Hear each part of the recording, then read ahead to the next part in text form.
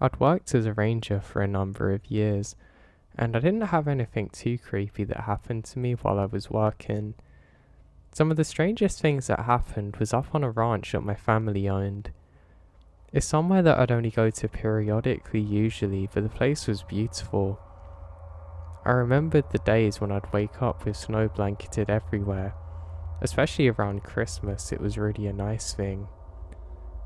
I remembered on one Christmas Eve when I set out on my dad for a hike in the nearby park that we used to go quite frequently. Now I remember that when we start walking, everything's normal basically. There's a small stream off to our right which looks really pretty, and there's some trees that have some markers on them. Basically every so often they get spray painted so you knew what way you had to go. While we're walking, we realise that there's some tracks up ahead of us. What's bizarre about these tracks is they seem to go off into the woods on an opposite direction to the one that we're heading. They kind of just go off the trail a little bit, and I look at my dad and he looks at me and we both smile, and we decide to pursue him. Now while we're walking, nothing's out of the ordinary, and I absolutely loved an adventure, so I'm having a really good time. I'm someone who always wore sunglasses too because I find that my eyes are really sensitive to the snow and light of it.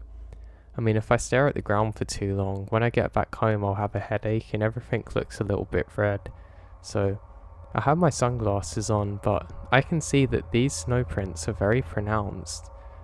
It looks like lots of different little tracks, and we follow them for a good 5 minutes. My dad says to me, "Son, we won't go too far because we're not going to get back, and best we get back in time before your mother kills us." I say I know, but can we just go a little bit further, Dad? And my dad eventually obliges. So we continue going off the trail until eventually we can see something up ahead. It looks weird, like something smoking, and my dad quickly ducks down and brings me with him. I say, "Dad, why are we crouching down?" He says, "Son, be quiet." Now, when we look up ahead, I can see a very strange silver object that was probably the size of a car or small truck that slowly lifts above the ground. It was accompanied by a very warm feeling, and it slowly gets above the tree line, then suddenly vanishes. It was completely metallic and disc-shaped and just looks really weird. I'm not someone who really likes to think UFOs are real, but I'm pretty convinced I saw one. And my dad looks at me kind of weary and slowly stands up. He tells me to wait here and goes off. I quietly followed behind him. What's weird is it left something behind. We get closer and closer until eventually we can see it's some kind of blue goo sitting there in the snow. Now this looks like it almost glows in the dark, until eventually it kind of gone back to a normal colour, as like a black goo. This all happens in the space of about 1 minute, and we're both mesmerised staring at each other. I go to touch some, but my dad slaps my hand and quickly pushes me back a little bit and says, "Son, don't touch this." What's craziest too is this is exactly where the tracks led up to, and you can see the trees surrounding it are slightly burnt. We ended up hurrying home, and I begged my dad to tell me more about it, but he wouldn't tell me much of anything. Now, my dad didn't tell my mother about it because he knew he'd get in trouble for taking me off of the path, and it was almost Christmas and he didn't want to be in trouble with his wife. But later on, when we're listening to the news, we can hear that there's been some reports of UFO sightings in our area. This is a local channel, by the way, but this really blew my mind and kind of stuck with me. Now, for my next stories, these are ones that have happened in chronological order as I'm getting older. I was probably only about 12 at the time of the first story, but for the next one, it's when I was a bit older, probably about 19. It was also around Christmas time, but just afterwards, and all of my family are around at the ranch. I'm starting to get cabin fever, so decide to set out for a nice walk. Now at the time I'm doing a night walk and it is pretty cold, but I have really good layers on, so I'm pretty warm. Some of the snow has started to melt now and it's actually quite wet and sludgy, but it didn't matter because my snowshoes are really well waterproofed and insulated, so that doesn't really bother me too much.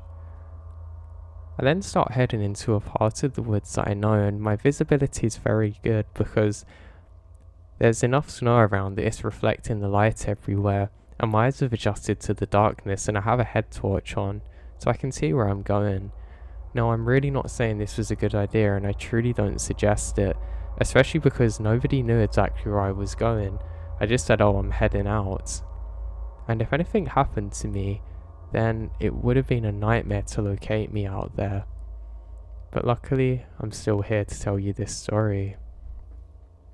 Now, as I start on my walk, every so often I notice another light further up. I presume that these are also hikers out, maybe just going for walks like me. Now, every so often I would see the faint glow of their lamps again, and it would slowly go out as they ducked between trees. Now, one thing that I did realise was odd is that it appears almost like they're torches. I don't mean actual LED lights like we have at the moment. These almost look like they just burnt a bit of stick and were carrying it with them. Upon closer inspection, I now realise that what they're holding is lanterns, and this is the first thing that I thought didn't feel right about the situation. I eventually start going parallel to where I was walking and up a small hill where I'm trying to get a better view of these people. I struggle my way up and eventually lose sight of them, but I know if I continue on I should be able to see them again. Being careful not to fall down any ditches, I eventually make my way up to a small hill where I can see them again, and I catch sight. Now, all I can see is the glowing lights. There's two to begin with, then I pan my eyes around and I can see 3, 4, 5, 6, and slowly, as they get further away, they become more faintly. I can see probably 30 of these lights, all heading up in the same direction.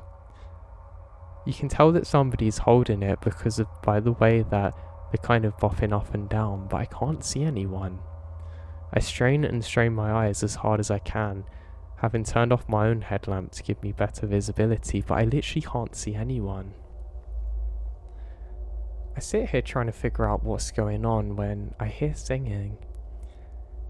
It almost sounds like the kind of music you hear in churches, but I mean those Italian Roman ones where it's medieval sounding and a very low hum accompanying it.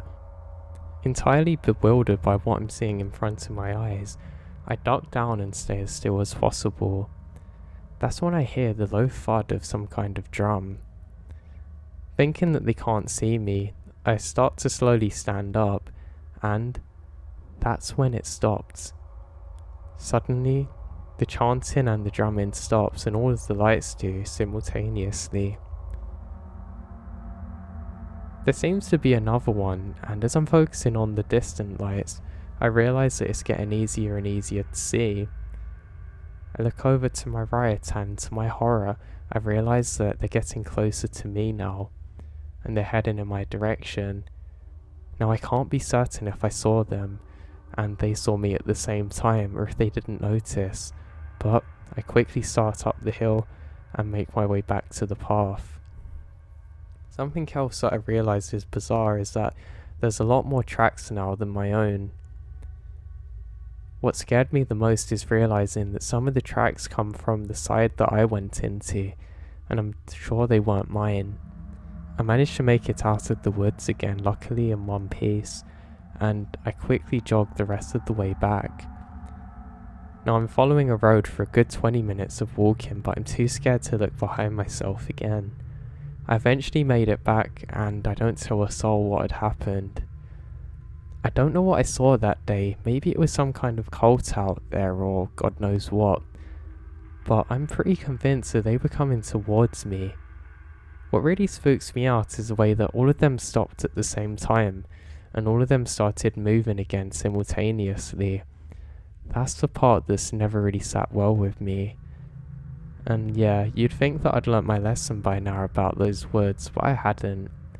And especially from later on becoming a park ranger, it kind of fortified my confidence for being out in the wilderness in situations like this. I know, stupid, right? Actually, I've got one strange thing I'd like to share that happened when I was working as a ranger before I get to my final story. Now, it might not be as interesting as the other stories that I'm telling you, but it's something I always thought was quite odd.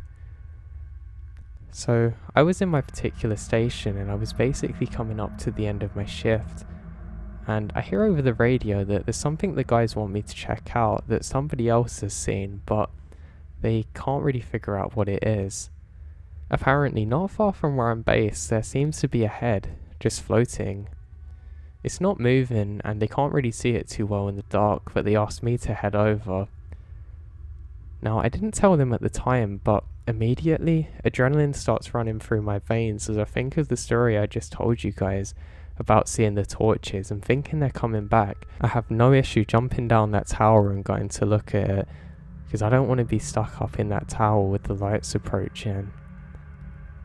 And it only takes me about 5 minutes to get to the location, but it's definitely a head, and it appears to be floating. Now, it's not the first time we've had reports of things like this. I mean, usually it's just somebody's bag or coat or whatever, and it looks like it's a person's head. Or sometimes it is actually an animal remain or something, but this was different. It was only about 3 or 4 feet off of the ground, but it definitely was the head. I take a look with my binoculars and it's wearing makeup, and I start to get a horrible feeling that maybe this is a crime scene and the other rangers are too scared to investigate it and want me to go out. I think, fine, at least it's not those lights, and with a sudden sense of bravery I go to investigate. As I'm now gaining on this thing, I realise suddenly through the binoculars that it's not a person's head. At least it's not an animal's head. It does look like a person, just not a real one. I'm now closing in and eventually I'm face to face with a doll's head wearing makeup on a stick. Now, what made this particularly creepy is that the face almost looks like it's distorted, like it's seen a horrible crime. Now, I can't really put this one down to kids doing it because who would be out here, but I don't know, something about it just didn't feel right. But we eventually taken it down and thrown it in the trash and kind of forgot about it. But I guess thinking of it in this moment, it is pretty bizarre. But yeah, unfortunately I don't have too many other things that happen while being a ranger similar to that. But like I said, I do have one more story for you guys of being on that ranch. So again, it's around December time, which is basically when everything strange seemed to happen up there. I don't know why. And me and my dad had basically just got some snowmobiles and I was really excited to use one. It's something that I'd never really used before, but honestly they're really easy to use.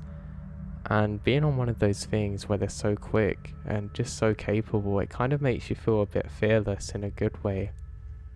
I had a really good light on mine too, so I wasn't too worried. We ended up going for quite a long way and we actually had to be careful of fuel because we were burning through it originally. Our plan was to keep them up there and just use it for when we needed to go and get things, especially if the conditions on the road weren't so good. You can kind of go parallel to the roads and you'd be able to get to places relatively quick. Now, we didn't really have a direction to go on in this particular area, but we were just exploring generally now that we have our snowmobiles. Now, we ended up finding a path that had fresh snow on it and no other tracks, so we decided to see where it's going to lead us to. Now, we go for a good 5 minutes down this path and we eventually decide that we should probably start heading back, just in case we get lost.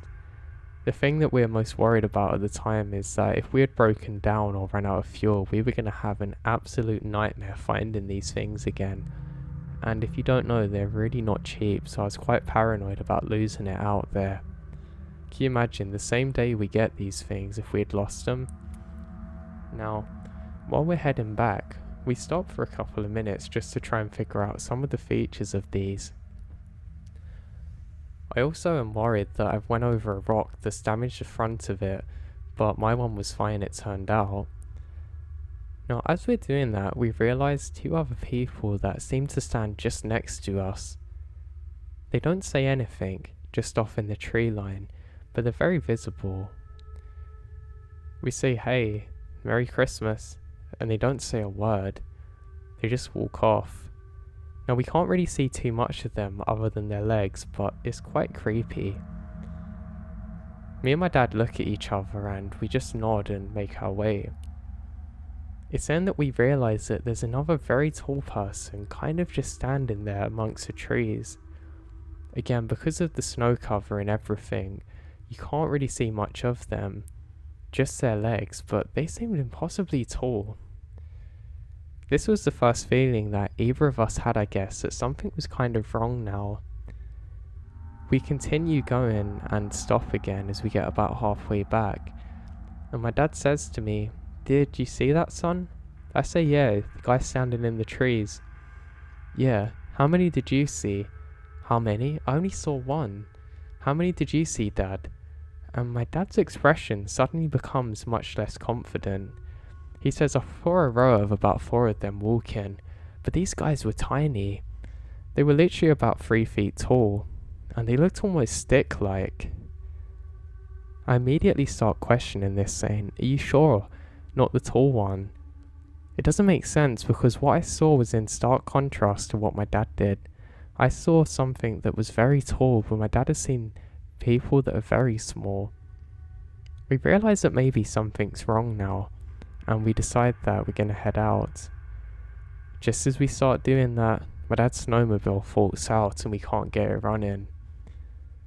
I quickly kick mine to see if it works, and thank God it does, but I look at my dad and he looks at me kind of worried. I quickly turn on my torch and scan our surroundings, and I can't see anything. My dad's then desperately trying to get his snowmobile to work again, but doesn't seem to be able to. I start getting a really weird feeling that something bad's about to happen. Just as my dad's trying to kick it back into life, I can hear something in the distance. It's hard to describe, but it's a very low-pitched sound that is barely audible. I ask my dad if he can hear it, but he doesn't even hear me ask the question because he's so caught up in what he's doing. And then, a few minutes later, it comes on much louder than before, and my dad definitely hears it. It's chanting, like what you'd hear in a church again. And suddenly, I remember that story of what I told you earlier. It sounds exactly the same. I'm just glad that my dad's also hearing the same thing as me, because honestly I probably would have questioned my sanity otherwise. We look at each other and my dad starts desperately trying to turn on his snowmobile again, and the singing is getting louder and louder. Now just as this is happening, a terrible wind picks up at the same time. I know you can get flash floods and things, but this was really weird for me even. I know I've been a ranger for a while now, but I haven't heard anything like this. It's literally like somebody pressed a button and suddenly the elements are with us, and it starts snowing again really heavily. Every so often we would hear a faint thunder in the distance and see flashes of lightning. Now that doesn't make sense.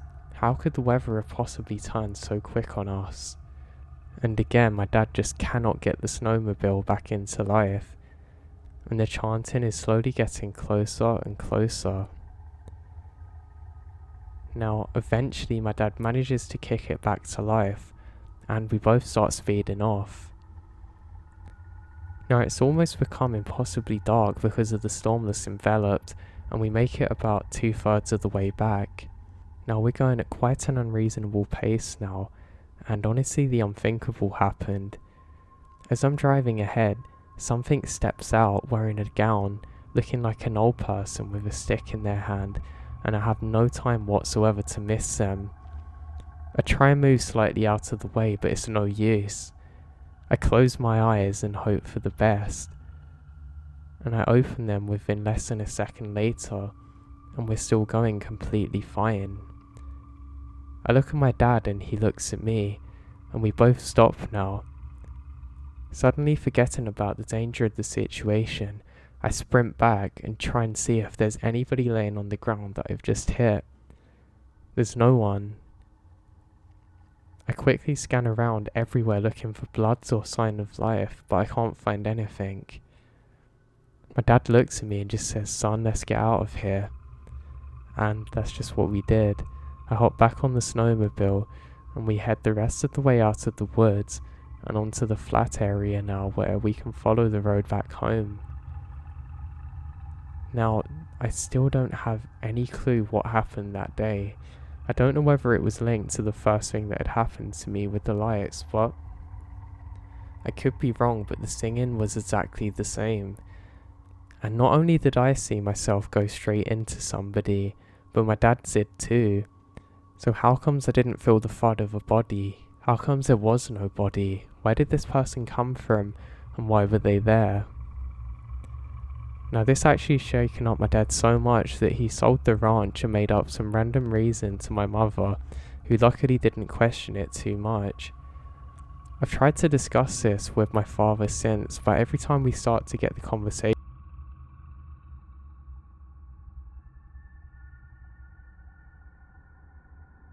every year, my friends and I go on a week-long canoe trip in a national park, usually to do fishing and drinking. This past summer, we decided to stay on Tom Thompson Lake, if you know it, for our main site, which ended up being on an island in the middle of the lake. There's 6 of us in total, with one group of 4 in a large tent. One guy in a solo tent and myself in a hammock between them. One night, we huddled around the fire at about 1 AM and we noticed a flare in the sky which we assumed was adjacent to the lake. We didn't think much of it until an awful scream came across the lake about 20 minutes later.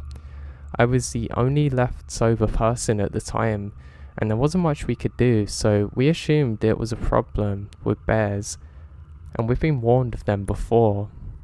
The strange part came after everybody had gone to bed at 4 and 5 of the guys went to their tents and passed out, while I lay in my hammock, listening to them fall asleep. Now for reference, the group of 4 are about 30 feet to my right, and the other guys about 100 feet to my left on the shore.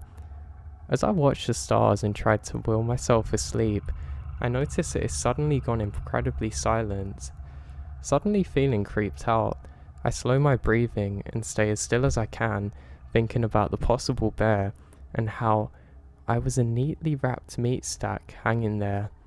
Then I heard a voice call about 20 feet to my left by the remains of our fire. It was the voice of my friend, who was one of the guys passed out in tent 4. I hear hellos, but each one sounded motionless. Hello, hello, going on for maybe 6 seconds. Although I immediately recognized his voice, every instinct tells me not to respond. I stay as quiet as I can like a corpse. I'm honestly listening for absolutely anything. The tension was in the air, and I really felt disturbed. You know how usually you can hear everything in the moment, but here I couldn't really hear anything or tell what was going on. Now it eventually passes, and the next morning, everybody told me that they didn't hear a thing. We actually agreed to move tent sites since we'd gotten a really eerie vibe that night. This was our 6th trip up there and we never had any experiences like it before. I hope that what I heard was a night camper with an identical voice to my friend, but for some reason I just don't believe it. I'm very cautious now on my future trips because God knows what could have happened to me.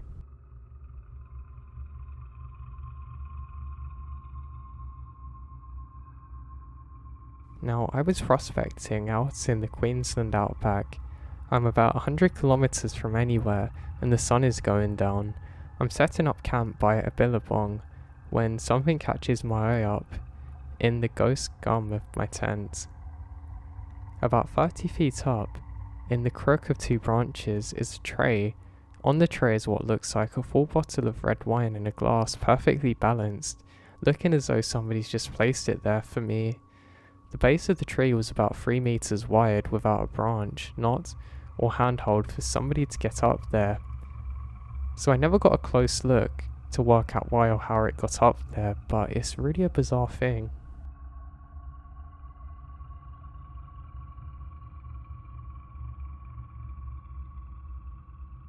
Now I'm somebody who lives in the Yukon, and by my house is a wilderness trail, great trails, leads to a bunch of lakes. I take my dogs on the leads there every day. Usually I have to walk him for at least 2 hours because he's part husky and has energy for days. Getting him to turn around at any point is really a nightmare, especially if it's less than an hour.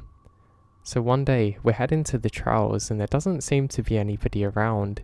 Seems actually quieter than normal, and maybe 10 minutes into our walk when we're on the trail, my ears popped for some reason, and it seems like the world's audio's turned off. Something also feels off.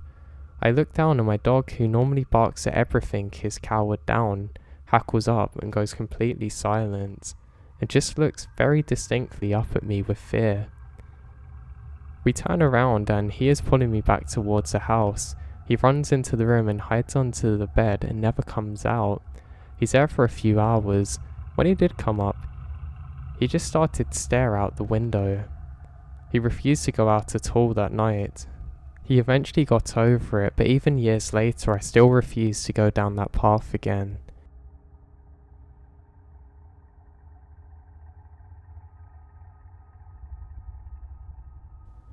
So I was in middle school, and I hunted a lot, mostly with my dad, but I knew the hills and the howlers enough around our home in West Virginia that they would let me take friends. I could go anywhere I wanted, or where the dog taken us, but I was told to shy away from this one old home place up in the hills, seen before the government owned it. My great-great-grandmother people owned it. She lived to the age of 107 and died when I was 15. She'd always tell us if the dogs headed up there to head home immediately. Now, you see, I wouldn't fool around there. Well, one night, me and my friend, Nubs, he's got a 9.5 fingers due to a log splitter accident when he was 10, decided that we're gonna go and find that place exclusively and hunt there. Had to be a prize grand raccoon up there. Nobody hunts it. We took off up the creek road on foot with 3 of the dogs. And these are 3 of the best dogs I've ever had. Now, you know when you get to the Rooney place, because it's this big flat end at the bottom of a creek with big half-dead field trees and piles of field stones about every 30 feet at random for about half a mile that gradually turns up into a draw that peters out and fades off into the mountain. This is before GPS collars or anything like that. I used my dad's old carbride lamp to walk by, and Nubs would use his dad's old wheat miner's light to spot the way in the trees. We would let the dogs run until we heard them bellowing. These weird growls we've not really heard, but somewhat signs of some raccoons there. About 500 yards away with a short chase, the dogs barked. Now we start walking towards them, up in the mouth of the cove, and the dogs took off again. This is not unheard of. A raccoon can jump a tree, come down another and sneak off. And a circling dog picks up the fresh tracks and they go off. This happened 6 more times in the next 2 hours. That was definitely weird. And then everything goes silent. That's when I started shaking. I knew my dogs. I've watched 2 of them fight bears. Nothing scared them. Although the dogs come back to us with their tails tucked, head low and quiet as hell. We were working on an exit plan when you shake a tree limb that it's rained on all night and all of the drops fall on the ground at once? That's what happened, but about 20 yards behind me, only this was a huge oak about 75 feet from the first limb. While we're trying to see what was in that tree, really not sure if the same thing was going to happen to the one we're standing under, when John really got scared and said that we have to get out of here. We backed out of there and ran home as fast as we could. Never hunted near that place again. I can't say for sure what was in that tree, but he looked like a man running through the treetops. It was years before I ventured in that place in daylight. Did a little digging at the courthouse when I was in college. Come to find out, it was a logging town when the Spanish flu come through, had a mill and everything.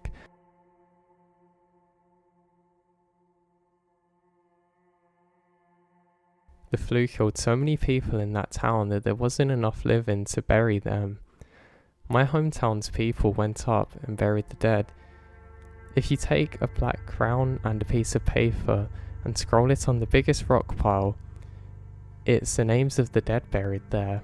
My great-great-great-grandmother's dad bought it for $4.50 off the lumber mill, burned the last of the structure and farmed it for the rest of his life. When he passed away, my great-great-grandmother and her brother sold it to the government. It's now a part of a national forest.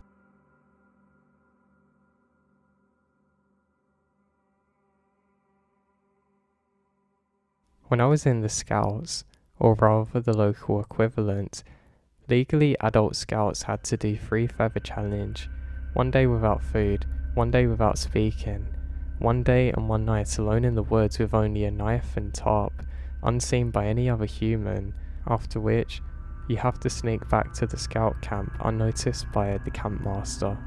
God, that's intense. I don't really understand that. It was my 3rd day, so I took off, walked for miles through the woods and found the remote spot in the wilderness, in a very overgrown patch of woods. Spent a spooky but uneventful night until almost dawn rises, when I decided to go for a morning swim in the lake right before taking off to go back. I strip nude and go towards the lake, but I noticed a group of guys fishing, so decided to go back. Suddenly, the ground underneath my feet caved in, and I found myself submerged up to my armpits in a vile mass that smelled horrible. It turned out to be a patch where hunters would illegally leave the leftovers of things they'd hunted that literally fermented for weeks. Imagine the scene. A group of anglers hear some ungodly scream from the direction of the wood and run there to see if somebody needs help. What they find is a teenager covered in blood and things, who is crawling out of the ground, shrieking and whimpering at them, and runs past them to wash off in the lake.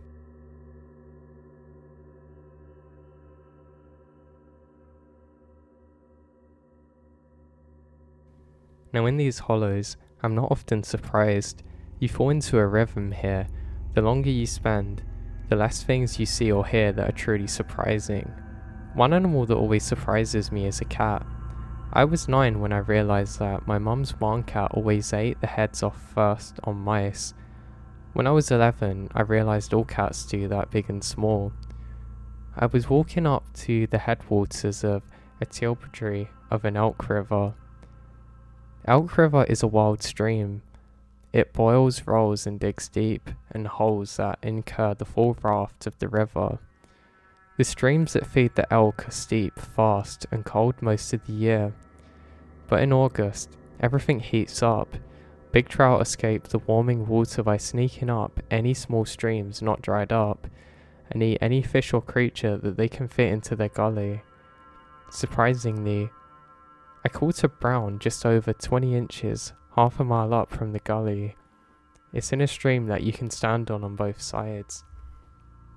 But I digress. Me and my friends used to catch a ride with his older brother, a log truck driver. He would drop us off at one of those tributaries in the morning and pick us up on the last trip of the evening. Only thing he would tell us is watch out for the rattlers, and you have yourself beside the road at 5, or you walk in. So, with a sack lunch and fishing poles, we would take off into the shadowy hollows. Me and Nab was leapfrogging up this long, rocky creek, catching brooks in every hole, fishing towards lunchtime at the head of the stream. I got a little away from Nab in a long stretch of unfishable winter water, leading up to the falls. As I finally found a piece of land flat enough to rest above the falls, I look around and I see something off about it. I can't really describe it, but this laurel thicket's limbs are bent the wrong way. Leaves turned up like it's broken. I walked closer and it looked like something greyish white hanging up the tree. Now Nub finally caught up to me, bragging over the roar of the water how he's caught and released over 47 on this stream, and how there ain't no trout above those falls, and why do I always climb up and fish past them on dead water? And he sees me standing there, surprised. Nub stops, caught his breath, and said to me, "Why the hell was I staring at the sun?" I told him be quiet and look at the tree. What's hanging from it? We walked closer, and it looked oddly familiar. That's when I realised it was deer hair. Hell, that was a deer carcass hanging up the tree. An old one, but just a carcass. We couldn't figure out how it could have got up there. It was close to noon, and we was a long way from the haul road, so we started eating lunch and making our way down.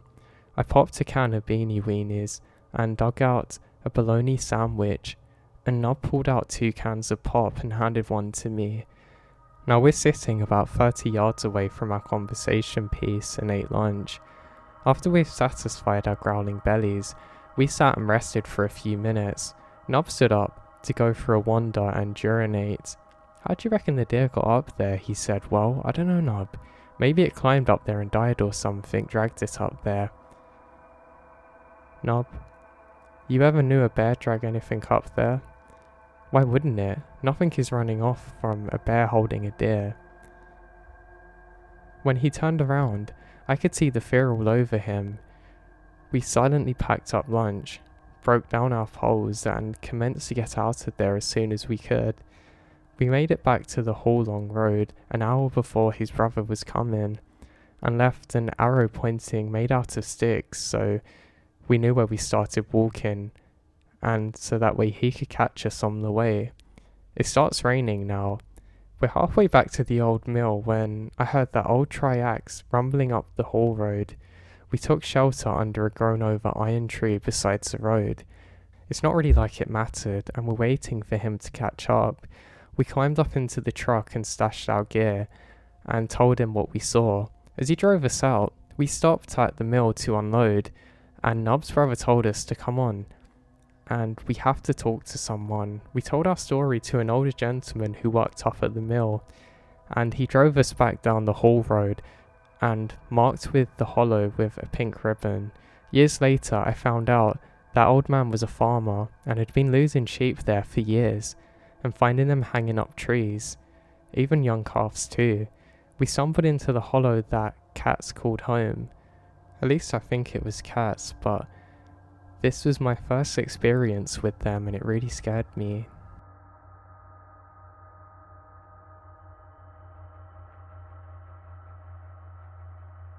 Now this evening was uneventful, and we went to bed in individual tents around 9:30. At about 2:30 AM, we were woken up by a huge boom. It wasn't a gunshot, but sounded more like a black powder cannon going off, echoing through the whole valley. We come out of our tents and discussed what we all heard, a little on edge since it was close to us, but eventually tried to go back to sleep. As I'm laying in my tent, unable to sleep, staring up at the ceiling, I kept seeing shadows on the tent walls.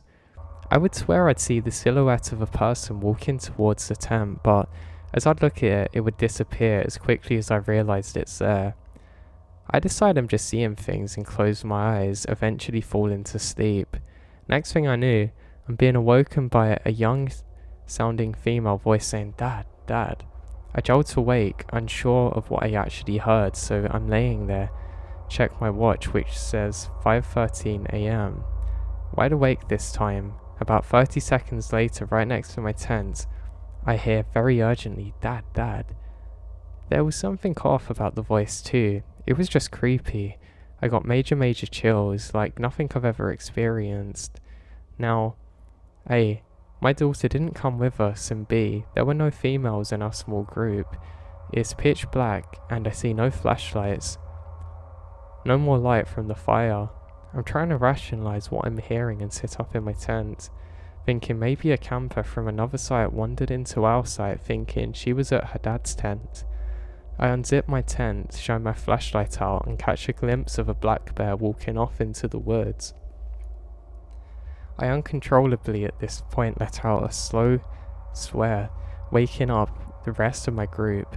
So of course we do searching around. So of course we do some searching around with our flashlights and find nobody else. This whole experience was just crazy. What did I hear? The black bears make sounds like that where they're calling out for people?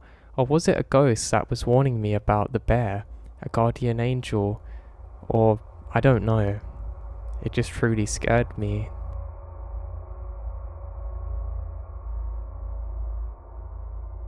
I worked as a ranger for a couple of years, and most of the things that happened to me could be explained. No wait, everything could. Except for this one particular event that I still don't understand now. Now, on this particular day in question, everything was normal and as it seemed. Now, I was basically on a patrol, and having a pretty good day to be honest. Everything seemed to be going perfectly well, when I kept hearing a strange sound. I could hear a piano being played somewhere in the distance. Yes, it was a little ways off the trail, but the curiosity of this really got the better of me. I decided that I should head towards it, and it sounded like somebody was playing songs that were kind of old but very off-key. Almost like, you know when a piano needs to be tuned or when like an animal runs across it. So yeah, I thought this was pretty weird, and thought the best thing I could do was just try and get to the bottom of this. Now it felt like I was walking for an eternity to actually find this, but in reality it was probably only about 4 or so minutes. I eventually get off into a small clearing, and there you have it, a piano. Now, what was really bizarre is that the piano seemed to be playing itself.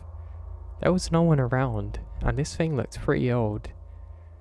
I decide that I want to figure out exactly what's happening here, and I bravely get closer and closer to it, until eventually I'm right next to it, and I can hear that the sound isn't actually coming from the piano, but from a tree. Starting to wonder if I'm losing my mind, I quickly glance around to try and see if anybody's there laughing at me, but there's no one. Now, I get closer and closer to this tree when I find a tape recorder stuck to it. Somebody's basically glued it on there, and they're playing the sounds of a piano being played. I press stop, and look around. I don't see anyone.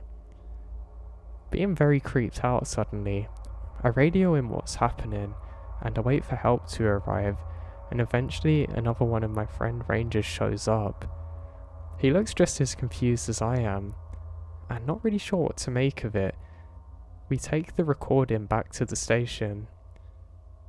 We are actually worried that something was really bad here, and we've given it into law enforcement, but they dusted it and couldn't find any prints whatsoever.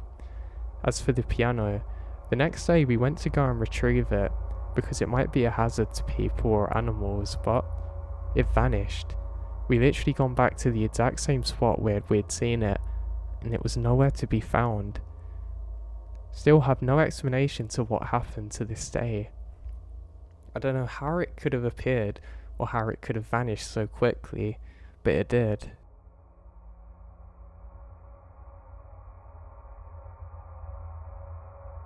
I worked as a ranger for a couple of years, and most of the things that happened to me could be explained. No wait, everything could. Except for this one particular event that I still don't understand now. Now, on this particular day in question, everything was normal and as it seemed. Now, I was basically on a patrol, and having a pretty good day to be honest. Everything seemed to be going perfectly well, when I kept hearing a strange sound. I could hear a piano being played somewhere in the distance. Yes, it was a little ways off the trail, but the curiosity of this really got the better of me. I decided that I should head towards it, and it sounded like somebody was playing songs that were kind of old but very off-key. Almost like, you know when a piano needs to be tuned or when like an animal runs across it. So yeah, I thought this was pretty weird, and thought the best thing I could do was just try and get to the bottom of this. Now it felt like I was walking for an eternity to actually find this, but in reality it was probably only about 4 or so minutes. I eventually get off into a small clearing, and there you have it, a piano. Now, what was really bizarre is that the piano seemed to be playing itself. There was no one around, and this thing looked pretty old. I decide that I want to figure out exactly what's happening here, and I bravely get closer and closer to it, until eventually I'm right next to it, and I can hear that the sound isn't actually coming from the piano, but from a tree. Starting to wonder if I'm losing my mind, I quickly glance around to try and see if anybody's there laughing at me, but there's no one. Now, I get closer and closer to this tree when I find a tape recorder stuck to it. Somebody's basically glued it on there, and they're playing the sounds of a piano being played. I press stop and look around. I don't see anyone. Being very creeped out suddenly, I radio in what's happening, and I wait for help to arrive, and eventually another one of my friend rangers shows up. He looks just as confused as I am, and not really sure what to make of it. We take the recording back to the station. We are actually worried that something was really bad here, and we've given it into law enforcement, but they dusted it and couldn't find any prints whatsoever. As for the piano, the next day we went to go and retrieve it, because it might be a hazard to people or animals, but it vanished. We literally gone back to the exact same spot where we'd seen it, and it was nowhere to be found. Still have no explanation to what happened to this day. I don't know how it could have appeared or how it could have vanished so quickly, but it did.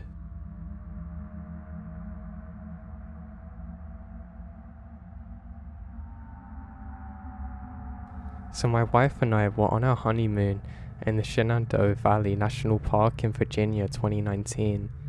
Now, we were excited to get an early evening hike in as we just arrived in town.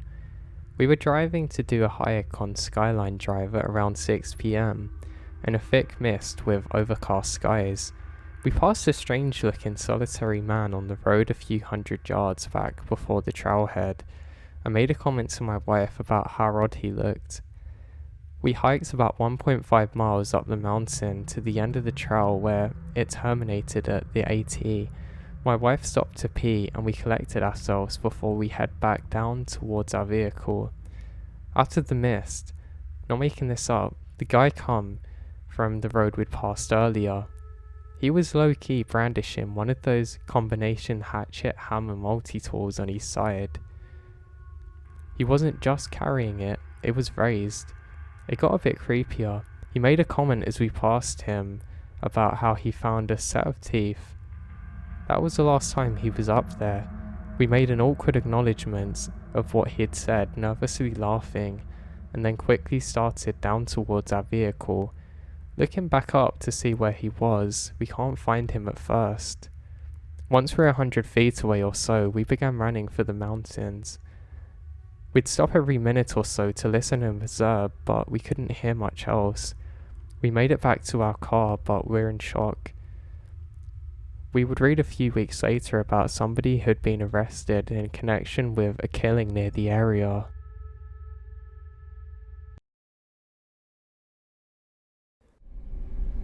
I'm a 17-year-old guy currently living in Phoenix, Arizona.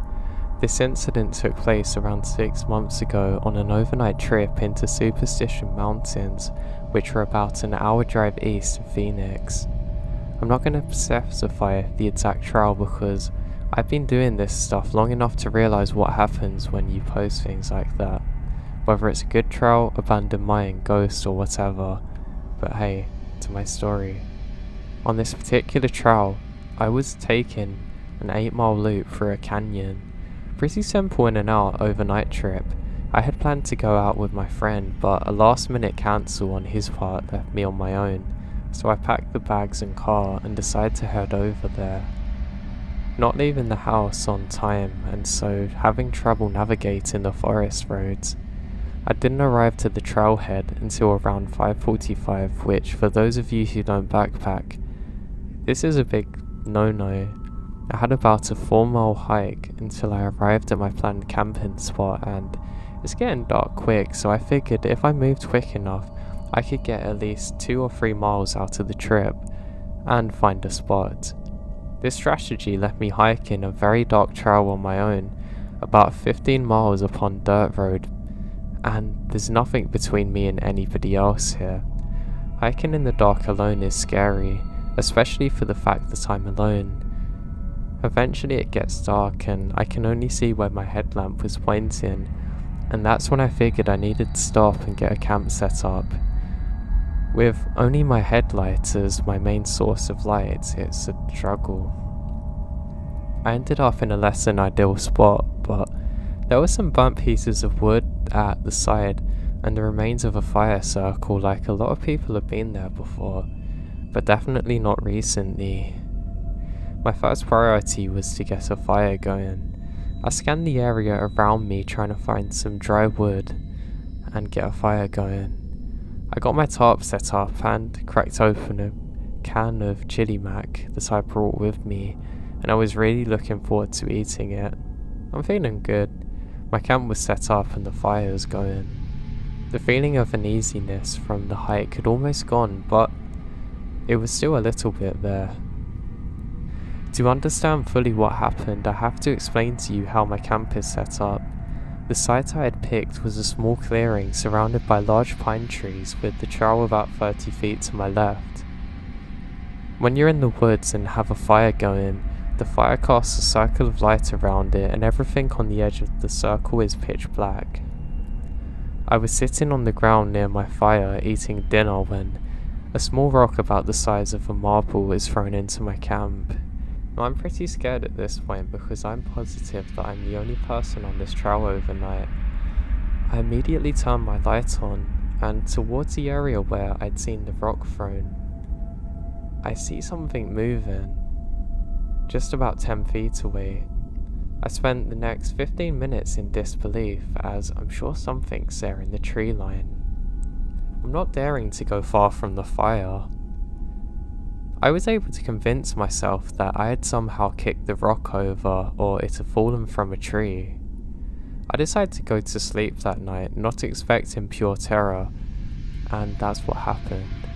I woke up to the sound of rustling leaves, barely audible if you were listening for them, but they're still there. Still in a sleepy daze, I listened as the rustling of leaves got even harder as I assumed they were moving away from me. I went to grab my handheld flashlight that I had left next to me when I'd fallen asleep, but the more I look, the more scared I get as I come to realise that it's not there. I stood up in my sleeping bag and duck out of my tarp and look around. I was able to see a light off in the woods. It couldn't have been there much further than 15 feet away. It's my flashlight, laying on the ground in a pile of leaves. This is one of the few moments in my life where I've nearly soiled myself. The flashlight that I had left sitting right next to me when I'd fallen asleep a few hours ago is now 15 feet away from me past the tree line in the woods. I hurriedly slipped my boots on, clutching my knife in my other hand and keeping my head on a swivel. I weighed the options: staying here and wait out the night, or attempt a 3-mile hike all the way back to the car in the dark. I figured whatever or whoever was out there for me was definitely going to have the advantage if I don't have a light. I decided I have to stay there. Eventually, it came back. I can hear this thing walking through the woods. It was far off, but I know it's there. It sounded like somebody leisurely walking around, like they're strolling without a care in the world. Sometimes it would walk too far away and I would lose it for a bit, but then an hour or two later it would return, ever so faint. This went on for about 3 or 4 hours until I listened to the steps getting closer and closer until they were about 7 feet from me. At this point the fire had gotten very small and I'd run out of wood in my pile. The footsteps stopped and everything went silent. I sat there still for 2 hours clutching the knife, praying that I wouldn't hear anything else. I stayed like that until the sun started to come up, and I could see that I was alone in my campsite.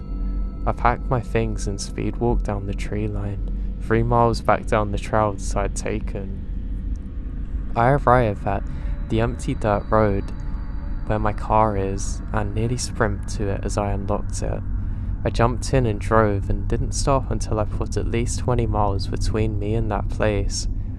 I stopped in a gas station in Apche Junction to buy a Red Bull, but mostly just to see or talk to somebody. As I exited the store, I was able to read what was written in the dust of the back part of my window.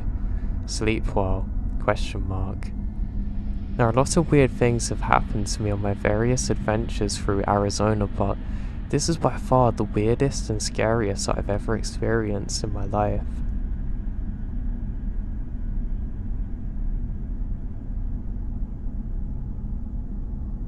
So I grew up in a very remote home located deep in the woods.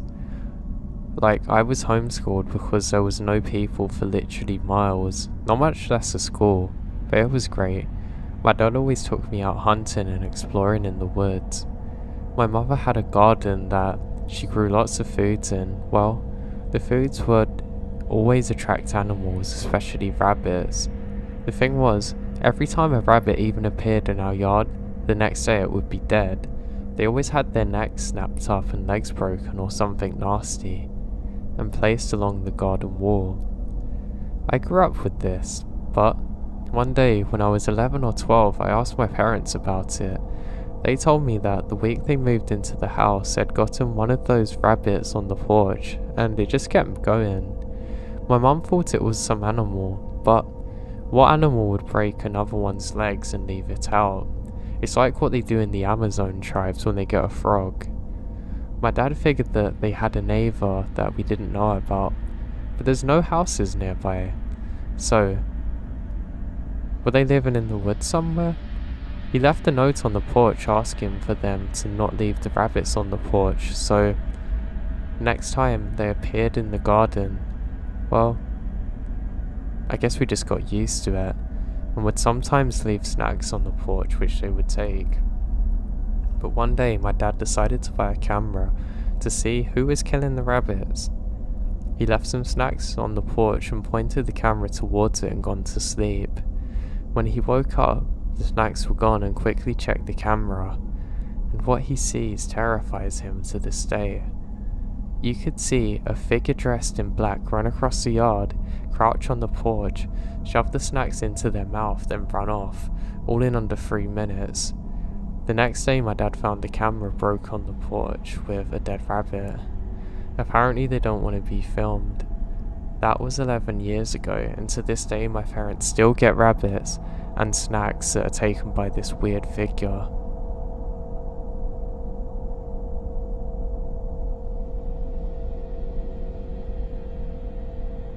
About 4 years ago, me and some of my friends were driving down a rural road in Maine wilderness.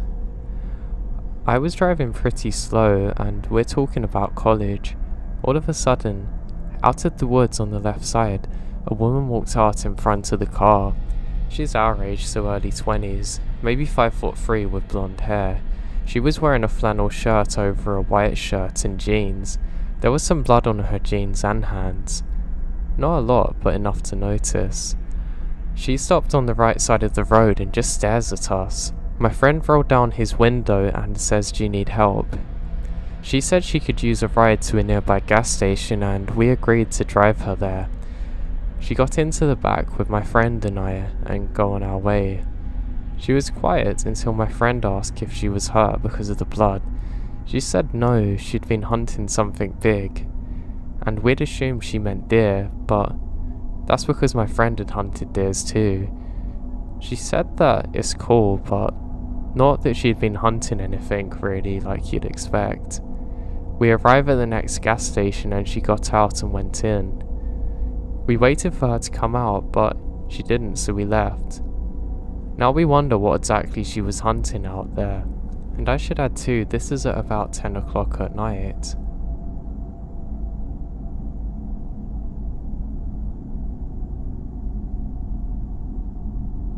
Back around 2004 or 5, I was leaving a buddy's house to head home. He lived in Lake Ariel in Wayne County. I was a good 15 miles away, so I decided to take back roads to save time and avoid the police. As I crest the mountain road, I see a van off the side, doors open, lights on. It's well after midnight, and nobody's on the road. I slow my car, an 89 VW ragtop, down to first gear looking for a person or persons that may be hurt. Not a soul is around and the woods are quiet. The van off the road is not running, but all the lights are on, and the driver's side door is on. I remembered thinking this is a little weird, and I don't actually have any service on my phone to call the police because we're up the mountain. So I proceeded to go towards where I knew I had cell service, maybe going 30 miles per hour tops. I knew the situation was bad, but then it gets worse. No more than 3 or so miles away, the brush thinned out on the roadside, so you had a better view of what's in the woods. And I see movement. I let off the gas thinking that I don't want to go straight past the deer into another one. As I let off, a man soaking in fresh blood comes out from the tree line into the road. He's so covered that I can't really tell what it is at first. He stumbled out in front of the car and waves me down. I'm starting to panic a lot now. He starts grabbing and yelling at my door. I've got really scared and took off. Another mile or so I had cell service and called the cops. He was obviously hurt and his grab for my door scared me. There was a wide space on the mountain where I agreed to wait for the cops, and they're there in about 10 minutes. While I waited there, I put the top on the car and locked the doors. An officer took my statement and looked at my car with a torch. The guy from the woods left some blood on the door. Another one found the van but can't find the guy. The cops let me go home and they say they'll let me know if anything happened. Within a few days I get a call saying that the van was located where they thought and asked if I could describe the man. They never found him that night. As far as I know, they never did. Apparently the van was stolen and this guy bandaged himself up and took off afterwards, never to be seen again.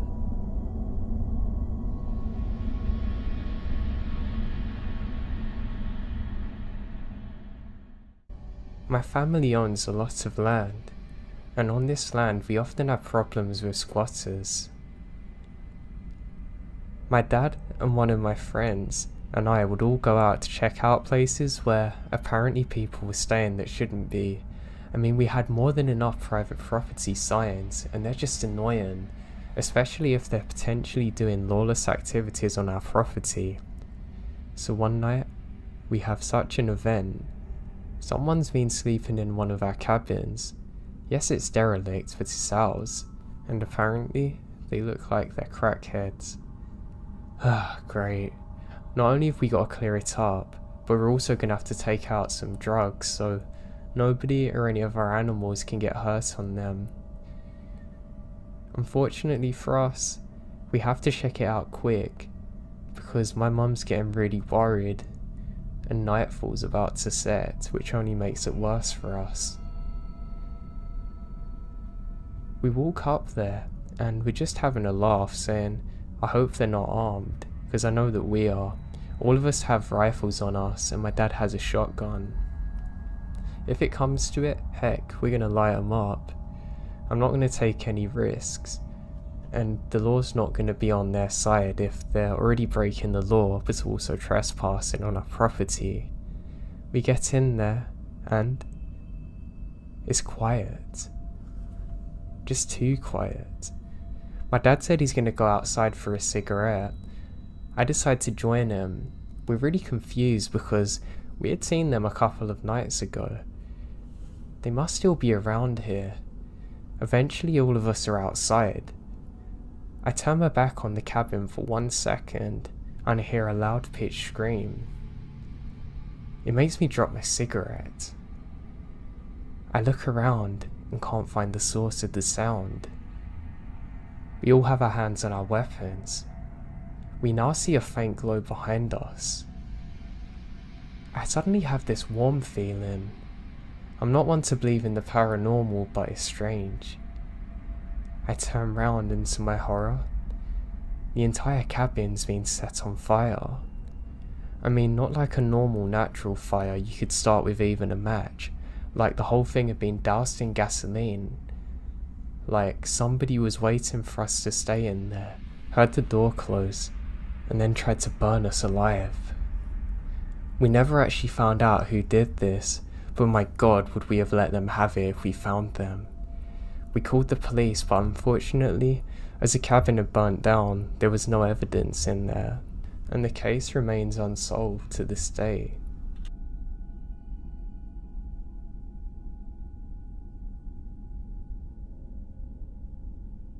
This is my mum's story that happened when she's about 18 years old. Back then she lived in a small town in Germany, and she would go on bike tours frequently. This particular day, she wanted to ride the bike to the forest, have a picnic there and ride back home. She had done that a bunch of times and said it wasn't an unsafe place to be, and she would always set up her stuff near the road, just in case. Anyway, when she almost got to the spot she usually goes, there's a boy fixing his bike. My mum said he's maybe 14. My mum wasn't on the bike anymore. She was wheeling it, because she was almost there.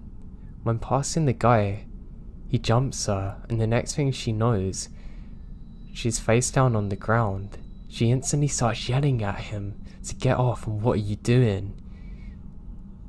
He instantly gets up, but my mum takes the opportunity to get the hell out of there. My mum didn't call the cops or anything because, well, nothing happened. This isn't all though. Fast forward 4 or 5 years on, a few towns over, this guy's on the news for murder. He would wait for women in the park, pounce on them and kill them.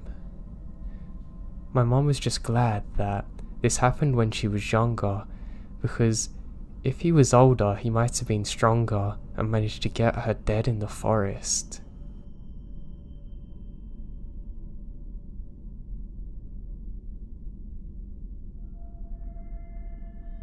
I like primitive camping, and me and my wife go out sometimes by ourselves. We usually bring the dog and spend a couple of nights. This time we invited some friends for drinking. Anyway, on the first day, we heard a vehicle coming down the road. Not odd. There are maybe 10 sites or more several miles down the road. It's a dirt road, with nothing there but these primitive sites. One way in and one way out. What's odd though, is that the vehicle that they see is a meat packing truck. It was old, really old, and the lettering was faded. It was faded in beige. None of us really made out the person driving it. There were no plates on the back either. So we all get creeped out collectively, but kind of decide it's not too weird. Maybe they're just renting it out for the cheap. Flash forward to the morning. My mum calls. She's panicking, freaking out. Apparently, some hikers were literally abducted within a few miles of us. There are several girls out at our site too, and my mum's convinced it was the people we saw. I wasn't 100% certain, so pull out my GPS. It was less than half a mile from where we were. I don't remember much of what happened after, but we got the hell out of there.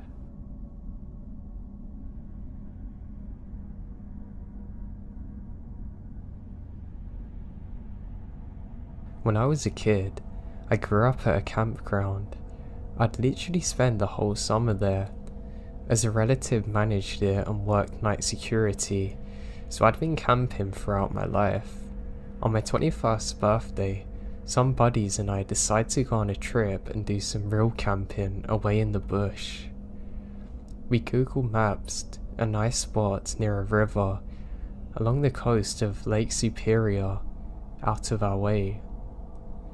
It was only a few hours to boat there, and we would canoe along the beach for a few miles to get to this spot. We're talking real remote. The nearest road was 5 miles away, and other than trekking through the woods, the only way to get there would be to go back the way we come from, along the beach. So we set up camp near dark, got a nice fire going, and just drank for a few hours. So around midnight, we're all getting tired. After all the paddling and stuff, we were pretty ready to get our tents out. Now, even though I've been camping my whole life, I'm still a light sleeper. I can hear something moving around outside the tents normally. Now right now, I hear heavy footsteps. They're clearly from shoes. I assume it's not an animal, obviously, but it's just one of my friends going to use the bathroom. Even though I don't hear any zipper sounds to the tent, the steps begin to slowly fade away towards the beach. After about 20 minutes or so, I forget about them and begin to drift off to sleep. The next morning, we all get up and start making breakfast and collecting wood. The walking never comes up and we carry on. Now later in the day, we all head to the river to do some fishing and split off into groups. I'm fishing with the friend in the tent next to mine when the other guys split off. He starts saying if I heard anything last night. I tell him about the footsteps and he nods. He then tells me that about an hour after they walked off, they came back. I mentioned to him that it's probably someone from camp, and he tells me that he doesn't think so because they never went to the tent. He says that the steps walked past the tent, then carried on into the woods. Now jump forward to the last day of the trip. No steps are heard, all throughout the week. Until last night. We're all settled in nice and early, and we have to pack up our stuff and paddle back. And about half an hour in, I can hear steps off at the back edge of the clearing again. They're kind of faint, but as I can start to hear them more clearly, they picked up the pace until they're at full run. And they storm past all the tents into the beach again. We're talking full sprint, like you're running for your life, and it's loud as hell. This time, everyone wakes up and climbs out of their tents, flashlights and everything. We all jump out, but there's literally no signs whatsoever that anybody ran here. The soil in the area is fairly soft. If it was a deer or bear, there's going to be clear footprints, but a human? That would definitely leave some. Not even the grass was disturbed. I've never seen anything like it. Being in such a remote area, I really think it must have been something paranormal. Nobody got any sleep after that. We all pack up our stuff except the chairs, and wait around the fire until the sun comes up, paranoid and ready. One of my buddies suggested it could be a Wendigo, but I don't know. Scared the life out of me.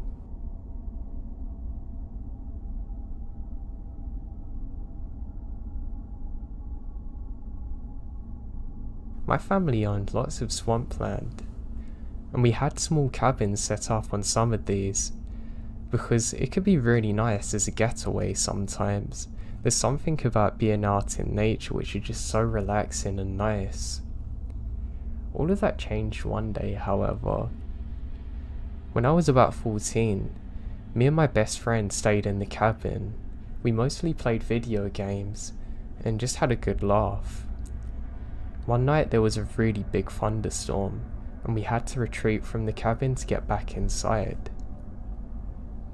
Now the next morning, my friend looked out the window and said, "Oh, I thought we were staying in the closest one to us." I said, "What are you talking about? We were." He said, "No, we couldn't have been." I looked out the window, and to my amazement, the cabin was no longer there. I then rush downstairs to tell my dad, wondering what on earth has happened, and my mum meets me halfway up the stairs saying, "You're not going to believe what's happened. The ground that was underneath the cabin you two boys were staying in has collapsed, and the cabin's gone." To this day, it's one thing that's horrified me more than anything. The fact that we were so close to danger and didn't even know it. Heck, nobody knew it.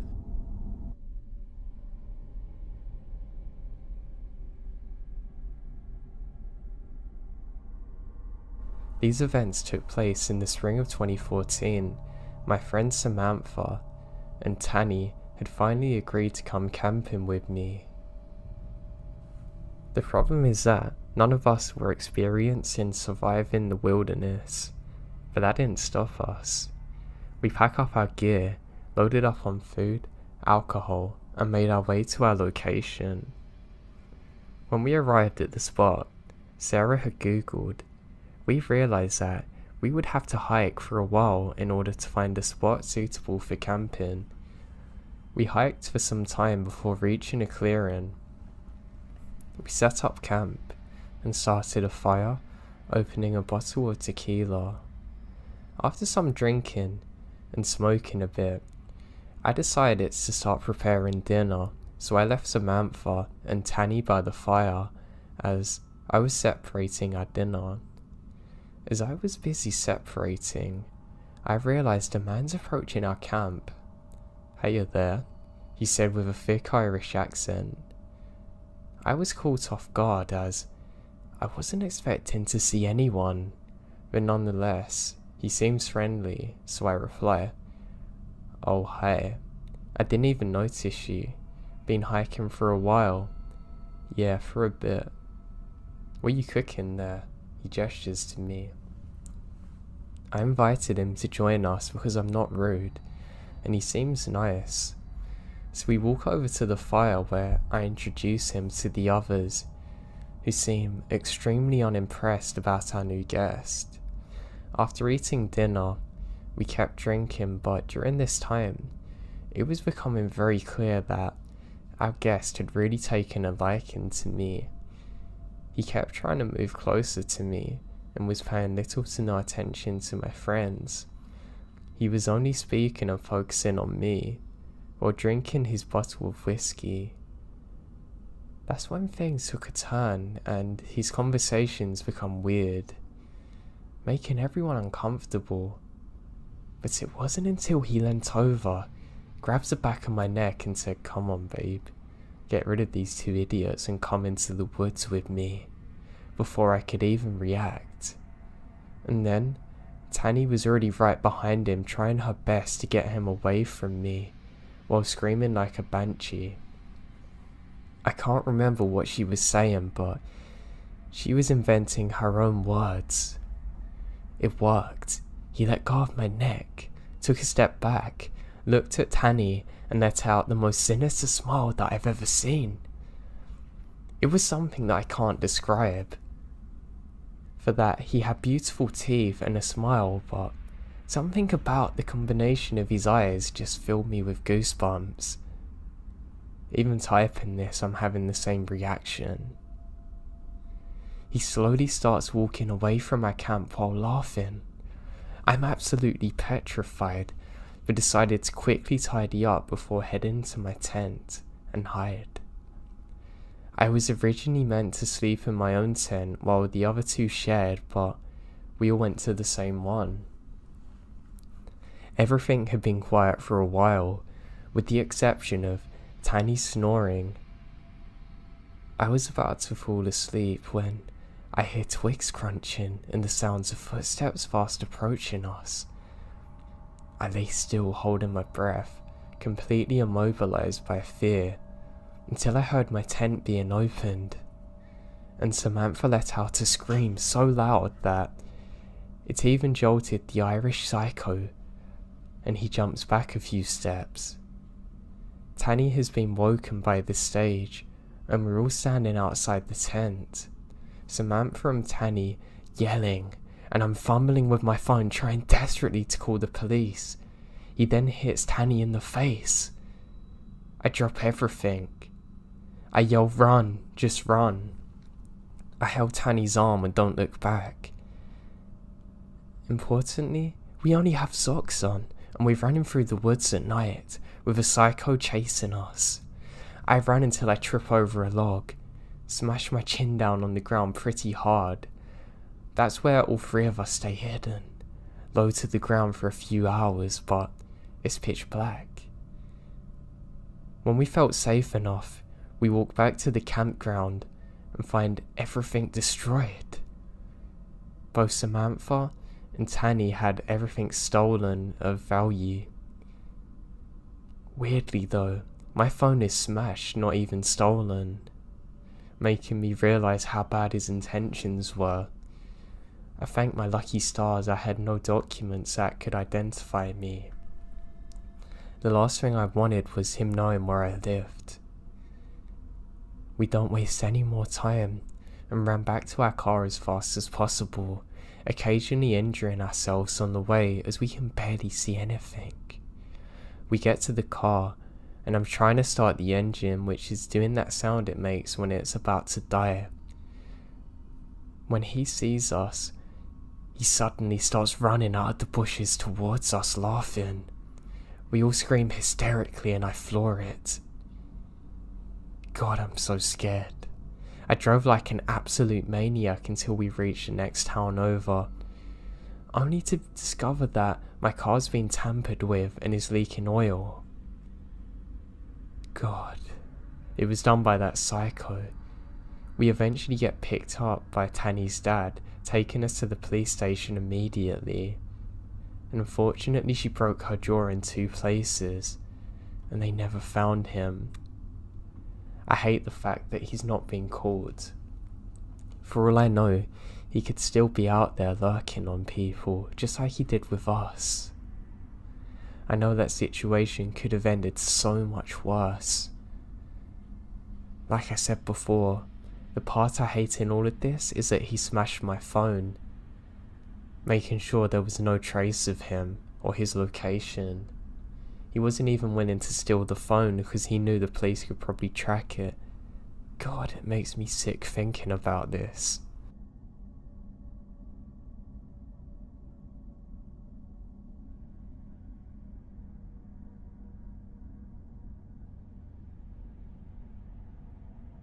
I was at the office later than normal, but not excessively late. I left at about 6 and realised I needed gas, so I stopped at the 1-2 minutes from my job. It was still light out because of the summer, which made the situation weirder. I go to the gas station, and nothing has happened there before, so I was pretty relaxed, and just tired in general from work.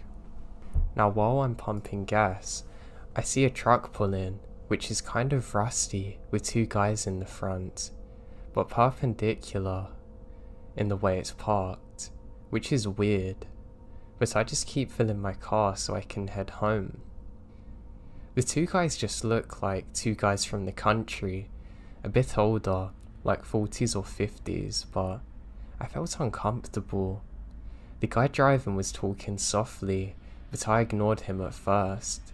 I didn't realise he was even trying to speak to me. The guy then yelled at me, which catches me off guard.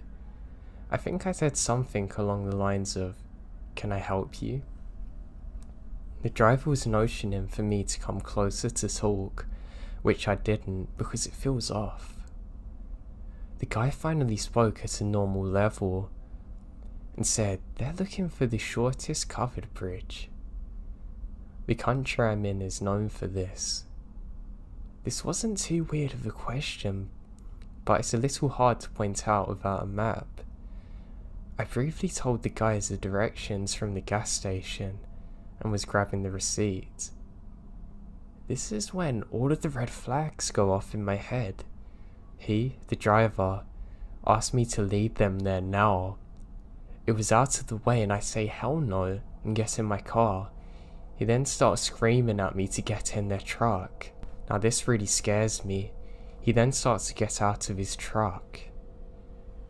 I haven't got time for this. I floor it. The truck doesn't move, so I have to back out. I was worried about them following me, and they did follow my car, but I quickly take a few random turns and manage to lose them on the highway. Oh, the whole time the passenger was staring at me too. The whole thing was weird to me, but what scared me was that they were trying to get me out in the middle of nowhere to do God knows what to me. I'm just glad I got out of there when I did.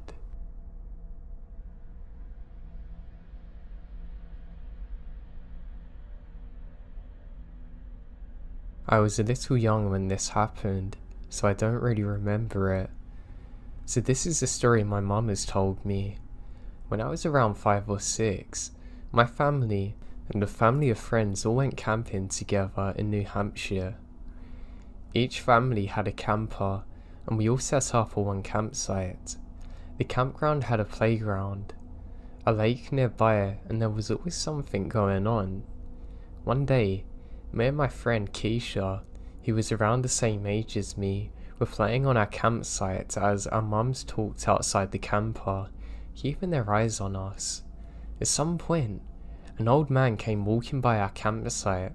He seemed like a normal guy according to my mum, but then he started to walk up and start a conversation with our parents. He said he owns a campsite a little way down the path, and that he has his own little playground in the backyard of his camper. He then said to me that my friends were allowed to come over any time that we wanted to play. My friend's mum was oblivious to the situation though, telling him it's a very nice gesture and we can later possibly. My mum on the other hand, who's to say the very least has experience with creeps, shut him down, told him no, go away. He walked away, and my friend's mum started asking my mum why it's such a big deal. My mum told her that there's already a playground at the campsite, and that we do not go under any circumstances. She even went around to the other campsites to warn people and stay away. Weeks pass, the camping trip is over, and everyone's home for the rest of the summer. My mum is doing things around the house when she gets a phone call from her friend from the camping trip. She's freaking out, apologizing, telling her that she'll never go against her judgments again. Turns out, she turned the news on, and there he is. Apparently he got into a local pharmacy trying to get pictures developed, and he had hundreds of pictures of children.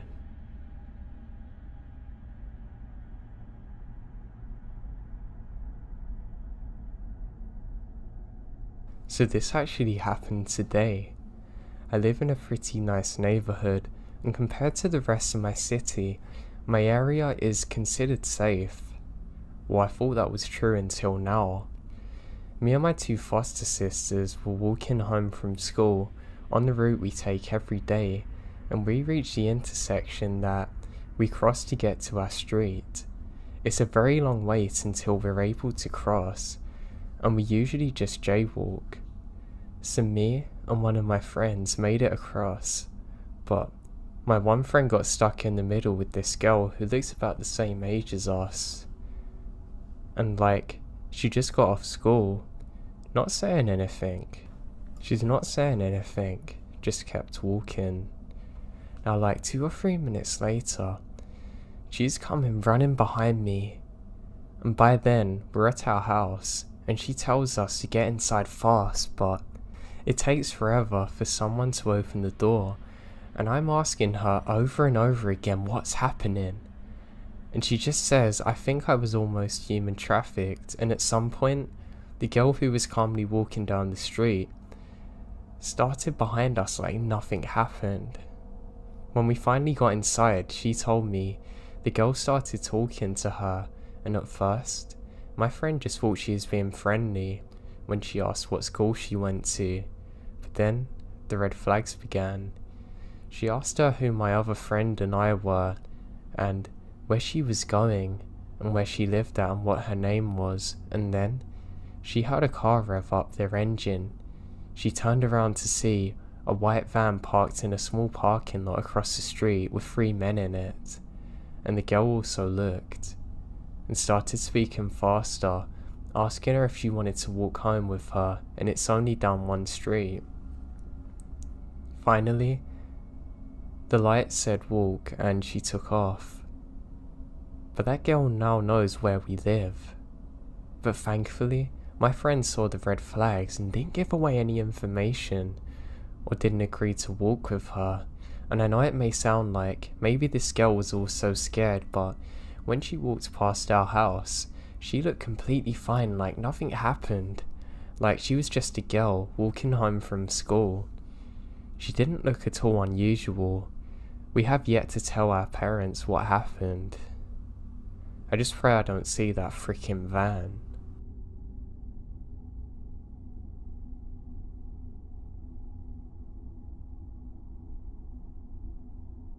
When I was younger, my friends and my brothers would always go camping together.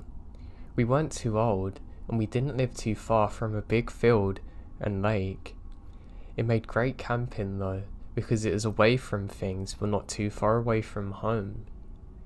We had one incident, however, that is truly unbelievable, and it made us all never go camping again thereafter. So one night, we're all having a great time doing some fishing in the lake. We have our fire going, and we're just talking about random stuff when suddenly we hear a clicking sound from across the water. Now I can't pin down exactly what it was, but there was something very off about the sound. You could tell an animal wasn't making it, but we're literally the only people there. Anyway, we continue our fishing, and nights fell. What's stranger though, is the clickings persisted for well over an hour now, and that doesn't make any sense. My buddies are starting to get quite paranoid now because it seems to be getting louder. It's almost like no matter where you go, the clicking seems to follow you. I decide to investigate, and so does my brother, and we both stand up simultaneously. As we get up, we can see a figure across from us on the island in the lake.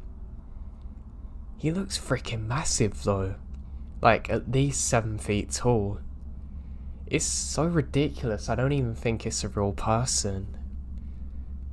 We laugh about it saying, oh yeah, the tree scared us. But then the clicking starts even louder. We can now see there's a small fire on the island too. That come out of nowhere. Nobody saw it before. That makes no sense. And then it goes out suddenly. We both scream and look at the rest of the camp, who are also gathered on the shoreline looking at what this thing is. And then, almost on cue, the second we stop screaming, it starts again for 4 seconds, then goes out again. And this illuminates a figure slightly. You can't see it well because whatever it is wearing a robe, but it's an actual thing there. The fire goes out again. We all scream and run away from there. I was so scared and worried that my mum or dad would go out to investigate with the other parents and get hurt that I didn't even tell them. Nobody did. Even 15 years on, it still haunts the life out of me to this day. The thing is, we know nobody was on the island because we could see it was clear during the daytime, and we never heard a boat go in there. It's literally the worst experience of my life. I even have goosebumps now thinking of it.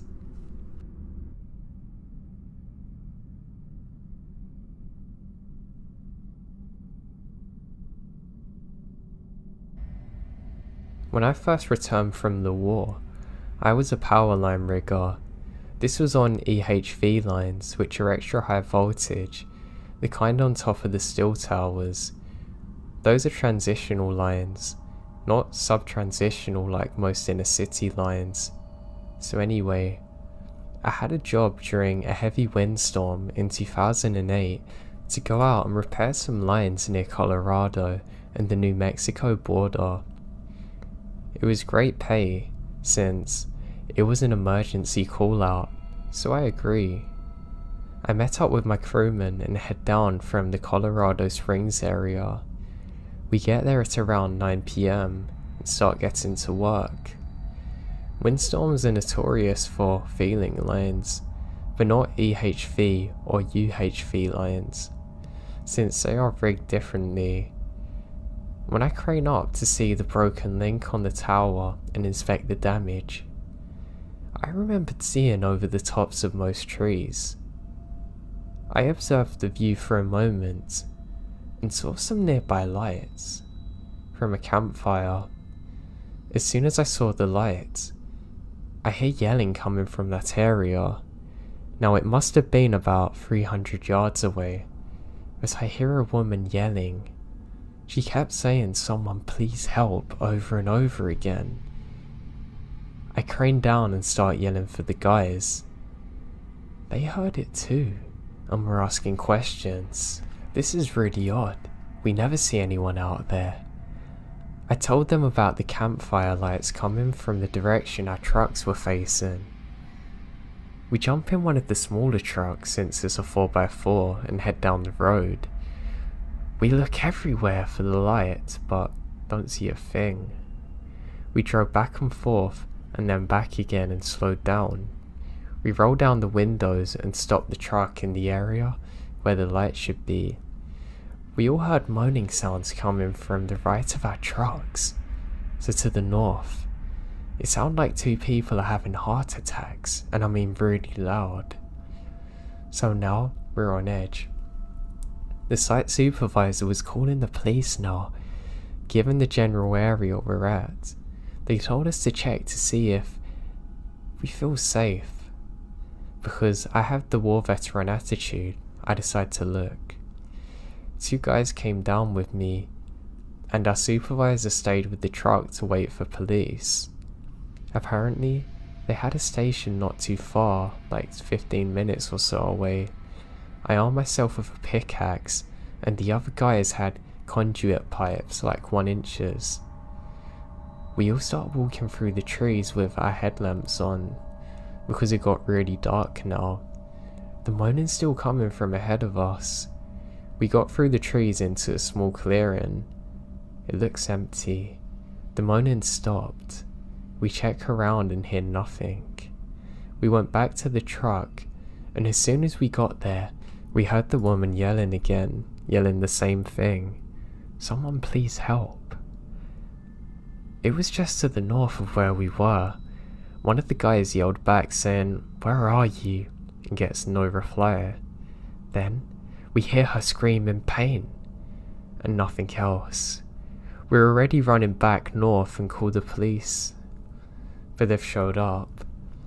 They must have seen us running north because 2 of them came after us.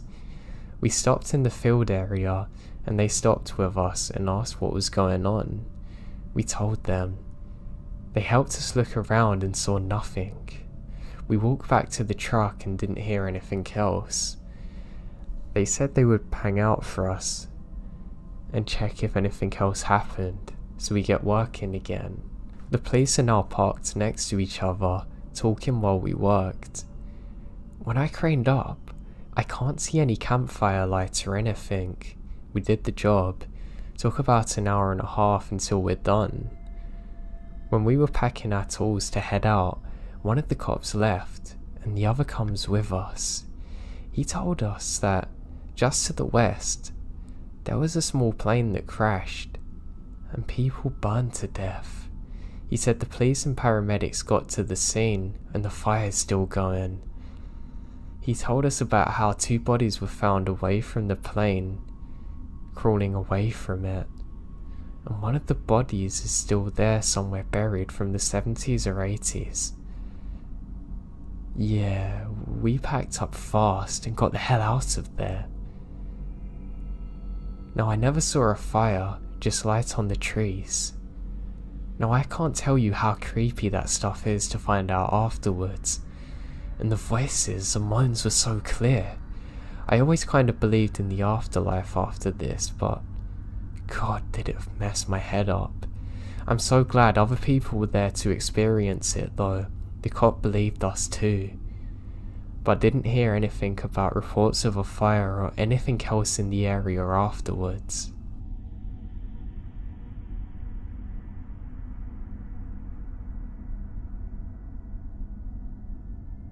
Back when I was a Boy Scout, I took a weekend-long training course called National Youth Leadership Training. One of the last parts of the course was an overnight hike into the woods, with no guide, to find our designated campsite and see how we would work under stress. We finally got to our campsite and began to unpack. We each bought a tent, but half of us left ours behind to lighten the load and buddied up. Lo and behold, my buddy brought a one-man tent only. Either I slept outside or things are going to be really cramped and I didn't want that. The sky was clear and I slept under the stars. The next morning, 4 of the other guys claimed that they saw a coyote walk up to me, sniff my face, stare at me, and leave. They were too scared to go and make it leave. They stuck to their guns though, but I didn't believe them. 4 years later, I was working at the camp as a staff member, and I'm speaking to a senior there, and apparently he said coyotes are pretty common there, and they often boldly show up. It made me realise what the guys were saying wasn't a lie. I just can't believe they let me sleep with a coyote literally at my face. God knows what would have happened if I'd woken up.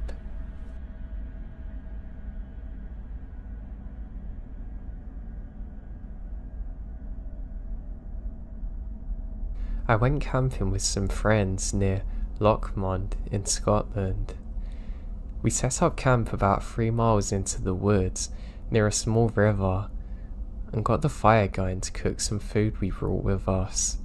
The site is very remote, but in the evening a couple of guys hiked through and stopped to chat with us. They're from Poland and seem friendly enough, but ask a lot of questions about our group, how many we were, etc. And I'm a bit suspicious, but I put it down to being from different cultures. It's around 10 PM. I start to feel very ill, and I'm thinking, is it possibly from food poisoning? Now, I'm very confused about this because I'm sure the food was cooked correctly. My friends are all pretty drunk, and I had drunk about 4 or 5 cans of Budweiser. Stupidly, I packed my bag after throwing up hard for 15 minutes and decided to hike back to the main road, watching light fading in the distance. I'm about a mile into the hike back.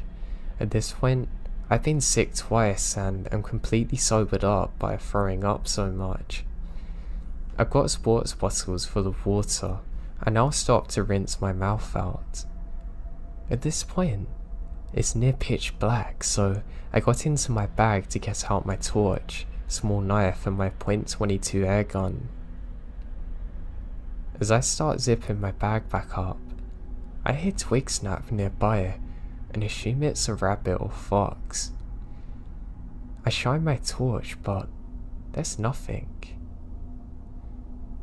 This doesn't make sense because surely I'm at least going to see reflective eyes, but oh well. 5 minutes later, I hear what sounds like running, maybe 100 yards behind me, and lots of twigs snapping. I turn around and assume it's my friend, and I say, "Are you kidding me?" I said I knew someone's there, and I'm not joking. I see movement through the trees probably 80 feet away. Whatever this is big. I mean 6 or 7 feet tall and completely black. At this point, my sickness is gone, and my heart's beating through my chest. The hairs on the back of my neck stand up, and I get this feeling that I can only describe as feeling almost dizzy at the thrill position that I found myself in. I take off my rucksack and hang it up. I kill my torch. I still think it's my friends, but I have this horrible feeling. It was too big. I've got my knife though in my jacket pocket, and my pistol gripped harder than I can possibly ever do normally. I walk in the darkness for about 100 yards and stop dead behind a tree and wait. I'm trying my hardest to control my breathing, but it's supremely difficult now. Sure enough, I hear movement again.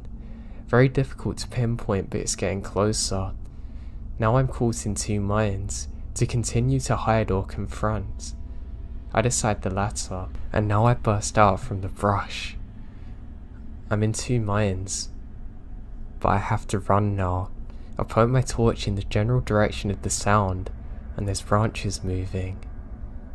I start moving away from the area like an SAS trooper. I hear distance movement again. Lots of twigs breaking now, from heavy footprints. I don't see anyone now, but I know I'll shoot them. Silence now. I wait a few minutes and head back for my backpack. It's not hanging over the branch anymore.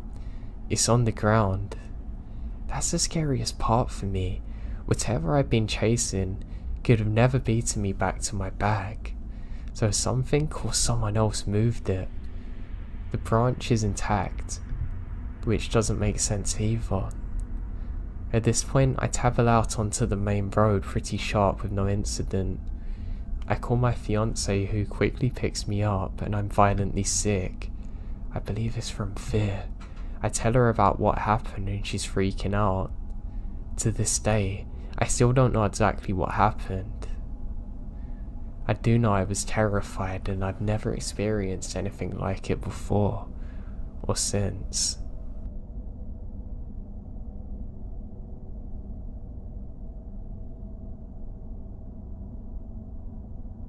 I've had a truly weird encounter before. I lived in Southern California at the time, up in the San Gabriel Mountains, a couple of hours east of LA. I know when people think of Cali, they all seem to think of the beaches, but I assure you, the land here is very diverse. My hometown is super tiny and has a fairly popular ski resort on the western side of town. If you take the only highway out past the ski resort for several miles, there's literally nothing but forest. And a very old gold mine is actually still there, and it's kind of cool. After those things, there's nothing but national forest. And then, one insanely isolated, very old restaurant that still functions, and then back to the forest for a long time. Anyway, just setting the scene. I was about 10 or 11 when this happened. It's almost Christmas. It snowed heavily, and the snow's still falling on the evening of this happening. My stepdad decided that we would cut down our own Christmas tree this year, so we get into my mum's big Dodge truck and headed off to the mine, which is a couple of miles past the ski resort. We got to the base of the road and were talking and laughing, etc. My stepdad was driving pretty slow since it was snowing decently.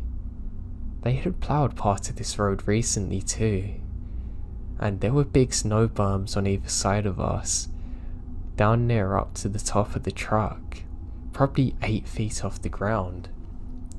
So it's just barely getting dark now. Not quite dark, but twilight I guess. So not dark enough that we can't see anything, but dark enough that the headlights of the truck are on. Quite suddenly, from over on my side there comes a huge dark shape that arches over the top of the snow berm. It lands in the middle of the road fairly gracefully almost. My stepdad slams on the brakes. I am too stunned to speak or even scream, because there crouching in the middle of the road is some creature. It has a long muzzle and pointy ears, covered in fur. Now, I've really never seen anything like it. This all happens in seconds. The thing jumps down and crouches, glancing at us. My stepdad slams on the brakes, and then it just vaulted up and over the beam and disappeared. It must have been 6 or 7 feet tall. I've never seen anything quite like it. My stepdad refused to talk about it when I asked, terrified. If he had seen the same thing too, I knew he did because how quick he braked, and that he was wide-eyed and white for the rest of the journey. I never did bring it up again because we hadn't had the best relationship since then, but sometimes I wish I could know what actually happened then. It still shakes me to my very core, even to this day.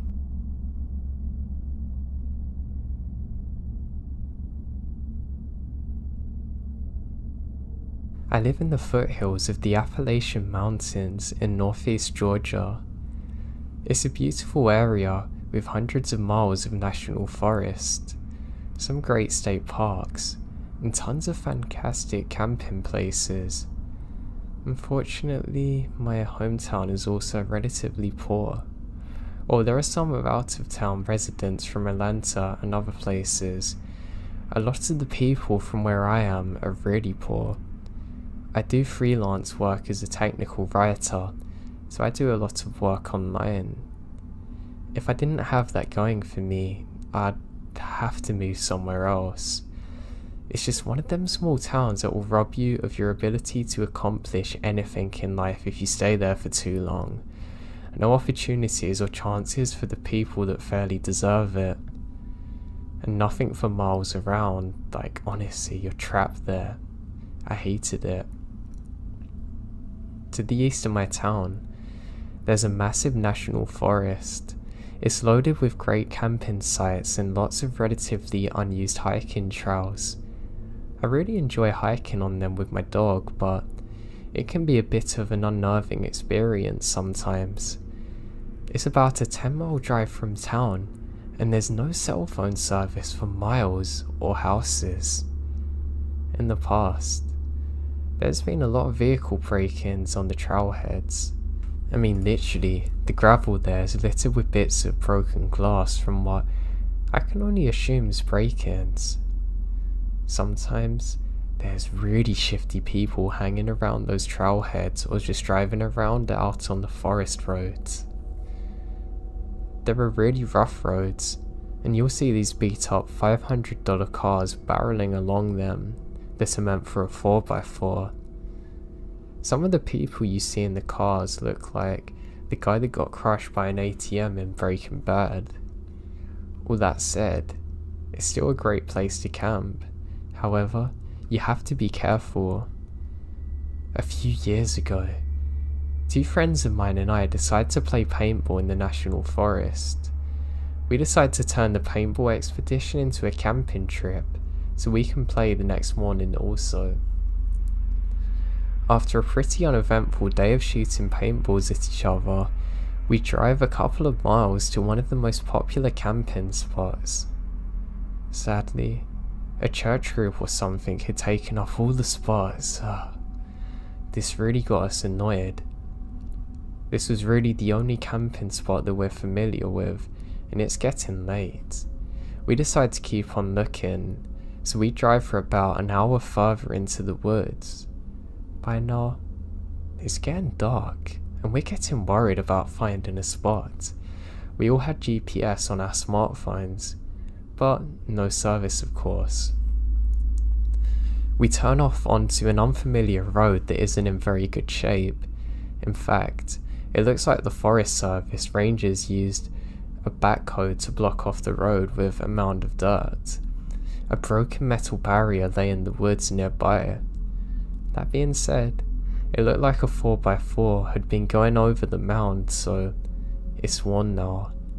Our F-150 had pretty high clearance, so we decided to go over it. Now, there was an old gravel road on the other side, and The road was pretty much clear of debris. We drove for a few miles down the road, coming across an opening next to a creek. There were some blue traps hanging over a plywood nailed to a tree. That's odd. That said, it was pretty much dark now, and we didn't want to keep driving around all night looking for a camping spot. We left the truck light running, and we set up in the tent. After we set up, I start noticing there's a lot of trash in the woods. I see a green bottle on the ground. I took a look at the label and see that it's a bottle of some home and garden insecticide. I was really tired now and thought someone was dumping some garbage here. None of us thought it was weird that someone would be dumping garbage here when we're more than an hour away from the nearest home. We set up camp, have some beers and made chili from scratch. By this time, it's probably 11 PM and we're eating. We noticed a faint glow from the other side of a nearby hill. At first, we thought it was moonlight filtering its way through the trees. However, the angles don't make sense. It seemed like it was far too bright and wasn't moving. It's a kind of glow you see over a big bright city, and we don't see the light source itself. Since there were no other access roads in the area, we decided to not campers. The hill was about a quarter of a mile from our campsite, and we investigate. Under normal circumstances, I wouldn't have done it. However, we had a few rum and cokes in our stomachs, and two of us decide to look. My other friend decides to stay. He's gonna do some popcorn on the fire. So we start walking towards the light source, and the situation gets stranger. All the trees in the area have their bark knocked off in a circle around their trunks. It could have been beavers, but why would they go all the way around a tree in a perfect circle? We start talking about the ghosts in pretty loud voices, probably due to our drunkenness. As we're almost to the top, my friend falls and yells out. A few seconds later, the light goes out. We look at each other and decide that maybe we don't need to see what it is after all. Walking back in silence and keep on looking back every few seconds, we decide to turn off our flashlights and return to the campsite with the moonlight guiding us. We get a couple of 100 feet from the campsite. I can see my other friend Isaac walking around. He's wearing a hooded coat that I've never seen him wear before. For some reason, he has a paintball gun. That seems odd. We look at each other. The fire's dying down. We don't see the campsite well. Now, we've been gone for an hour. From the distance, it appears as though my friend is looking for something. He kept walking around the site and peering in. When we're almost back to the campsite, we see our friend walk up the road we came from.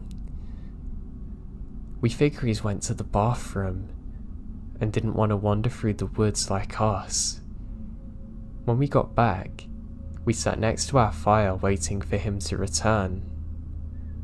All of a sudden, we see him lurch out of the tent and vomits. After we left, he had a few more drinks apparently.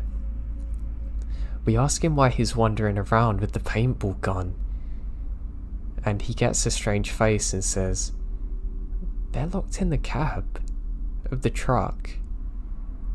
"Did you unlock it?" "No." We go to the truck and enter the door code and see our paintball equipment just as we left it before. The keys to the truck are hidden underneath a magnetic fob. I get a sinking feeling. What were you doing after we left? I watched a movie then fell asleep. But wait, you were walking around with a paintball gun, right? Did you just change jackets? He said he'd been in the tent the whole time, wearing the same unhooded fleece. Someone had been walking around our campsite, and it wasn't him. At this point, of course, we're all too drunk to drive, but we decide to go ahead and pack up and go back to my house for the night. We don't bother packing up the tent, we just fold it with the sleeping bags and think, heck, jumping in the F-150. When we get up to the dirt hump, we see something grey blocking our path. The metal barrier that's been laying in the woods is now erect. By this point, we've all sobered up. No one wants to get out of the car to try and move the barrier. I had a metal guard on the front of my truck, so I slowly tap it. It falls over, and we drive very slowly over it, terrified we're gonna pop one of the tires and be stranded. It didn't. As we drive down the road, we see a vehicle following us with its lights off. It's probably 1,000 feet behind us, but we keep catching glimpses of it on the moonlight. I now begin to drive as quick as I possibly can. The vehicle keeps pace. It doesn't get any closer though. It just stays 1 or 2 turns behind us, but always follows. After 45 minutes of speeding, we get back to the main paved road. I start to drive everyone back to my home and decide to go a different way. I've never experienced anything like it in my life. Rural camping can be very dangerous, and we've never went back there since.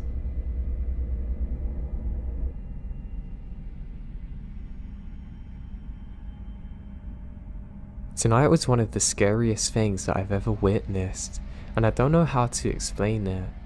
It's my second incident with the same thing, but this one was far scarier than the first. So the first incident I didn't think much about because this last April Fool's Day when my husband and I were driving home from a friend's ranch. Out of the corner of my eye, I saw a flash of white as our lights illuminated something by the side of the road in an adjoining field. It looks to be a stark white naked man, but he was running with his hands down like he's an animal and going very fast and parallel to our car in the opposite direction. We both freaked out as hell, but think it's probably an April Fool's joke. We're in the dead center of rural Montana. People get bored and do stupid things. Halloween gets crazy here, so we think it's a prank. Then, tonight happened. I went down the road to where the mailboxes from our street are. It's that rural road delivery setup where you have about 20 mailboxes at the end of the long country road. It's about 200 yards from our house and the moon's out, so I figure I'll walk over to check the mail to go and see if my husband's picked it up. When I get there, I find a neighbour not too far from our door heading out the same way on a walk. So we start talking and she accompanies me to the mailboxes. I take a peek into the box. Nothing. We continue chatting for a few minutes when there's suddenly barking from several of the neighbourhood dogs across from us. One at a time, they begin furiously snarling and barking, a few even howling. My neighbour mentions that there must be coyotes roaming again. Happens all the time. Nothing to worry about. Then suddenly, one of the dogs begins howling in pain. We both look at each other, thinking the same. Time to get the hell out of there. We start walking a bit briskly when she turns to glance over her shoulder for a second time and stops. I turned around and see it as well. It looks like a rather skinny-ish but stone white man, not on his feet but on all fours like an animal. No hair that I can see. The light from my phone got in his eyes for a second more, and it shines back like a cat. There was blood down the front of his jaws, and it all happens in maybe 2 or 3 seconds, so very quick. He then literally bolts after us as we run. My neighbour doesn't chain or fence in her dogs as we're animal lovers, and she likes having the extra protection of them wandering as well. So she starts yelling the dog's name and he comes running out from his spot between our houses. He must have smelled this thing or heard it coming because he made an immediate beeline past us, growling like crazy. We reached my husband's working shed, so we hid in there and locked the doors and wait for the cops. All we can do is hide and wait in the shed while she told the cops to come out, hearing the dog barking and attacking whatever that thing was. After a couple of minutes, she's off the phone and we're hiding behind boxes of stuff away from the window. I don't know how long we're there, but before she whispered that the dog isn't barking anymore, and suddenly they're not making any sounds. After a few moments we heard crunching outside. Something starts scratching slow and hard against the front door and part of the wall next to it. I'm not too proud to admit that I weighed myself a little bit, and I throw my hands over my mouth to stop screaming. She was staring at the door, not moving, so I know I wasn't overreacting or anything. It seemed like forever, but eventually we saw the lights from the cops coming up the long road and the scratching stops. Whatever it was ran off because we heard the noise of leaves crunching hard and fast away from the door. She was brave and gets the guts to peek out the window, and the cops are close now. When they got near us, we ran to the cop cars and told them we saw a kind of man who chased us. She pointed out the direction that he had gone in and ran back, mentioning that the sounds of the dogs are in the opposite neighborhood and away from the mailbox. She said her dog come without us even calling, and we hid in the sheds. The cop takes our statements and said that somebody else had called a few minutes before, and that there was a wolf or something in her backyard that just killed the chickens, and their dog and the neighbour down had actually saw the thing too. The other cops found my neighbour's dog lying on the ground with what appears to be deep claw marks, having trouble breathing. As he's lying there, he gets bundled up, and the vet comes to pick him up, and he mentions how it looks like a bear's attacked. So I'll give a description of both of what the neighbour down from the owner of the dead dog described and what we saw. The neighbour said it looked like a stark white naked man, tall, wearing the skin of a bear or bison, brown furred and head attached, blood coming from the mouth and around the chest, very long arms. She caught him crouching over the dog, turns on the back porch light, and he ran off. What we saw was a pale man without hair, with long arms, eyes that glows like a cat, very quick, reddish glow, animal looking. When he started running after us, it wasn't awkward like a guy trying to run on his hands and feet. It looked like a person now, but it wasn't.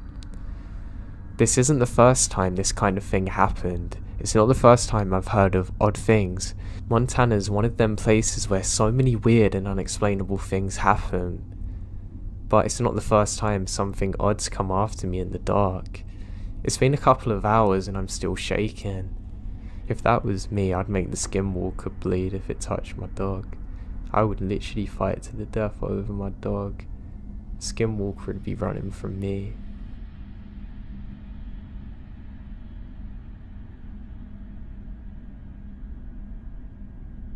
So for my backstory, my boyfriend and I had just bought our first house in June on a lake about half an hour northeast of Seattle, WA. Aside from the lake community we're part of, there really isn't a large range of population around here. We're in between a few larger towns, but they're all about a 20-minute drive from where we live. Our house is backed right up against a cascade of mountains.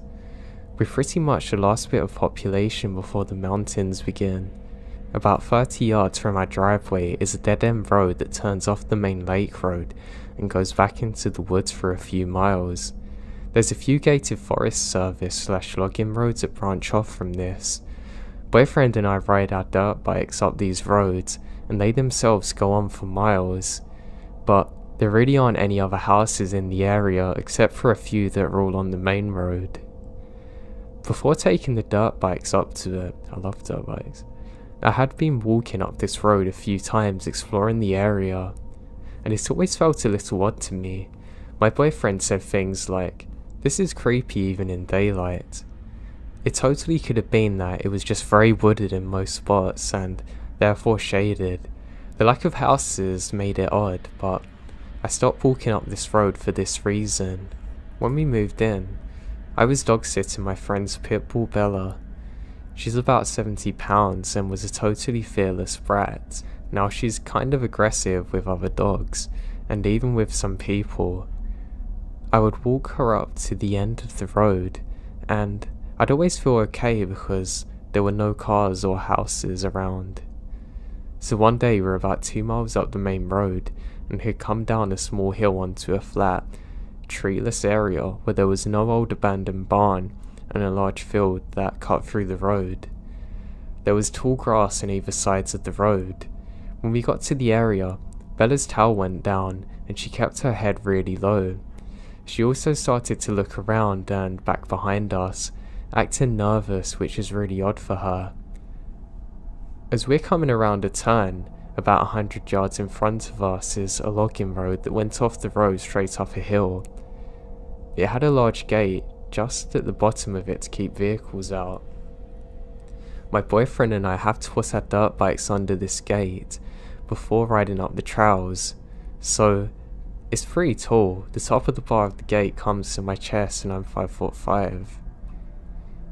What I saw still scares me to think about. Standing right in front of the gate is a huge black dog. It was standing broadside with its head low. I'm almost positive it's looking towards us, because I can't make out a snout or ears. I can't see a tail either, but it may have been lowered behind its legs. The shoulder of the thing was higher than the top of the gate.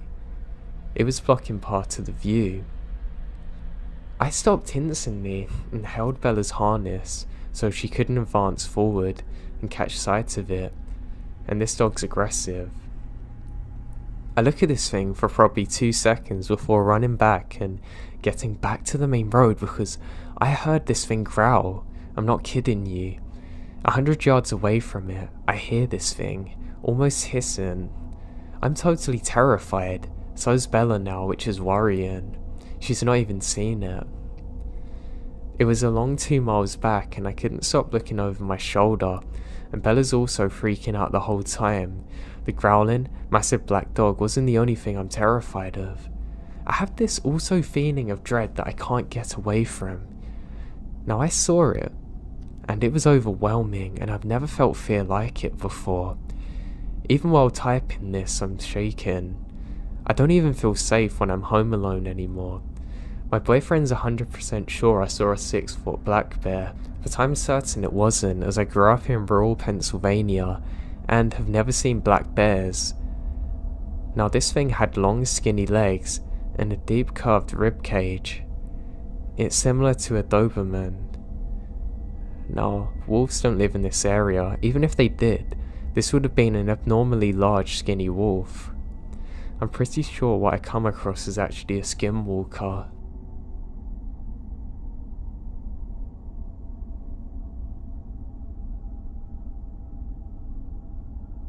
After a stressful day at work, I gone over to my friend's apartment to shoot the breeze, eat some food and play a few games on my friend's PlayStation 4. It was getting late and I had to be up fairly early the next day. My friend walked out to the parking lot with me. Now there's no one else in the parking lot, just us two. As I'm unlocking my car, a dog walked out from the side of a nearby building about 25 feet away. It came fully into view and stops to look at us. It was a little bit bigger than a standard Great Dane. It's an all-black dog with long hair that appeared to be falling out in clumps. It has long ears and a scraggly tail. I remember making eye contact with it. It had dark maroon coloured eyes, and in the moment we locked eyes, it appears almost to smile at us. Instead of a dog's lips going up and back, they go slightly sideways, and I see white teeth like a human almost. I recall suddenly getting a feeling of dread and fear. It felt like something disguised as a dog pretending to be one, but it's not. I'm certain of it. The energy coming off this thing doesn't feel right either. I really don't know how to describe it. It turned around and starts slowly limping back to the corner it's come from. My hair goes up. It turned around and slowly started staring at us before heading off.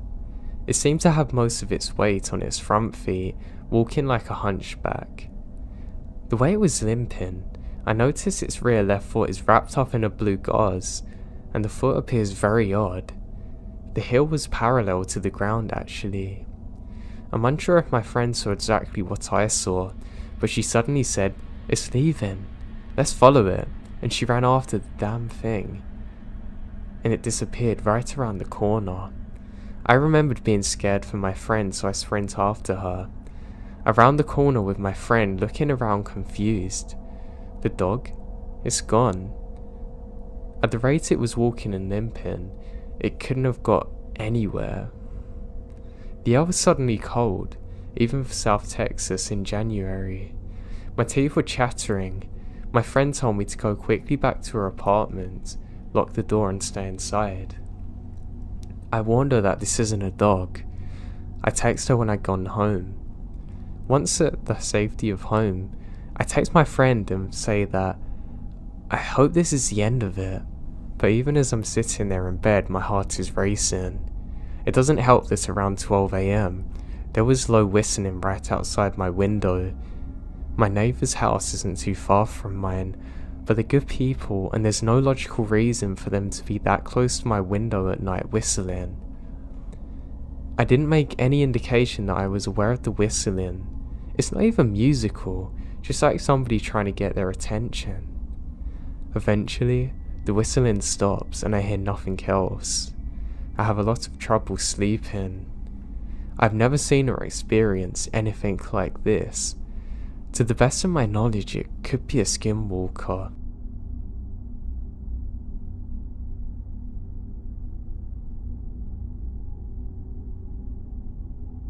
I'm going to try my best to describe this in a cohesive manner. It's been a few years and a lot of stuff happened this night, but it's forever in my memory and haunting. If anyone has an idea what it is, I'd love to hear it. So in July of 2014, I'd been dating my now ex-boyfriend for a couple of months and decided to move in with him. I'm going to change names just for the sake of this. We'll call him Tom. So Tom lives on the Catagaras Indian Reservation in western New York. He's 100% Seneca, and his family has properties on reservation land. I'm only 25% Seneca, and because my mum is white, I'm not an enrolled member. So I never grew up going to Longhouse or living on the res because the majority of families are white Catholics. He lives on a side of the major road going through the res called Route 438. One night, we get in a big argument and I'm annoyed and go away for a bit. Living with him full time doesn't offer me a break, so I'm pretty annoyed. What's worse is I don't have a car at the time, so I decide at 2 AM that I'm gonna walk. Anger clouds my judgment, and I had to leave. He kept saying to me to stay and blocks the door, and picked me up and brought me back. He's adamant, but so am I. He was concerned I'd go into weirdos cruising around. I was so angry that I didn't care, and I also grown up walking the woods at night, so never really had an issue.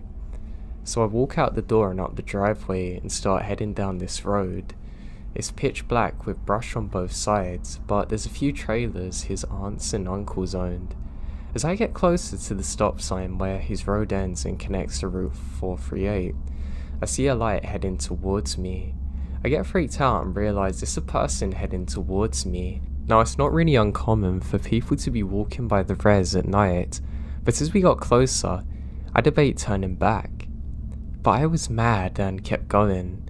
Suddenly the person says, my name, then, what the hell? I recognise the voice as Tom's cousin that lives in the trailer behind us. I was so relieved that it was him and not a stranger. We stopped to talk and he told me that he's walking home from a party. I told him me and Tom fought and I was heading into town to stay with friends. He told me I was crazy and it's not safe for girls to walk around at night and said I could stay at his father's trailer for the night. Sounds more logical than walking 9 miles alone. When he headed back towards the end of the road, we get to the trailers and pass a clearing in the brush where the old driveway was. I look into the clearing, and I can't really explain what I saw. It was so dark, but I could see whatever this was. It's much darker than the environment around it. It was completely black, to the shape of a skinny but massive human-like shape. It was crouched so its knees are in front of its stomach, but its arms are so long. I was shaking right in this, and I can't explain what it appeared to be. I saw it quickly, and then looked straight ahead. 3 seconds later, Tom's cousin says, "Did you see that?" And I said yeah, and we instantly start sprinting as fast as possible. He was faster and started yelling, "Just go." We got into his trailer and sat in silence.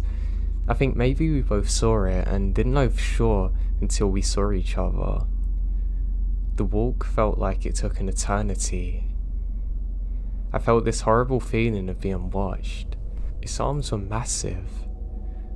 They're so long that even crouched or seated, with its knees bent, it's able to keep its back upright and not back like it's supposed to do. It's at least 7 feet tall. I have no idea what it could have been, and I have no experience of anything like it. And my ex would never talk about it, saying I was just seeing things, but his cousin saw it too.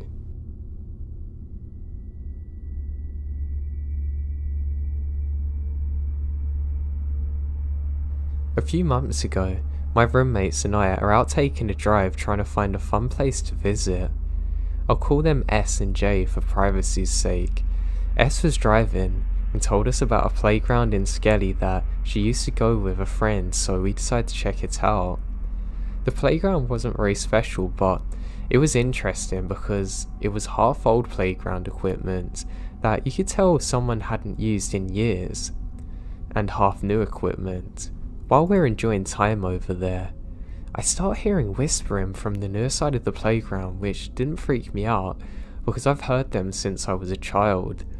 But I called out to Jay and she and I walked over there. By the time S joined us, the whispers had stopped and we're about to head to the car when, out of nowhere, a truck comes speeding down, seemingly from just where we stepped across from earlier. Naturally, when it stopped, we all freeze. We're in the shadows of the trees trying desperately not to be seen because it's near dawn and we don't want to be caught by some random local in the park, especially not within closing hours and get in trouble.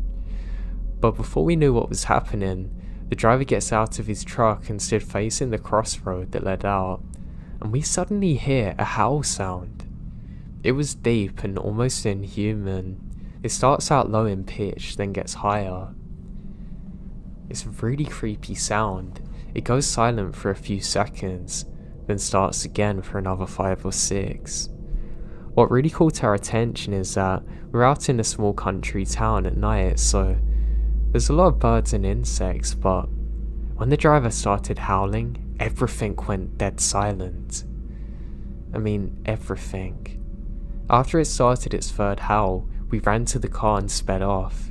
We didn't know what we witnessed, and we definitely felt that something was horribly wrong. S and I drove about 45 minutes home and dropped off Jay at home, only to decide that we want to go back now that the sun's up.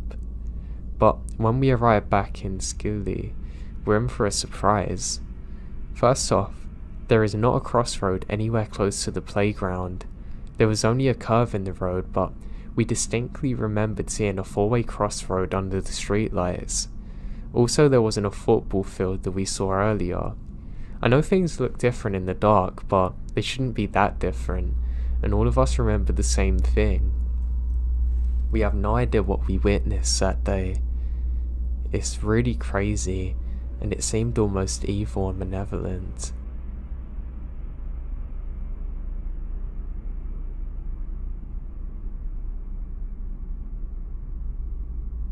So I had a weird encounter a few months ago, and I feel like maybe this would be a good place to post it. I was sitting in my living room watching TV around 8:30, and it was pretty dark outside.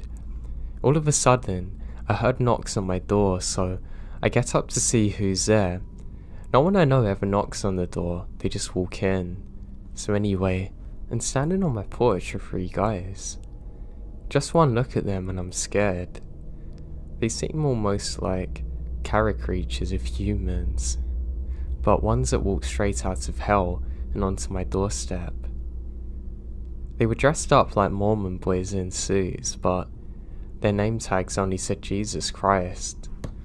They never introduced themselves and kept asking for people by name. Honestly, I can't convey how uncomfortable it made me feel. I barely remember their faces, but the one in the middle was just smiling the entire time.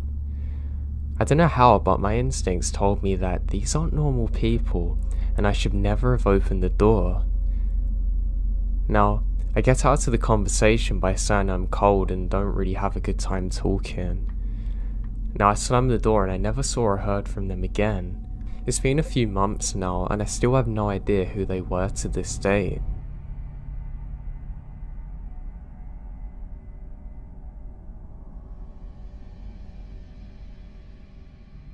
I always loved the chance to get out into national forests and parks.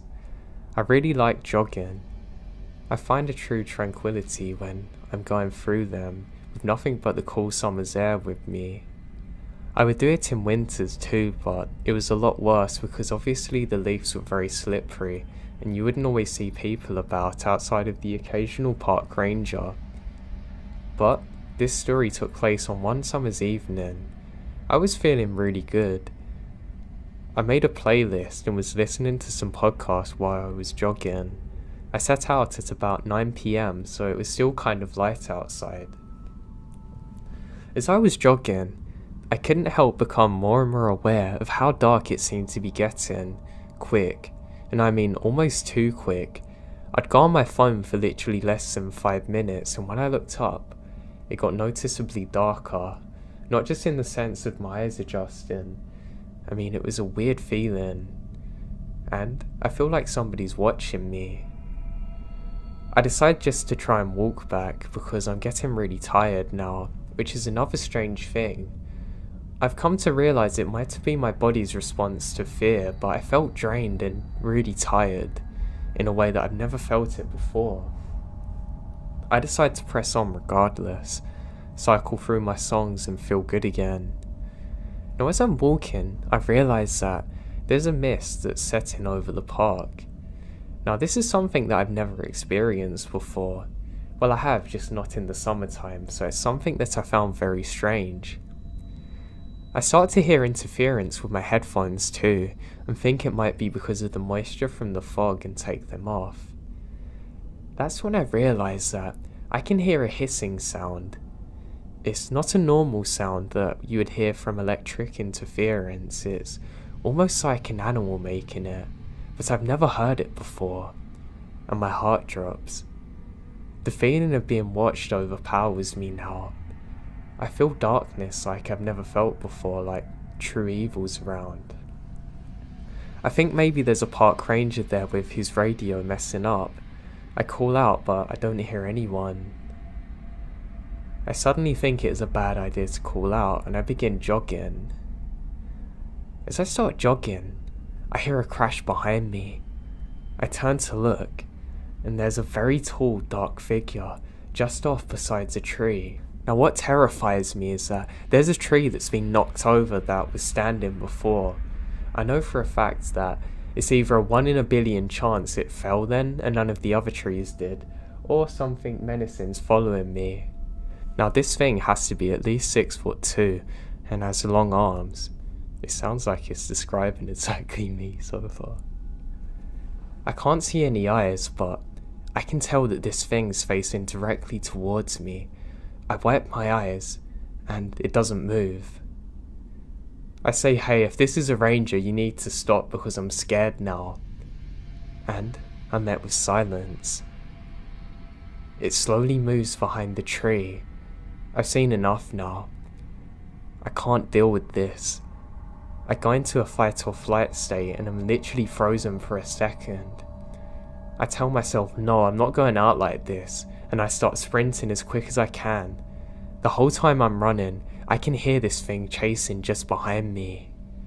I get to the car park and there's no other cars there, so it's me alone now. Great. So if this thing attacks me, I'm screwed. I jump into my truck and drive as quick as I possibly can, getting out of the wooded area.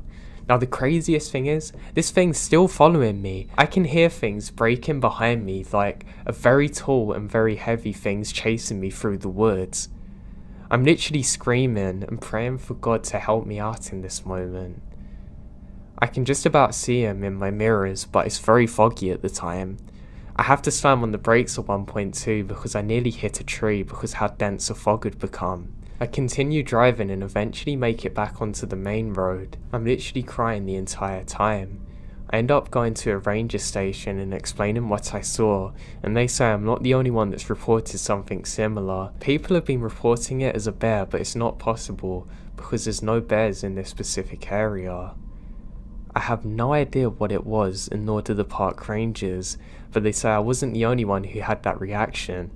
And there was a strange smell that accompanied that thing. I didn't get that close to find out, but everyone described it exactly the same as me. They're already doing patrols trying to find that thing, but they never found it. It still shakes me to my core thinking about it to this day.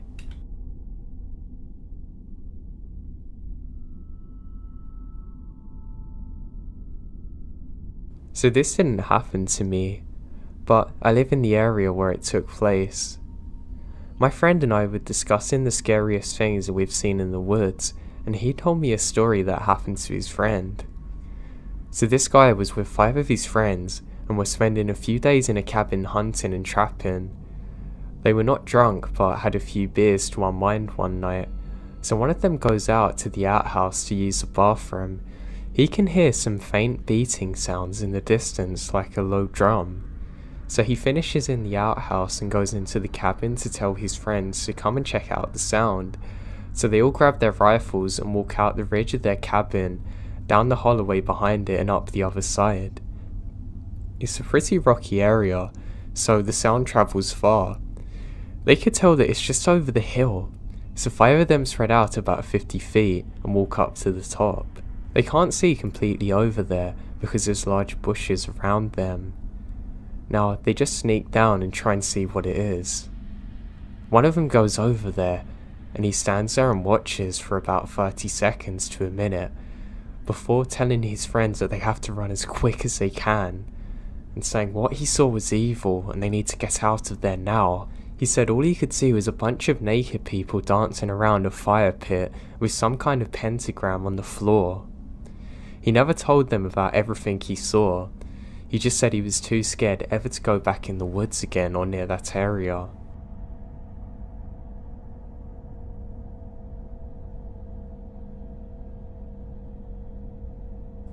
I was born and raised in Charlotte, NC, and still live on the east side. There's a local public park near my parents' house called McAlpine Creek, which was mainly a large cross-country trail stretching miles across East Charlotte. The park is enveloped by hundreds of acres of dense forest and underdeveloped land that is discreetly placed amidst busy streets and highways. You almost don't realise it because of the stretches of infrastructure around it. There's a myth and folklore tale about a devil church or satanic ritual area deep within that park. There's a few videos of people trying to find it. Now in my senior year of high school, after searching around the internet, I heard about where this is supposed to be and decided I want to find it. So my girlfriend and I at the time decided to try and find it on the road that leads into the church. We end up driving down miles of winding roads behind a Carmax that borders the dense woods of the park where a small neighbourhood of sorts is.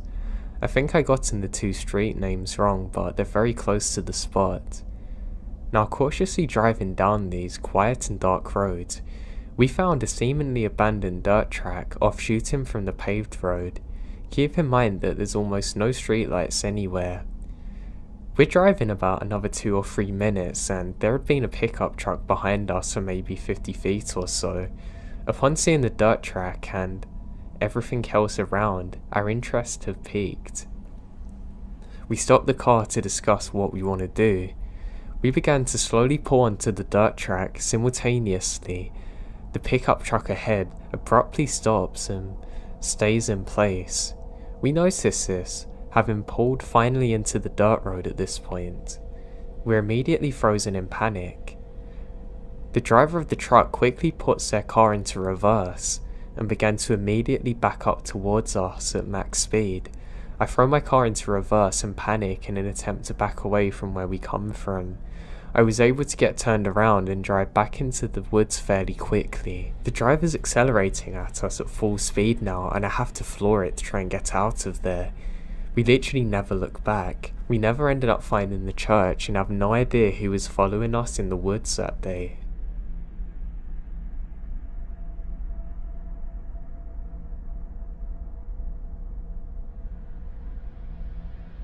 I'm not sure if this is the right place for this, but when I went to high school in a small Minnesota town, mostly farmland intersected by wooded areas, and of course dozens of small lakes.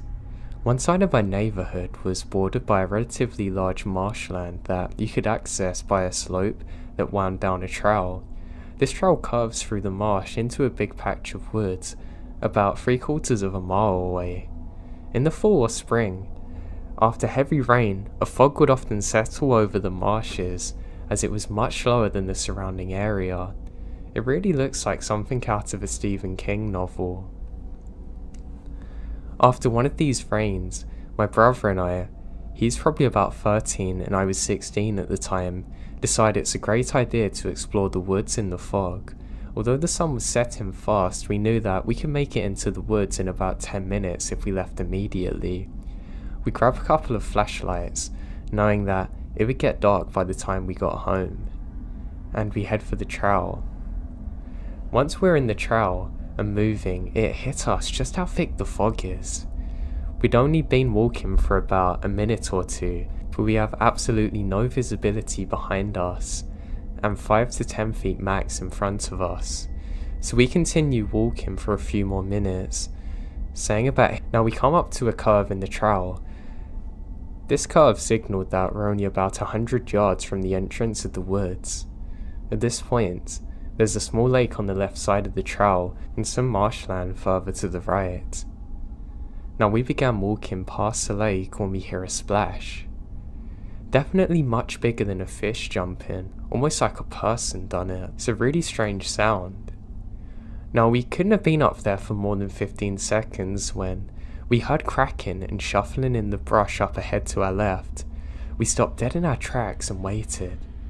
At the end of our eyesight, which could only have been about 10 feet, a figure steps out from the brush bordering the fog.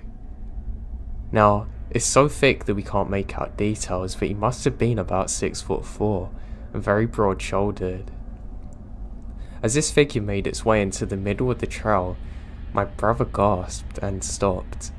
Its head shot over and looks right at us. It felt like it must have been an eternity, but it couldn't have been more than a few seconds. I felt true terror in that moment that I've never felt before. I began to take a small step backwards, and suddenly, the figure took over into the marshland running again. There were no houses or buildings or anything for miles in the direction that we ran. We kept on sprinting until we got back home, and we never went back to that area again.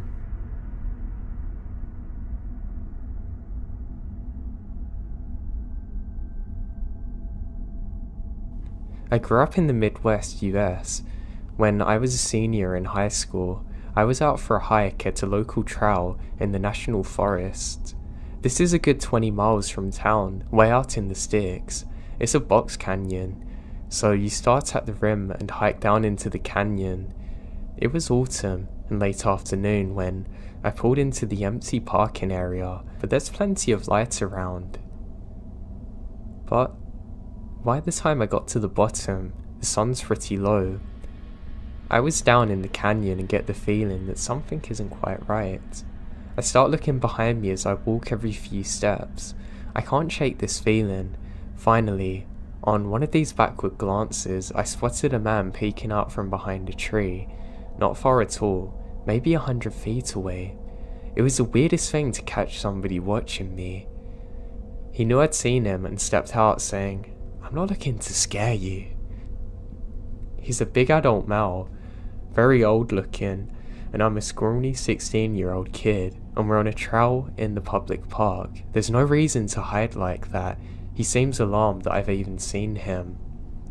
The only reason he was out there is if he's weird. I mumble something about getting back to my car, and this horrifying grin comes across his face. He's just standing there staring at me. I'm running for a long time and I can still tell that he's watching me. And when I get back to the parking area, there's no cars other than mine, which added to the weirdness. I realised later that he must have been out there for some time because of the state of his clothes. It's interesting how when you get the sensation that you're being watched, it's normally true. I have no idea what his intentions were. I'm just really glad that I was aware of what was going on and he didn't spring up on me, because I don't know what he was capable of.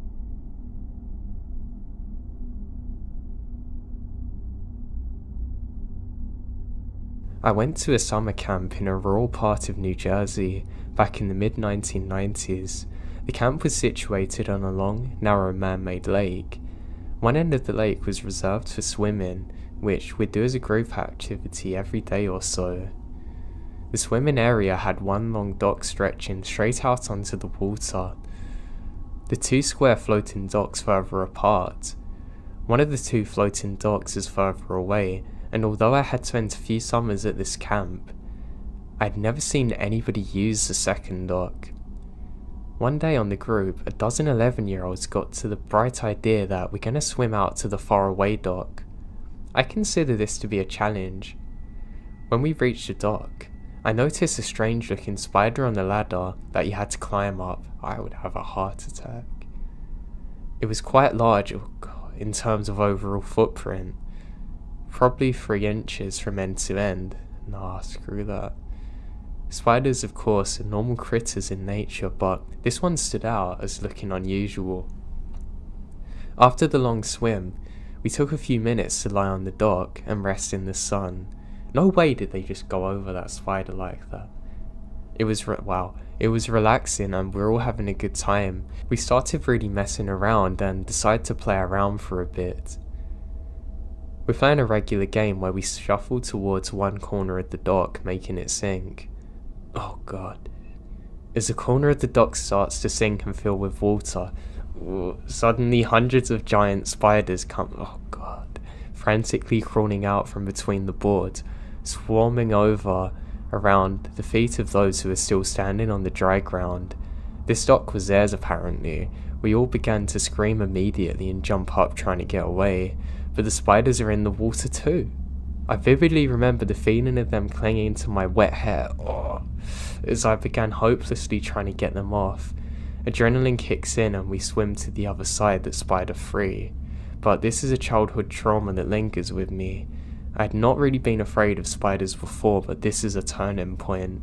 The thought of us lying on the dock in the sun, unaware to how many of them were there, creeps me out to this day. That is literally hell on earth.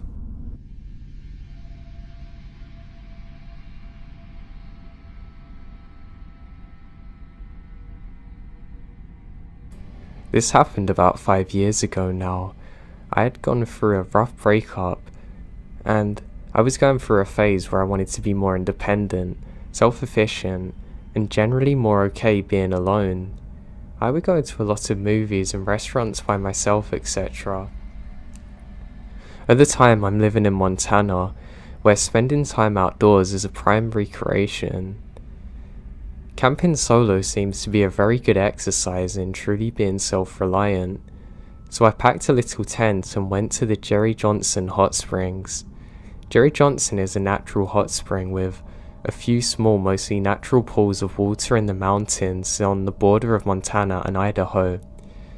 I'm trying to keep this as brief as possible as I don't want to go into too much detail. What I will say is that it's truly in the middle of nowhere. From the interstate, it's about 1/3 of a mile hike across a bridge into the woods, and from the interstate, it's about a 45-minute drive in the either direction that you've come from before you find any kind of civilization, which is only in the form of a gas station. There isn't a motel or anything attached to the hot springs like you get in some places. It's literally nothing but forest land with a few tiny ponds of warm water, and if you ever go, you'll probably be the only one there. There's plenty of daylight, so I decide I'll go and soak first, and then set up my camp when I'm finished. I make the short hike to find that there's a couple, a man and a woman in their late 30s-ish, in the main pool, and they look very startled at the sight of me.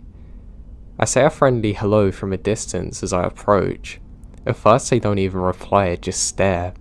Then the guy pipes up, "What are you doing, man?" I tell him I'm confused. He then says, "Is that you that's been creeping around the woods watching us for the last hour?" I assure them that I have no clue what they're talking about, and they begin telling me that there's someone in the woods way off the trail. Apparently, they've been yelling at him and he doesn't respond. He'll walk away into the woods for a while and reappear somewhere, just watching.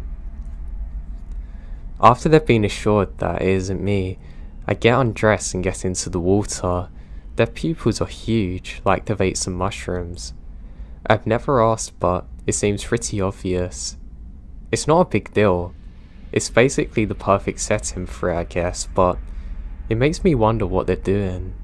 We talk for a while, first about the creepy guy and then other stuff when the mood lightens, and I'm relieved not to be alone now. I'm a relatively large guy, and I guess there's strength in numbers. No more sightings of the creeper. They get out before me. I'm in the pool by myself for about 10 minutes before I hear shouting in the woods. I decide to cut my soak short, just in case someone's in trouble. I get out, dry off quickly, and get dressed still moist, and I hear a shout. I start quickly hiking. I eventually come across a couple shouting off into the woods things like, "We've got a gun," which they don't. I ask what's going on, and they say the guy was just ominously standing in the path looking at them in the distance. When they started to shout, apparently he retreats into the woods, now out of sight. For all of this though, they never got a good look at him. We walk back to our cars, decide we'll camp near each other. There's an official campground, but you have to pay. The guy tells me he knows another spot which is relatively flat that would work. I agree and follow them. It's not very far. They set up their tent and I set up mine about 100 yards away. I want to give them plenty of space to trip or whatever else they're gonna do there. We're in a dry season, on raw forest floor, so neither of us made a campfire. I got all set up and just sat around reading a book and enjoying nature. The mosquitoes made me retreat into my tent at about 6 PM, and by 9 I'm asleep. At about midnight, I was awoken by the sound of screaming. I grab my flashlight and .22 pistol, put on some shoes but don't tire them, and start running towards the other tent. When I arrived, the two men were standing outside of the tent with their own flashlights completely losing it. They said they'd been there, and apparently the guy was there too. They showed me a slice in the wall of their tent that apparently he made with a knife. They haphazardly packed their stuff and hurried away, getting back to their cars.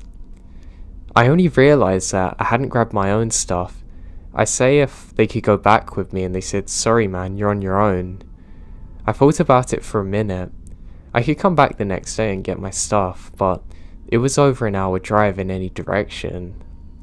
I did have a gun, but if someone shot at me, even in self-defense, that would be begging another kind of nightmare that would last the rest of my life. I decided I would go back for my stuff. I killed my flashlight and basically went stealth ninja mode back into the trees surrounding the clearing where my tent is. My thought was that if it was really quiet then I could hear him, but he couldn't hear me. It took me about another 20 minutes to get to where my tent was. When I got back to my tent, it's untouched. I quickly threw on my backpack, put my flashlight in my mouth, grabbed my tent in its fully assembled state with my sleeping bag, still inside, and ran back to the car with a loaded .22 revolver in my hand, stabilizing the awkward tent. I get back to my car and drove away. Now, what didn't really occur to me until later is that I never actually saw that guy, and to this day, I can't even be sure if he was actually there in the woods. I kind of doubt that these people would have sliced their own tent, but at the same time, they were happily hanging out in the wilderness all day, miles away from others. It's possible that they were just messing with me, but if so, they deserve an Oscar, because they seemed absolutely terrified. I hate to think what would have happened if I hung around to find out the truth.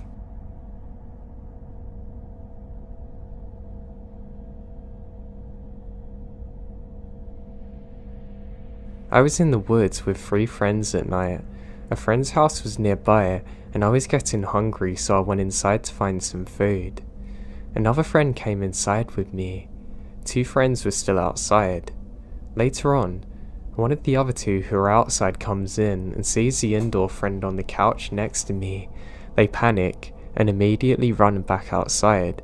I poke my head out the door asking what's going on, and they yell loudly, "That's not Kevin."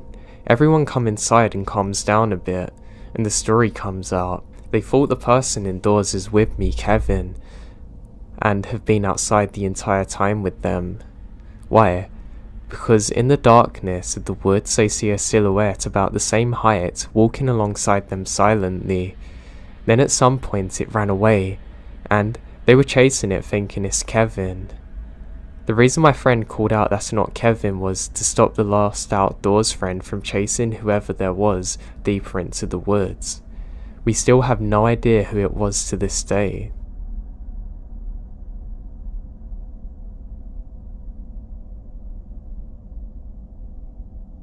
I grew up in the Midwest about 10 years ago, and I moved to a small coastal town in the Pacific Northwest.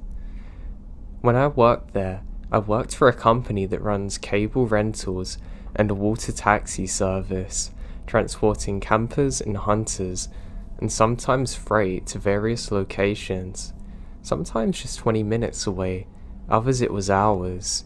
Now during the winter a few years ago, we had a couple staying in one of the very basic cabins, like the kind you get at summer camp. My understanding was the guy Dick was taking a class at the trade school in town, so he'd be gone all day, while the woman Jane stayed at the cabin with their 3 dogs. We never saw her outside while he was away. Now one day, Jane burst into the cabin in tears, being hysterical. She told us Dick had been beating her for days, starving her, that he'd been locking her in the cabin while he was away, that he even threatened her with his dogs. So we immediately called the police, and while we waited for them to arrive, she told us the details of their relationship. Jane's from South Africa and a wealthy family. Her father recently passed away and she got some inheritance. She'd met Dick on a social media site, and he sold her on some bogus dream of building on a remote lodge. He convinced her to transfer all of this money, and apparently he was spending it on property. Jane was totally at Dick's mercy. She voluntarily transferred the money to him. It was evident that she'd grown up wealthy. She didn't have an idea of how to care for herself. By the time the police arrived, she had reversed her story. She wouldn't tell them that he'd hit her, threatened her, or locked her in the cabin.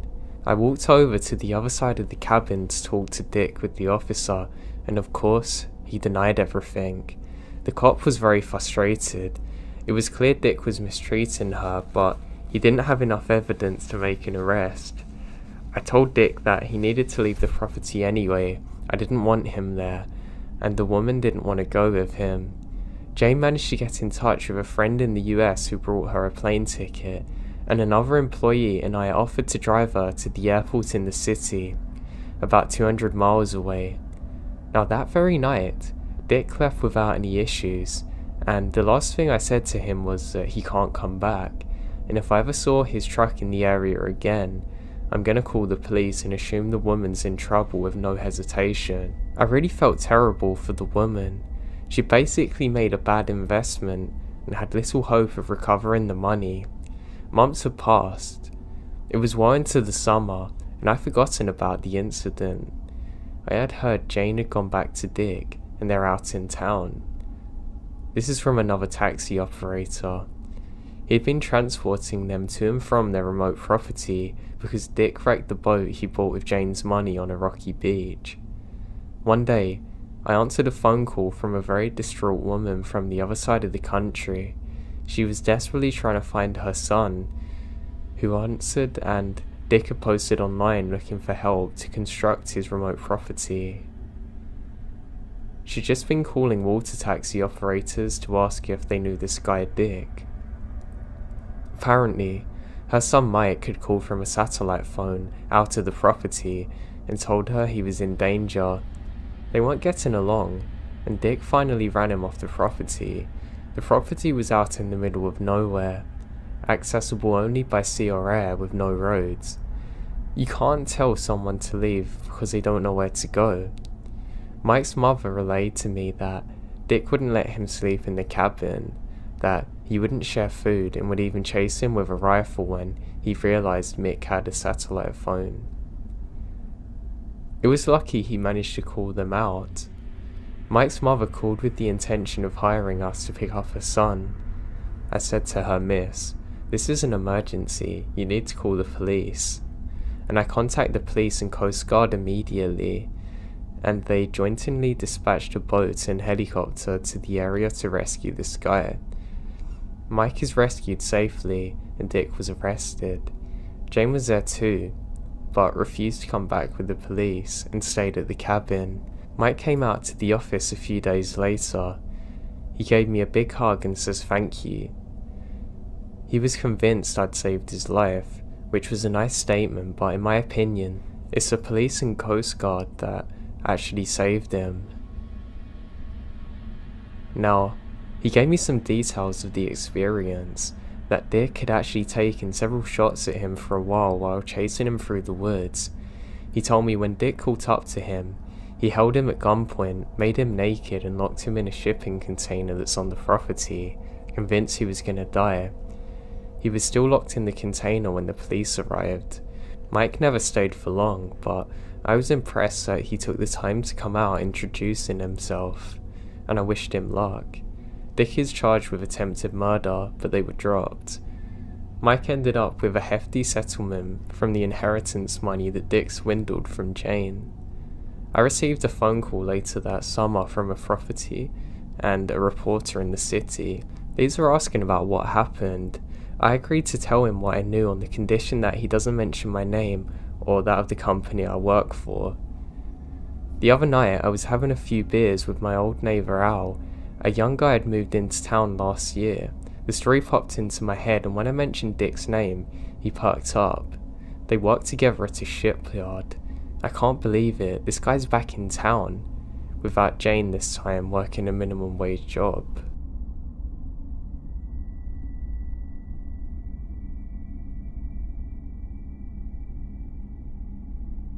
So in Canada, we have a scout system similar to the US. Our system by level is beavers, cubs, scouts, and venturers, so this happens during the cubs.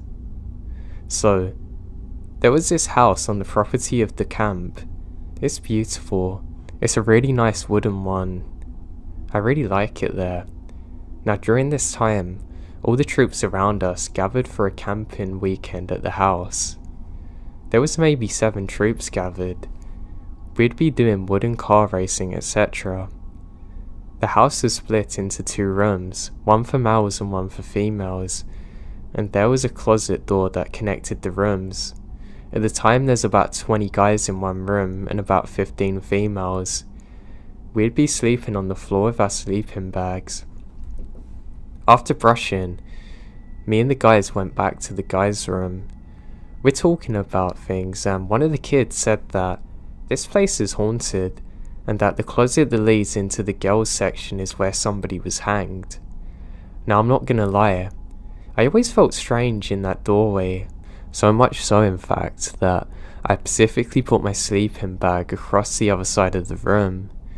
There was also an air vent there, and I'm afraid of it, so then I move in the middle of the night and try and get between the 2 things.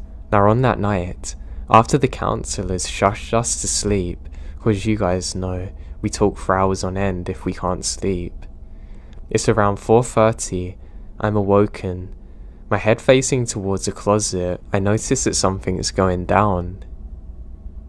The closet door is slowly opening. I was kinda stunned. Girls shouldn't be peeping on guys. Then when I saw the shadow, no bigger than 6 foot. It was crazy tall for its size. Now, best I can describe this from memory is like the colour Vanta black. It was very blurry but crisp until in the middle. It slowly inches its way across the wooden floorboards, no sounds even. It just silently passed each kid as it went by. I didn't want this thing to see me, so I turned my head. It passes more kids. Now, I really don't want it to see me, so I'm really trying to lay low, but I'm trembling. I don't know what it wanted. It kept moving slowly, passing a few kids ahead of me, then it happened. The closer it got, the more I felt dread. Not only did I feel dread, but the air's getting colder physically. I felt the strangest sensation when it passes me too. I was maybe a feet from the door, so when it went to the other entrance I'm at, I'm not joking, it was literally turning the doorknob. It pulled the door open and slowly exited. Before, strangely enough, the door shuts itself. That morning, we're getting up from bed and walked down the rickety old steps. One of the kids said, "Did you guys see the shadow last night?" And maybe 4 kids' eyes widened. We all blurted yes. We talked about it for a short time, and let's just say, after that experience, everyone's sleeping bag was on the other side of the room.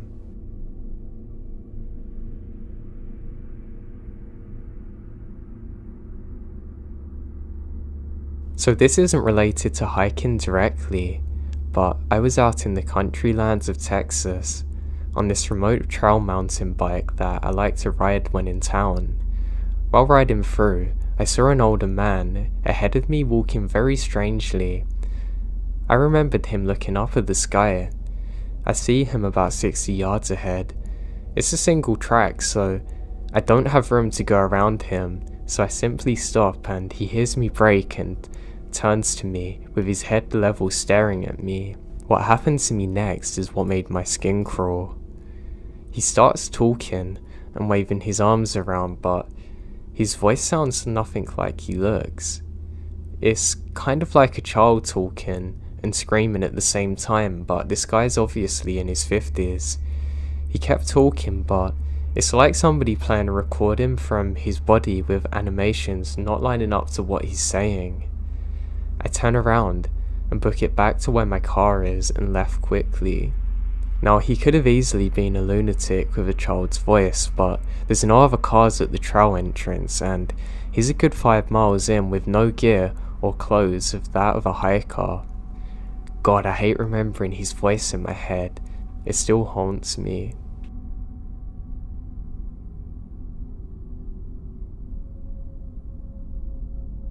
I used to love to go camping in national forests and parks.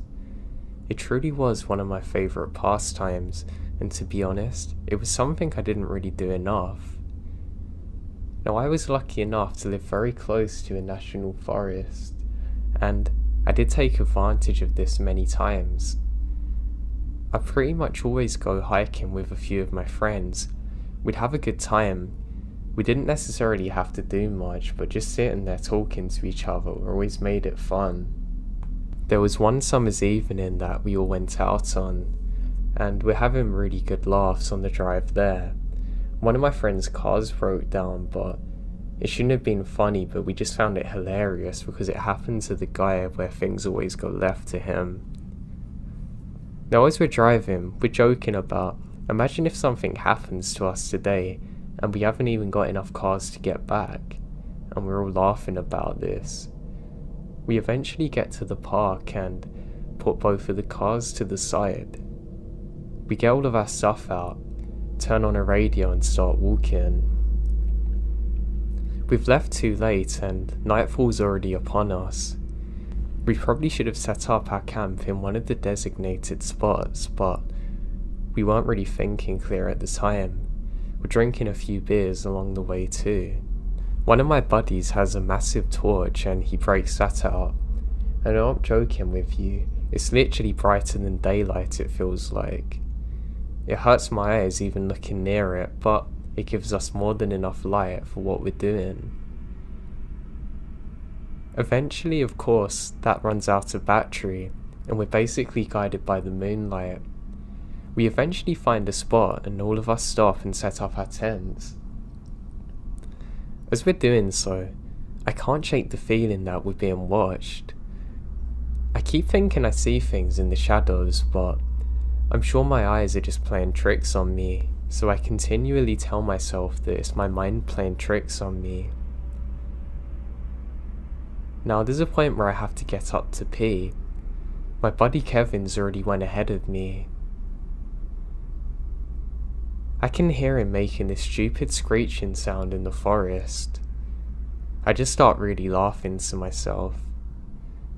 When I'm walking I say, "Kevin, I thought your voice should have dropped by now." I continue walking to a spot that's out of the way of the others. Now as I'm doing so, I can hear Kevin trying to sneak up on me.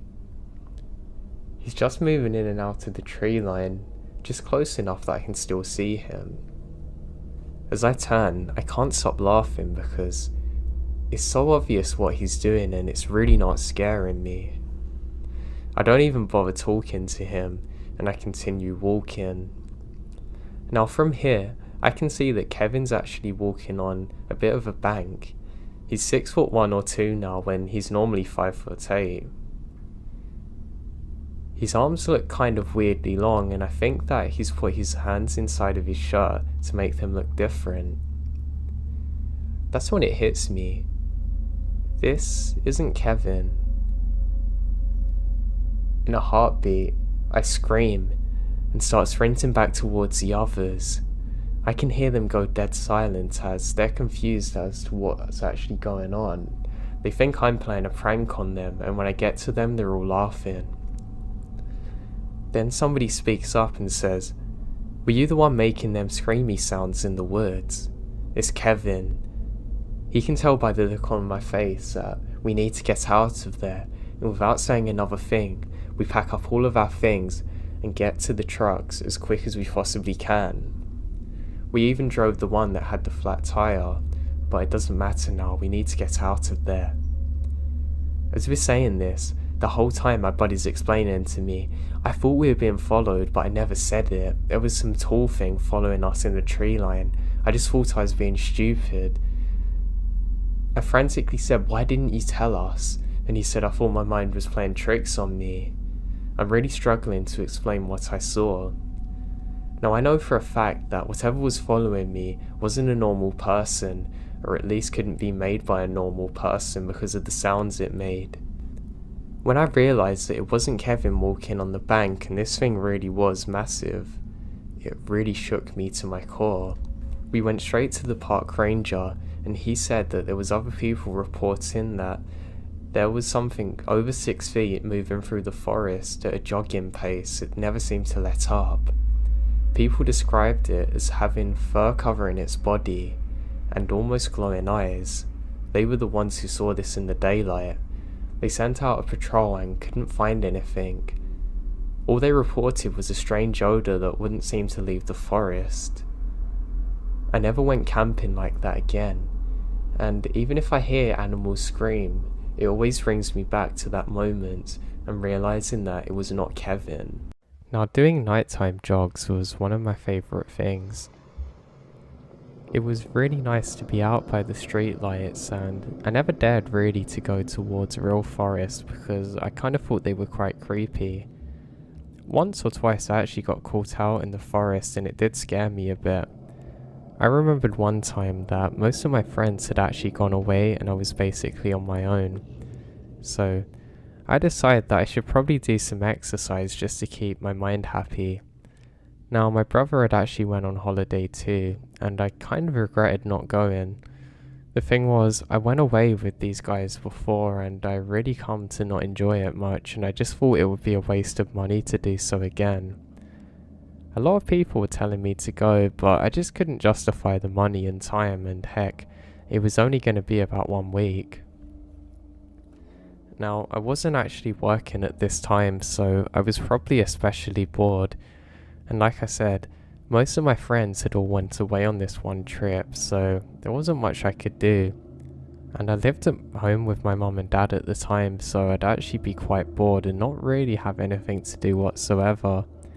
It kind of sucked where they lived because it wasn't close to a gym or much of anything, and I don't know, I just thought that was really boring for me. So yeah, I was doing one of my regular jogs and I decided to go through the forest on this one particular day. I didn't really check the time and I'd actually originally decided to walk, so I didn't expect to be jogging. But for whatever reason that bug kicked off on me and I go off into the woods. Now I spent too long on my phone and the next thing I knew, it was already dark, like really dark. So I was out there trying to find my way back when suddenly I hear the sound of a dog. Now this thing is barking really loud, like it kind of makes me jump every time that I hear it like that, and it doesn't let up. It goes on for about a good 10 minutes before I realise that it's getting closer, and this thing sounds menacing, and there's no owner chasing it by the way, so I'm pretty convinced that I need to get out of here. I quickly jump up on the bench and there's an old structure there, and I hear the barking get closer and closer, and then I can see it. Now, I don't know for certain if this is a wolf or not, but my god does it look like one. It looks much bigger than normal dogs, and within a second I'm on top of this structure. And this thing is honestly like a bat out of hell, but coming straight for me. It jumps up so high that it almost reaches over to get me, and it falls back down again and I start screaming for help. I scream a few times and I'm met with only the sounds of the trees moving from the wind, and I realise I'm on my own. And this dog does not give up, or wolf, whatever it is. It's literally trying to climb on top to get me. I go to kick its head when it comes up, but I realise it might bite my foot and drag me down with it, so I decide not to. I don't have any idea how to train myself or what I can possibly do if it comes, so I just get ready to fight basically. Now this freaking thing does not let up for a good 40 minutes. What's worse is my phone that wasn't very good at the time had completely run out of charge, so it's just me, myself and I up here trying to get away from this thing. The other thing too is I was quite cold because I wasn't moving much, so I was worried about getting too cold and being in another kind of danger or getting pneumonia. I don't really know how it works, but you can read between the lines of what I was scared of. Eventually, I hear a very loud crash of lightning, and it disappears.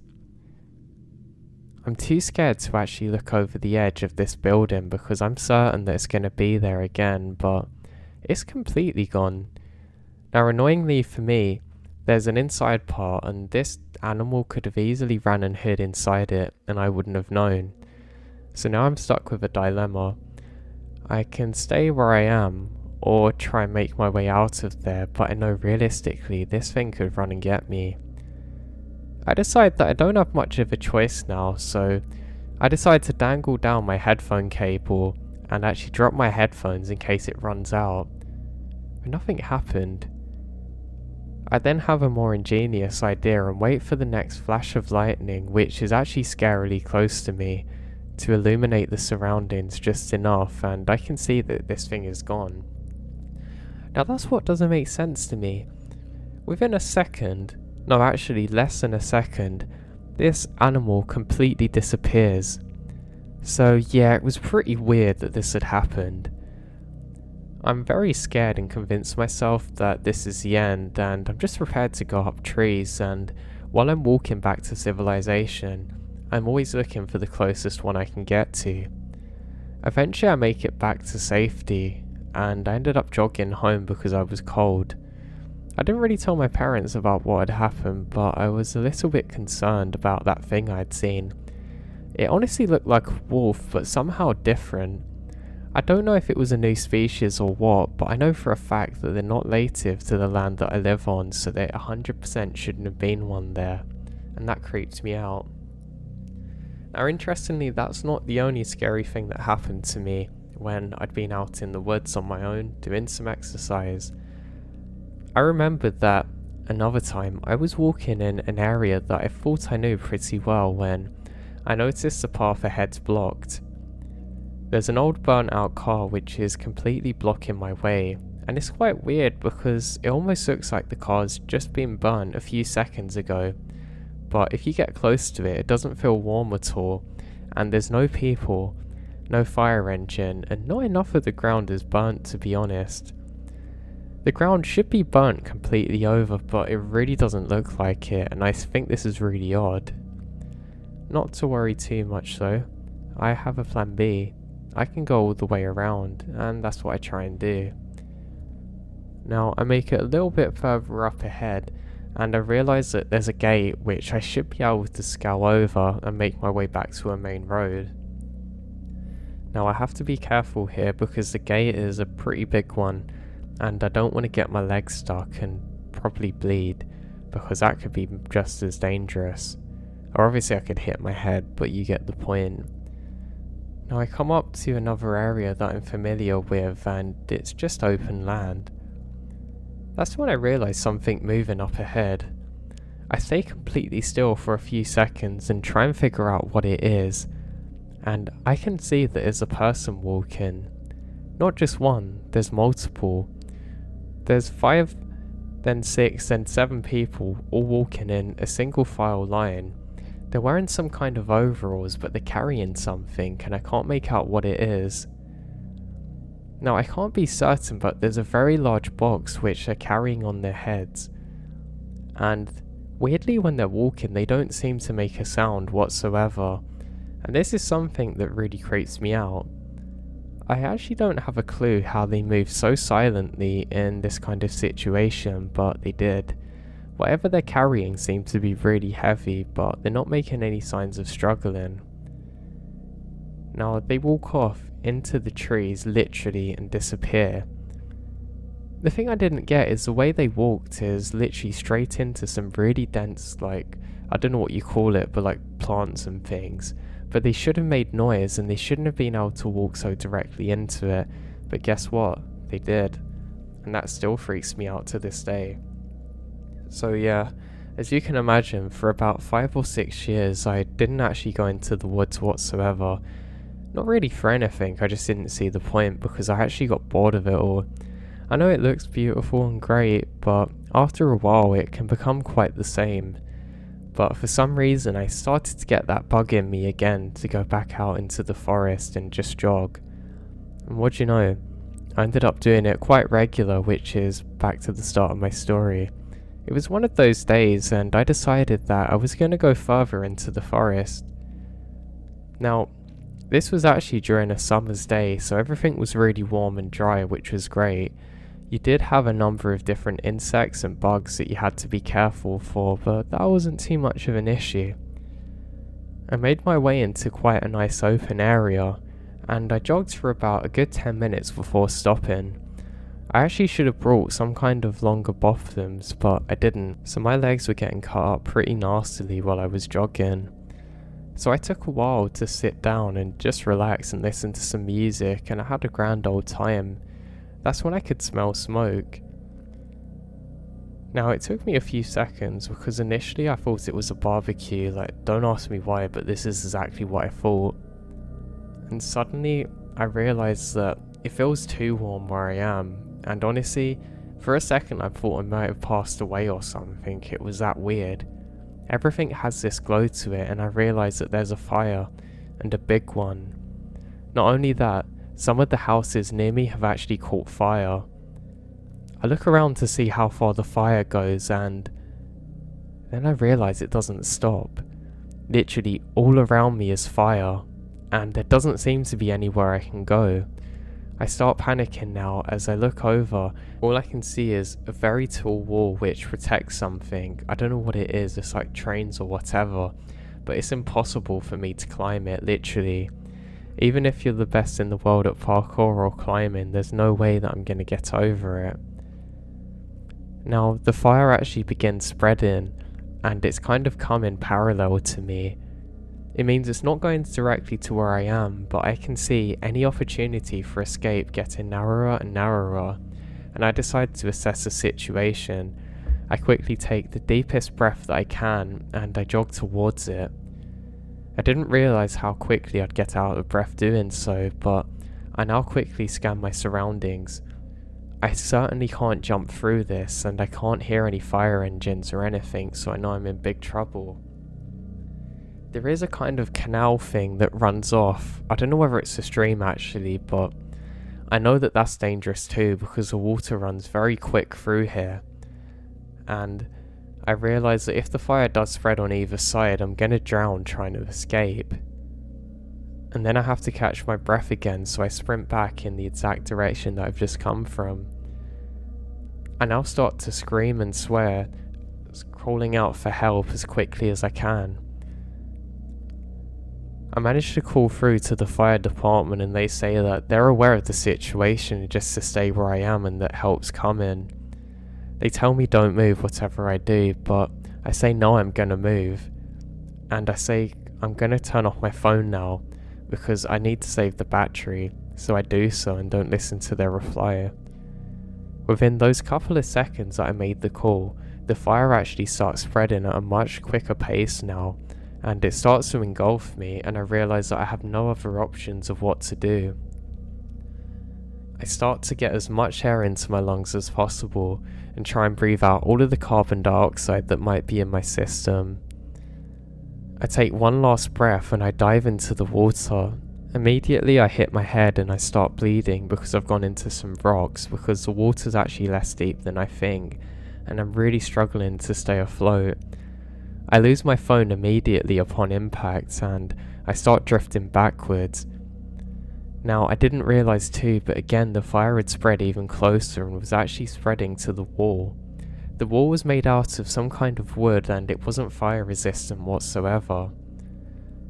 I now realise that there's a small clearing where this goes under the wall, but I don't know what's on the other side because I can see smoke coming from here.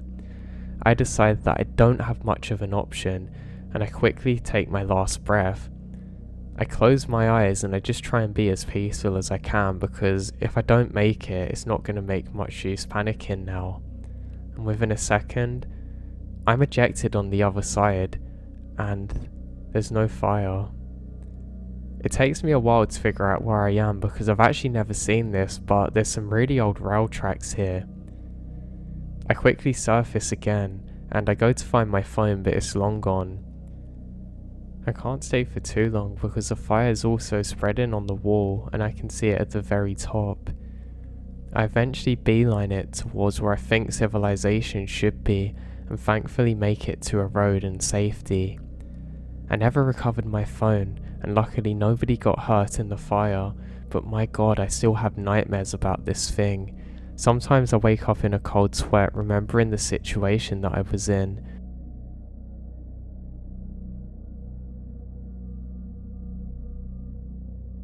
During the summer of 2008, it was a rough time to graduate from college.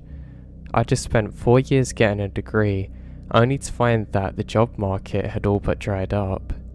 As bummed out as I was about being unemployed for the foreseeable future, I found a deep appreciation for backcountry camping and hiking that summer. Growing up in the Rocky Mountains and graduating from a college in western Montana, I was not a stranger to hiking or camping, but that summer it had become an escape to the point of obsession. Now, going on daily hikes and camping beneath the stars really helps my mental health while I was worried about my life purpose and future. It was June and unseasonably cold and wet. It was even cloudy. The daylight highs barely touched 50 degrees, and at night, it could easily go way below freezing. But despite the weather, I had planned to hike around the Anaconda Range that week, and I wasn't going to let that deter me. My plan for the week, funnily enough, was to hike from Storm Lake, over Storm Lake Pass, and down to Upper Seymour Lake. Storm Lake is a challenge to get to and actually requires a 4x4 pickup and some skilled driving. The road is narrowed and a 2-track winding one, pushing its way through thick pine forests. The way was slick with rain, but I made it to the top with a little heartburn. I set up camp on the north shore of the lake and decided to do some fishing. The fishing was miserable. It was cold and nothing was biting, but the best thing about bad fishing is that my thoughts were free to wander while I sat on the shore. The rain was a constant light drizzle and created a natural white noise. Time passed and my daydreams were cut short as a low rumble comes up from a canoe, overtaking the sounds of rain. The rumbling was not like a distant diesel engine. Now that was a little bit odd. There were no roads that go beyond where I was camped. No machinery or vehicles could be up on the canyon. Maybe it's a plane, I thought, looking up into the rain clouds, but the sound wasn't getting closer or further away, and the sound wasn't actually above me. It came from beyond the lake and up into the canyon. The sound was stationary and constant. This was most certainly not a plane, or a truck or bulldozer. All of this wasn't outright scary, but nonetheless made my hair stand on its ends when I sat there listening. After 20 minutes, the rumbling faded away, and I was again left with only the sounds of rain. Soon enough, I caught a decent-sized trout and cleaned it and headed back to camp to get ready for dinner. The fish cooked up fine, but to be honest, I hate trout. It's edible, sure, but totally unappetizing. They taste like mud. I ate as much as I could stand and tossed the rest into the lake. I'm now building up my fire for the night. I sat back to enjoy the evening bit of whiskey. Night comes fast. The mountain ridge put the sun to bed early, and the rain clouds had actually obscured the starlight. It was dark, really dark. There was the sounds of crackling warm fire and rain bouncing off my tent, which were a great comfort and reason for me to lure into sleep. I remind myself that I needed to build up the fire before bed. I walk over to my pile of scavenged firewood and grabbed an armful. Being away from the fire cracking, I could pick up on that all too familiar rumbling sound which rises and falls in the background. It was growing louder and louder, and closer. I may have had a few many pulls of whiskey, but the noise was definitely ringing up to my camp. I yelled out, "Hey, shut up." Like a switch being flipped, the rumbling sound stopped, and so did the rain, and my heart skips a beat. I realized that isn't actually a coincidence. There was almost an intelligence, something sentient, observing me and responding to my screams, and I wasn't getting the most positive vibes from it. I threw all the logs onto the fire and retreated back to my tent, more on edge than I've ever been before, listening to the fire crackling, to my rapid breathing, and beyond that to the silence of darkness. Before that moment, I had never felt alone and dangerous at the same time. Now I feel vulnerable and alone. Beyond where the firelight faded, I felt that there's actually a million eyes watching me. My paranoia began to subside when suddenly the rain starts again. Not a drizzle, but actually a downpour. I was honestly shocked by this and really glad that I built up the fire, or it would have been snuffed out for sure. My tent was being pushed down by the force of the storm. I thought about bailing to the truck, but I knew I'd be soaked to the bone instantly. Risking injury or death getting over wet is something I can't really risk. I couldn't feel the rain poodling over my tent though, initially, until I focused on it. I now realise that the storm isn't letting up. The urge to get in the pickup and drive away was truly tantalising. I could get my stuff tomorrow in the daylight and spend a few nights in town. But I'd had a bit too much to drink. Driving essentially wasn't going to be a good idea, especially on the muddy 2-track road, which would have actually been a death sentence. But I still needed a safer place to stay than a wimpy tent. Grabbing what I could, I ripped open the tent flaps and ran for the truck. I was soaking wet by the time I settled into the driver's seat and locked the doors. Turning the heat on full blast, I hoped that would dry me out. It was going to be a miserable night. I reclined in my chair, then tried to calm my thoughts with deep breathing. The rain isn't letting up though. I was warm from the heater, and I was riding the crest of a good whiskey buzz, and weirdly the fire was still going strong despite the rain, and keeping my campsite well lit. I remembered the truck's clock reading 1:06 AM. I blinked. It was only a moment, but when I opened my eyes, the rain had stopped. It was foggy and quiet. The once raging campfire was just embers, and there was morning twilight to the east. The truck's clock now read 5:45 AM in the morning. That couldn't be right. Almost 5 hours gone in the blink of an eye. I must have passed out. My head was killing me. Now, I didn't feel like I'd drank that much to justify this feeling. I never had it before. I turned off the truck and stepped out to survey the night's damage. My tent was completely flattened. Tent poles were shattered to pieces. Everything was soaking wet. Smothering in the remains of the fire, I quickly dragged all my junk and pick up and toss things into the bed. My hike over the pass wasn't happening today, that was for sure. It was around 6:30 AM before I finished picking up camp. As I climbed into the cab of my truck, I heard the rumbling again through the morning fog. I drove out as fast as I could down that muddy road, not once looking back. I've never been back to that lake since.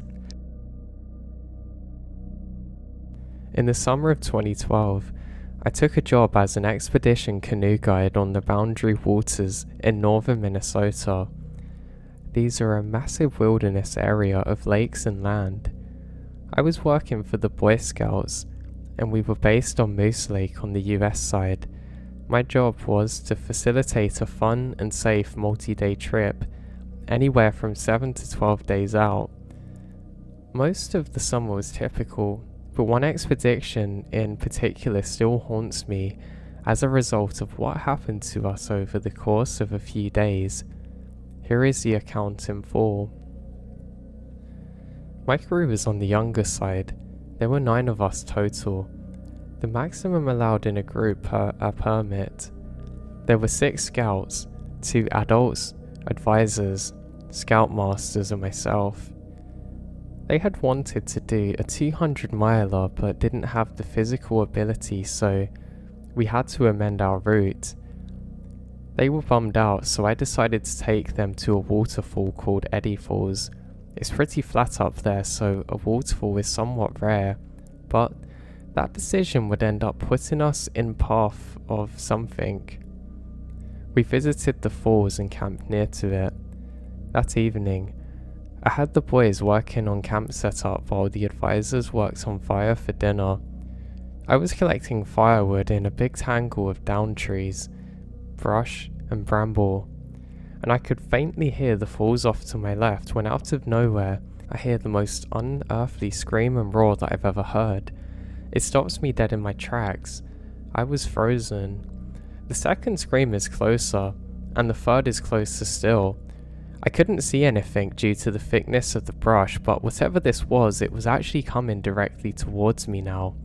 By the fourth scream, I could actually feel it in my chest. I got nauseous and involuntarily barked at it. I have never before or since heard that sound come out of my body. The fifth scream though actually physically hurt. It snapped me back to reality and I ran back to camp. My crew heard it too, but what do I tell them?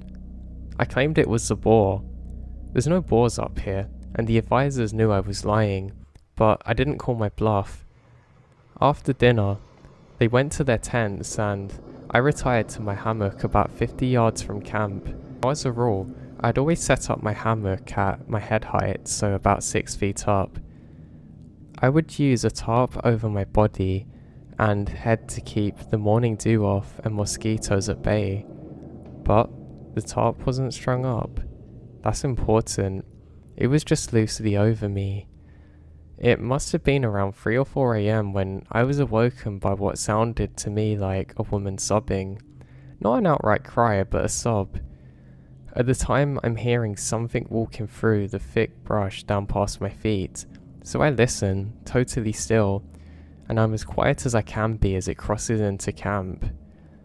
I could hear the change from the brush to granite rock, but could still hear its heavy footsteps as it walks right through the camp and on towards me. At this point, the tarp is still over my head and I couldn't see a thing. I don't know what to do. I had no time as it was standing right next to me. I could hear the breathing, the loud congested sound. I could smell the musk. I could feel its enormous presence only inches from my body.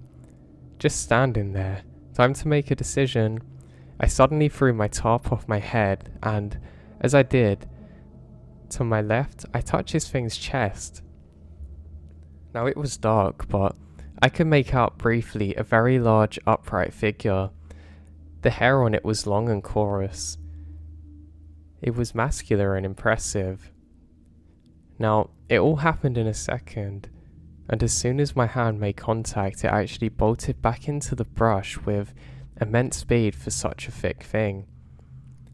Now, by the time I got my headlamp and it was gone, my crew had slept through it all until the sun comes up, and I decided, well, I probably shouldn't mention this. The next day, we moved on a few miles towards base camp and camped on a small island. Campsites on the US side are designated by a fire pit and a grumper, which is a fiberglass toilet over a deep hole. We were just arriving and it was evening. One of the adult advisors needed to visit the grumper, so he starts to walk towards it. About 2 minutes later, we hear him yelling, and he come running back to camp, still pulling up his pants, and tells us that he's just seen a gorilla run right in front of him. I asked him if maybe it was a bear, and he said absolutely not, that he'd hunted bears for years, and it was definitely not a bear. It was a monkey, and it was about 9 feet tall. At this heightened estimate, I imagined that this was the thing that I saw by my hammock. If I touched the chest and it was 6 feet off the ground, then that puts its head at about 9 feet up. Was it stalking us? Was there more than one? The boys were now scared. Time to mitigate. I suggest a night paddle. No one's sleeping anymore anyway, so we pack up the things that we have and set out around 8 PM and paddle by a headlamp for several miles. My plan was to get back onto Moose Lake and camp very near to the base so we could be the first crew off the water the following day. Moose Lake is connected to Newfound Lake by a small pitch and a channel of water that's not very deep or wide. There's dark woods on both sides. We were right in the middle of Pinch when a rock the size of a basketball came flying out of the woods on the right side, narrowly missed the bow of the canoe that I was steering. And there's still no cliff there. This thing was forcibly thrown at us from the tree line. At this, we paddled like hell. We paddled to the center of Moose Lake, tied all 3 canoes together, and we sat out there all night. With the sunrise, we paddled to base camp and ended our expedition. Now, they did not want to talk about what happened, and I was okay with that. They left for Oklahoma the next day. After they left, I went to work a shift in the canoe yard, helping crews offload. My buddy Justin got back for that day from a trip in the same area that we had been to in Bear Loop, and as I was helping him put a boat on the rack, I noticed he had a distant stare, almost like a 1,000-yard stare. I thought this was odd, and I say to him, "Well, how did your trip go?" And he said it was all good until they hit Knife Lake/Newfoundland Lake. He said that they thought they were being messed around with for 2 nights on Knife and actually had a rock thrown at them. Sure enough, for a solid 2 weeks after that, crew kept coming back from that area with solid stories matching this one. One night, there was a crowd of guides in the staff lodge swapping trail stories, and these encounters came up one after another. You know, the screams, rocks, sightings of apes. Then from the back corner of the room I hear a chuckle. It's one of the old veteran guides who had been there for over a decade. All he said was, "It's about time that somebody else seen one." I asked how long he'd known they were there. He said that he'd actually been encountering them for 10 years, and he said they talked to me. This shocked me, and I said, "Like a language?" He said no, telepathically. The less you acknowledge them, the less they'll bother you, but they can read you like a book. Now, what happened out there is still a big question in my mind. I've always been open to the idea of Sasquatches. Their existence was never a huge stretch for me. But what really sticks with me is the way that the veteran guide spoke of their intelligence and parapsychological abilities.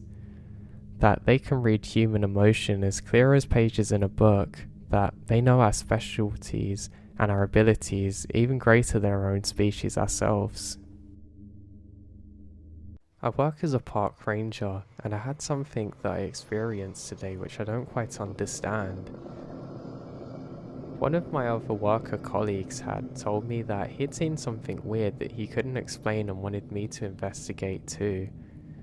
He'd given me the exact location and said that he wasn't going to preface it, he just wanted me to go there and let him know what my experience was, and I said okay. I was actually a little bit cautious, but I'd known this colleague for a while, so I make my way over to that location and I find a door, literally in the middle of the woods, for no reason at all. It looks like quite an old door, but kind of like a grand one that you might see on an old house, and weirdly, it had one of those old door knockers. I look around and don't see anything and decide to get closer and make it up to the door. Now when I get to the door, I can hear a weird sound around it, almost like lots and lots of people whispering, but there's no one around. It's very faint but very distinct. I decide that I should maybe try and open it, but before I do, I'm kind of caught making eye contact with the knocker. It's so creepy looking. It's like an almost demon face one, but I decide to tap on it a few times to knock on the door. And as I do so, for a moment, everything changes to red and black in colour, almost like I'm looking at something through a filter. I look around and I can only describe this as being in hell. I'm in what appears to be a weird cave system or something. I can hear screams all around me, some weird dark figures moving in the distance, and there seems to be blood dripping off everything, and within a second I go back to normal, and the whispering stopped. So I very bravely sprint back and get all the way back to the station and report to my buddy what had happened. He said he didn't know what to make of it too. Now this is the weirdest part. When we went back to investigate with a group of others and were actually recording it this time, it's nowhere to be found. We gone to the exact spot that we had both seen it, and it was literally completely gone, like it never existed in the first place. I found 4 crude gravestones as a child that dated back to the 1860s deep in the woods. Now they're gone and no one seems to remember. I don't have much of a story, and the title pretty much summarizes it, but I go to this area often as an adult, but nothing's ever there like before. I remembered when I found them and showed them to my stepmom and dad. I know I did, but 25 years later they act like they have no clue what I'm talking about, as if it was all a dream. The footers of the headstones would have suggested young children. I'm not even sure if this is correct, but I'm just looking for closure. I know what I saw. I saw it multiple times. I used to spend half the day hiking there, and I'd just sit there with them as a kid.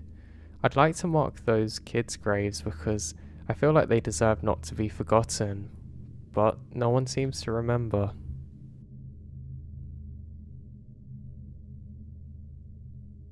About a year ago, I moved my family and I to go a home way out in the woods in Tennessee. I wanted to be brief here, but I need to get this off my chest, and after looking into this matter a little more, I have a lot more detail that I think will paint a clear picture in the end, so please bear with me. The nights here can be extremely loud. Between the crickets, the frogs, and the other things, it can be almost deafening. One night, not too long after we moved in, I had forgotten something in my car and headed out to get it. The first thing that struck me as odd was that my dog wouldn't go outside with me. My dog goes everywhere with me, as I am her whole world, but not this night.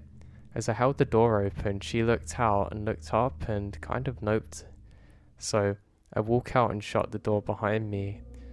The second thing that caught me off guard was that there was not a peep. It's dead silent. I still remember shrugging this off and walking down my front steps and heading towards my car. When I'd gotten about 10 feet from the car, all the hairs on the back of my neck stood up. I felt as though something was watching me. I looked around and see nothing. After I reached in my car for what I had forgotten to grab earlier, I had this feeling like something was moving towards me. I took a step back and checked around me. All of a sudden, I heard one of the hedges next to me that lined the walkway to our front door rattle. At first I thought it was a rabbit that I had spooked, as I had seen one just earlier in the day. A few seconds later, I heard the sound of a large rock landing a few feet away from me. I hit the walk and bounced into the shrub. I drew my gun and called out and said, "Whoever it is, you're about to be shot." After a few seconds of nothing, I began to feel like maybe this was some local teenager messing with the new people. I holstered my sidearm, turned around and started walking towards my front door. Almost as soon as I turned towards my house, I heard this deep panting sound. It sounded like a huge dog, but what made me note back to my front door was that it sounded like it's right behind me. I leaped up onto my porch, turned around and drew my gun again, expecting something right there, but there's nothing. A couple of weeks later, I was on my porch at night sitting on a bench with my wife. She just got up and walked in to get something, and as soon as she shut the door, I heard the panting sound again. I couldn't see anything, yet this sounded like it was right on top of me. The sound was coming from everywhere and it was loud. Again, I couldn't see anything, so I noped back into my home. Now at this point I was questioning moving here, but after nothing else really happened, I decided to let it go. A month or so later, it was a really rainy and stormy night. This is around 9 PM, and my wife and I enjoy listening to the rain and talking about how relaxing it is. Now, me growing up in Oregon, I love the rain. And for the past 10 years, we lived in Vegas, where it would dump the entire year's worth of rain, but suddenly be bone dry for the rest of it. For my wife, who grew up in Nevada, it was such a rare thing, and she loved going outside to watch it. So for us, this is actually an enjoyable thing. Except this particular night when things took a weird turn. As we're sitting there talking about how relaxing the rain sounds, my wife stopped me and said, "Do you hear that?" "No. What did you hear?" I swear it sounded like a small child calling out for help right in the woods. No, I didn't hear anything. And after a few moments of us listening, we hear it again, or at least she does. I say, I don't hear a thing. Are you sure you're not just hearing things? And she looks at me offended, saying, no, I'm positive. It was our son. I think he's out there and lost. I say, no, he's sleeping on the couch. We then both look through the blinds that were right open behind us, and we can see all of our children laying there. She said, that's so weird. I swear it sounded like our son. I said, well, it isn't him. He's right there. And besides, I don't hear anything. She then stands up and says, wow, he's really crying out for help. I need to look now. At this point, if you knew my wife, you would know she is absolutely creeped out by the woods and wouldn't be caught dead walking into them during daylight, much less at night during a storm. I grabbed her hand and said, I have been listening intently and there is absolutely no one calling out for help. You stay here. At this point, I'm getting worried about her. She was acting completely out of character, not to mention that she was 8 months pregnant with our baby daughter. She then says, what if there is a child out there in the woods? I said, well, first off, I would be able to hear it too. Secondly, there's no other kids around here for miles and miles, and what's the odds of them being lost out there? She said, I know, but what if it's a kid? Before I could say anything, she stands up and starts walking towards the stairs. I jumped up and grabbed her again, saying, you're not getting out there. I don't know what's going on, but you need to stay inside, and it thoroughly freaks me out. A few moments after this, just as it's getting dark outside, I heard the front door open, and I get up to investigate. Now we have 2 twins who are 6 years old, and we have the door set up so they can't open it without us there. So to hear this sound, it could only be my wife. That was weird, and the fact that she doesn't usually go outside without telling me. I walked out the front and saw my wife walking down our private road towards the drive on the side of our home. I asked her what she's doing. She said that no, I was just sitting on the back patio and kept hearing a baby crying in the woods. I said, seriously, and you just decide to walk off to investigate? She then looks into the woods and says, see, there it is again. And again, I can't hear anything, but what I did notice is that it was completely silent out again. I told her, just like before, the chances of a baby being out there in the woods outside of our home is slim, and that she needed to get back in the house. She said, what if somebody's baby's there? I said, well, if that were true, I would hear it too. Now at this point, I was getting really worried about my wife's mental health. I actually asked her to see a psychiatrist, but she did. Now looking back, I felt really bad about this, but I had to do it. Now, a few days after this, we went out on the porch. It's early evening and I just mowed the lawn this day, and our 3-year-old son was riding around on his little car in front of the house. Now he knows that he's not to go outside of a certain area that we mapped out. He loves playing outside, but with the road behind 50 feet or so from the porch, we have to be careful. So we're always cautious, and as we're talking, we both keep an eye on him. A neighbour drives by and stops to say hello. The interaction literally took 8 seconds, as of them basically asking how we are and stuff.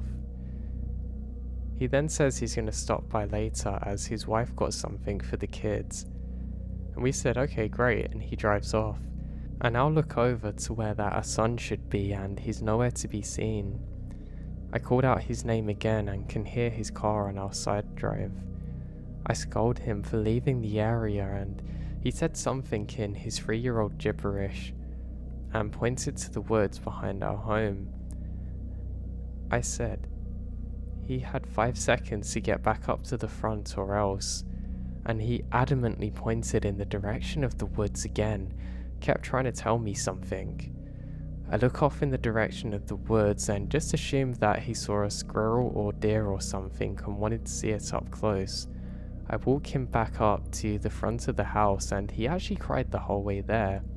He got really upset that I wouldn't let him go into the woods, but I just wrote this off as him being curious and like most 3-year-old boys are.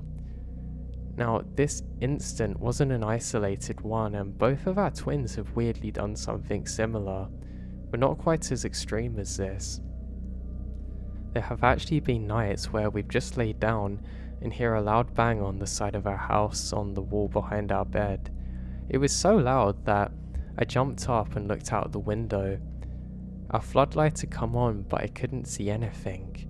Now, the weird part about this is that our bedroom sits about 12 feet from the ground level, as we have a full-size basement that's cinder block. Now, I put on my slippers and grabbed one of my 12-gauge shotguns and walked out to investigate. It was dead silent again. The floodlights are on again on the side of the house, and I think this is pretty weird, but I get there and there's nothing. I then walk back around the house and shine the light around intently. As I approached the backside of the house, the hairs on the back of my neck stood up. It felt like someone was watching me. I shine the lights up the tree and don't see anything. I round the corner, and the first thing I notice is that my 3 dogs that are in my area aren't making a sound. Now, our dogs have no filter and bark at everyone and everything, including me. So to see them all hiding with their tails between their legs had me horrified, really. As I kept walking, all of a sudden, the crickets and frogs start making sounds again. It was as if that somebody flicked a switch. I walked back into the house and told my wife that I hadn't seen anything. She shrugged and said, okay, as long as our dogs are okay. Due to the circumstances that night, I decided to let the dog sleep in and with us. This very thing happened on all 4 exterior walls, not just one. It's random but annoying, but terrifying nonetheless. There's also been a few times when we're sitting in the house as I was watching a movie, and my wife walked over to me and said, "Did you call me?" I said no, and she said that she could have sworn that she heard my name. And I said no, I didn't say anything. She said it was definitely my voice, but she doesn't understand because it sounded so close, but I was 20 feet away in a recliner. The important part to this is that she was sitting at the table doing something, and the slider to the backyard was open behind her. Now, our patio sits about 20 feet off the ground and is like a balcony as it has no stairs to access it. I think the previous owner built it for barbecuing. There have been several instances where she would say she heard somebody whispering in my ear, but she couldn't make out the sound. Again, I kept thinking she was crazy, but as you'll see, this is all tied to one final moment. The last thing I want to mention before we get into what happened is that I have a shooting range built behind my workshop on the opposite side of the property next to the main road. It's kind of on a downslope, but it works perfectly for what I needed. The range itself is cut straight into the woods, going down about 100 yards or so. When you're at the range, you have the woods surrounding you on all sides except for getting back to my shop. I have to say, it always felt creepy when I am dealing with my targets or mowing. When you are down there, it feels like you're miles from anyone. Now, one day around 5 in the evening, I was sighting a new scope on my rifle. The sun was still up, but it was going to fade soon. So I knew this was going to be the final test. Now, up until this point, there was nothing really happening while I made my multiple trips down range, other than feeling weird. As I get down range, I kept getting the feeling that somebody's watching me and I can't shake it. I look around and don't see a thing. As I was placing stickers over my previous shots, I heard something big off the side behind me. It sounded like a large branch snapping off a tree. Now, if you've been in Tennessee before in the woods, you know that this happens a lot, especially in the middle of nowhere. So this is nothing new, except for this time it was very loud and it sounded like fresh strong wood, if that makes sense. I turned around again but can't see anything. I start walking back up to my rifle and I swear I heard somebody right behind me. I turned around again but saw nothing. As I start to walk again, I hear this deep growl. It really sounds deep and loud, and what's worse is that it's actually all around me. I turned around facing the range and start walking backwards. The thought of some rabid dog charging me is really terrifying, but I know running's not a good idea if this is the case. So I walked slowly backwards up the hill with my rifle, but nothing happened. I grabbed my rifle and sprayed the target with rapid fire, hoping to scare off whatever this thing is. I left 10 rounds in the mag and grabbed my rifle bag quickly, going back up to the house. Now fast forward to roughly a year later, when we moved in and my niece is staying with us as a live-in nanny to earn money. We're on our way back from the store about a mile from our house, and I saw 2 eyes reflecting in the headlights coming from a wide tree on the side of the road just ahead. It took caught my attention because they were higher than a deer but a different size and colour. Just as I said, "What's that?" they squint and vanish. I had made a comment that it was almost as though it had known that I could see its size and suddenly moved. The colour was kind of golden green, but they resembled the mannerisms of a large cat and felt ominous. It's really hard for me to explain, but I really can't define exactly what I saw. It's truly like nothing else. Now a few moments later, when we arrive at the house, as we were getting bags out of the car, my 3-year-old son come bolting out of the house excited to see me. As I was waiting to help her carry in the bags, I heard my dog growl. I look in the direction she was looking, and it's at my neighbour's property across the street. Now what I saw has kept me up all night. Up till this point, I've always been skeptical that anything was out there, as I've never seen anything with my own 2 eyes. Now, my street is on a kind of spread out neighbourhood. Each house actually sits on several acres, and at the end of our road is Kentucky Lake. Our neighbour's house sits adjacent to the house on an acre lot. Directly in front of my house is a wall of woods, and directly behind my house is several thousand acres which are untouched. As I was looking across the street to my neighbour's property, I see a large dark figure between the trees at first. The movement caught me off guard, as it looked like something big moving quickly. Then it came into clear view and stood up. At first, it looks like a man, almost walking like one, and I don't know what to make of it. It was very tall, but what was strange is that the distance it covered was really not possible to be made by a human. It was clearly walking quickly, but moving faster than anyone can sprint. More importantly, there's no sound. It was like it was phasing in and out of reality when it moved. I shout out, "What is that?" and realise that it's looking directly at us. It's moved at such a crazy angle that it's minimising its body now to not be seen so well, suddenly going silent. The hairs on the back of my neck stood up as I realised that whatever it is stalking us. I tell my niece to go in the house now, and I grabbed my AR-15 with a short scope and came back outside to see my niece still grabbing stuff out the car. Knowing her, I tell her very firmly that you have to get back in the house. Her disregard to my command annoyed me, but I still watch over her without saying a word as she was slowly walking. She turned around towards the woods and across the street from my house, and then suddenly bolted for the house.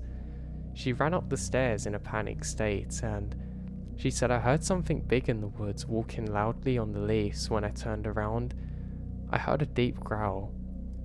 I asked her why she didn't come when I told her, and she said that she thought I was talking to the sun. I told her about what I'd seen, and she wanted to get a closer look to see if she could see anything. I told her it's not a good idea, but she goes anyway. She begins walking down the walkway, and I heard the sound of dry leaves crunching in the woods across the street. I told her to stop and come and take the flashlight. Now at this point, she's about 3 feet away from my wife's SUV. As she turned and started walking back to me, I caught the glimpse of something grey and hairy bolt from the SUV back across the street into the woods. My porch is a raised porch and our SUV is about 6.5 feet tall, and whatever this thing is, cleared about 45 feet in what appears to be a single jump. It moves honestly like lightning. Whatever it was, it wanted my niece. It jumped in front of the car and caught my line of sight and was waiting for her. Now, for whatever reason, she still doubted my warnings and grabs a flashlight and walks back towards the car. As she entered my driveway, she stops dead in her tracks, leaning forward as if she could see something. I asked her what she saw and she turned and ran back on the porch terrified, saying no, no, no. She said it was a figure hiding inside of a tree and she saw its eyes. I asked her what do they look like and she said dull red at first, but as she gets closer it appears almost dead. She said it kind of looked really dark grey and was hard to describe, but the pupils were looking like something that's blind. She wanted to go out again and took a step down the stairs, and as she did, it revealed itself from the tree again. I said, "Get inside now." I went in and locked the door and look and see a tall human-shaped being, looking really tall and ominous as anything. The next morning, we actually do a height comparison to the tree limb she saw it, and it must have been about 9 feet, and apparently its eyes are about 6 feet apart. At this point, I don't know what that thing is, and after doing some research, I think it was maybe a growler or glimmerman. I looked to see if there had been any other sightings in my area, but none. More importantly, I swear it would phase in and out of almost like a shadow person or being. Now, I don't know what to make of this, and I don't know if this thing could communicate telepathically somehow, because it would explain how I always had a weird feeling and could hear things, or my wife would at least. Secondly, it has like a playback communication, so when I heard a dog panting, it was probably one of the dogs that this had heard and then replicated somehow, and the same again with some of my children. Now, it really scares me. I hate the fact that I've seen something like this. Now, the more I read about this thing, the more everything that's been happening over the past year makes sense. One thing I find extra convincing is that down the road towards the lake, there's a property that is barbed wired off and is a wall of forest with no driveway. A lot of the properties on our road is undeveloped owned land, and no one on these actually goes to live there, but there's a sign that says Screamer lives here, with an arrow pointing into the woods. Now I have to admit that when I first saw the sign I actually laughed, thinking it was maybe the owner screamed at trespassers, but now I'm not so sure. I have some stories to share. They're all true, but I don't know, I'll start with the weirdest one first. When I was like 5, my parents had bought a house with a large yard, about an acre back, and there's a forest. One day, my granny was babysitting me. I decided to run around the backyard and play. She went inside to go to the bathroom. I remembered something beckoning me to go into the forest. Just a strong urge, so I do. I didn't go in very far before coming across a perfectly circular area filled with flowers. The sun was shining on it through the trees. It was so bright, and they're all different colours. There was a buck standing in the middle of it staring at me. I was a little confused and it looks huge to me. I got a bit closer and it didn't run. It just watches me. I got so excited about the beautiful scene that I actually ran back to tell my granny. When I did, she was looking at me horrified, saying, "Where did you go?" I was looking everywhere and got worried sick. Apparently I'd been gone for a long time. I was confused. Now, regardless, I insisted on showing her what I found. She followed me into the woods and we went past where all the wildflowers were and some of the deers are. Now, we were exactly where I was, but it was gone. I swore up and down to tell her about what I found, but it just wasn't there now. I remembered being really upset and confused. To this day, I wonder if I walked into some kinds of portal or dimension. When I turned 13, we lived elsewhere, but I started having dreams about a single door in the middle of the woods. It was reoccurring for a number of years and really makes you wonder what's actually out there. I remembered there was a light snowfall the previous day on this particular patrol. There was nothing I had to worry about really. Every so often I'd have to come to the rescue of people that got lost. Usually it was just tourists that would come to our country and want to be out in the snow and forest and not really be prepared for it. They'd often be very cold and not well equipped for the weather. It could be especially easy to get some kind of frostbite out here. Now, it's always cold all year round, but it can be especially nasty in winter. So that was what I was expecting most of my day to be like. Now, I remembered I had the occasional urge to look over my shoulder, but I fought against it. The scenery was okay. It wasn't so great today. A lot of the snow had went a bit slushy. Water was frozen and the paths were a bit muddy too. Every so often I would see some hikers and I'd say hello to them. Often they'd get confused about where they needed to go, and it was my job to redirect them into the right areas of the wilderness where they were allowed to go.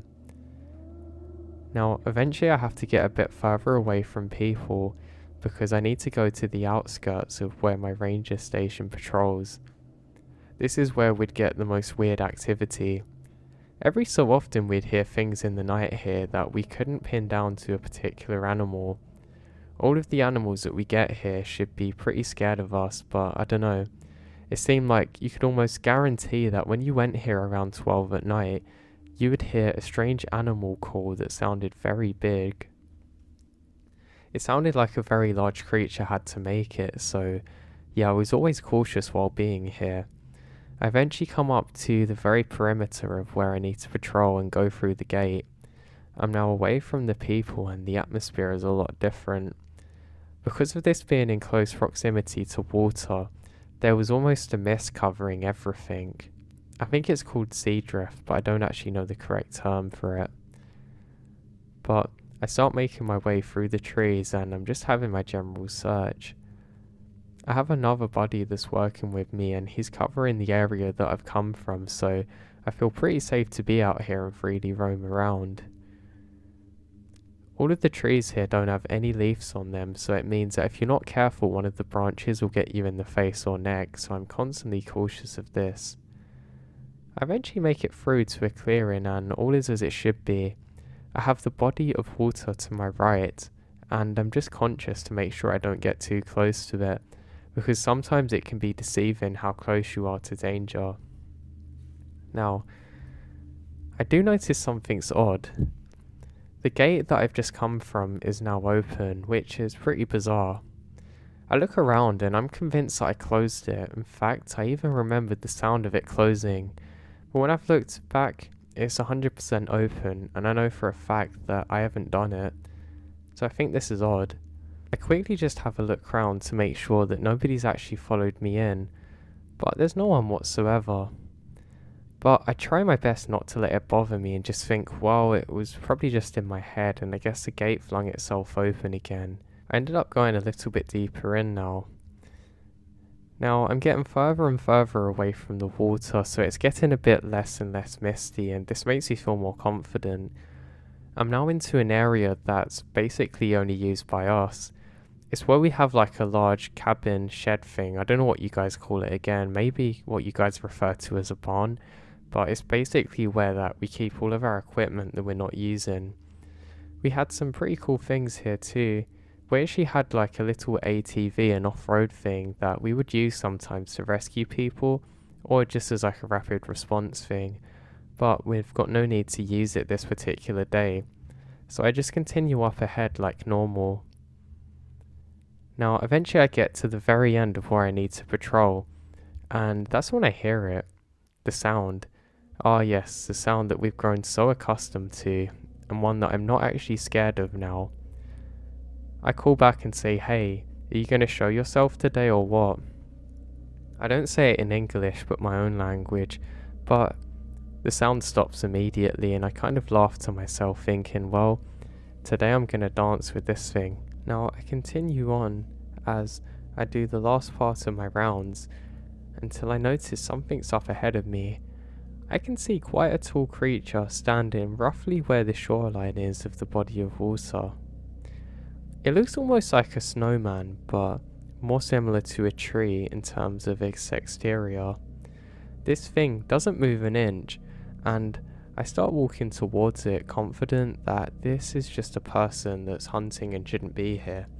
I call out, "Hey, you're not supposed to be hunting here." I actually managed to jog all the way up to this thing without it moving an inch. Until then, it just takes off and heads straight towards the water. I suddenly realised that this isn't actually a hunter, and this is something different. I realised because when it's wading through into the icy waters, it isn't shuddering at all, and it literally just disappears down into the lake. Now, while doing so, I realised that there's a really bad smell around, and I can still see this thing moving underwater. And I now get the scale of it because I've come much closer. It was probably about 6.5 or 7 feet tall, absolutely massive. It's actually swimming more like a fish now that it's underwater, until it stops and stares at me, and its eyes are almost glowing a yellowy orange colour.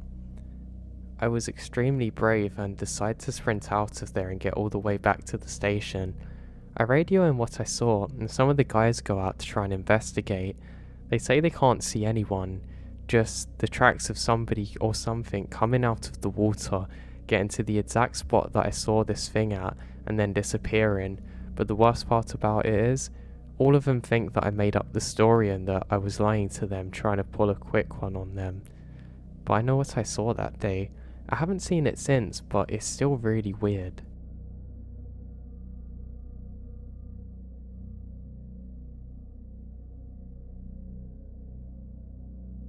I was travelling solo around the Olympic Peninsula in Washington State and making various stops in the Olympic National Park.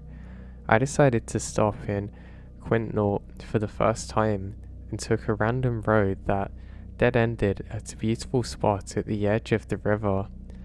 There was an ancient footbridge that led across the river, but it looked as though it might collapse if you try and cross it, so I decided against it. It was off-season, and I was not in a tourist area.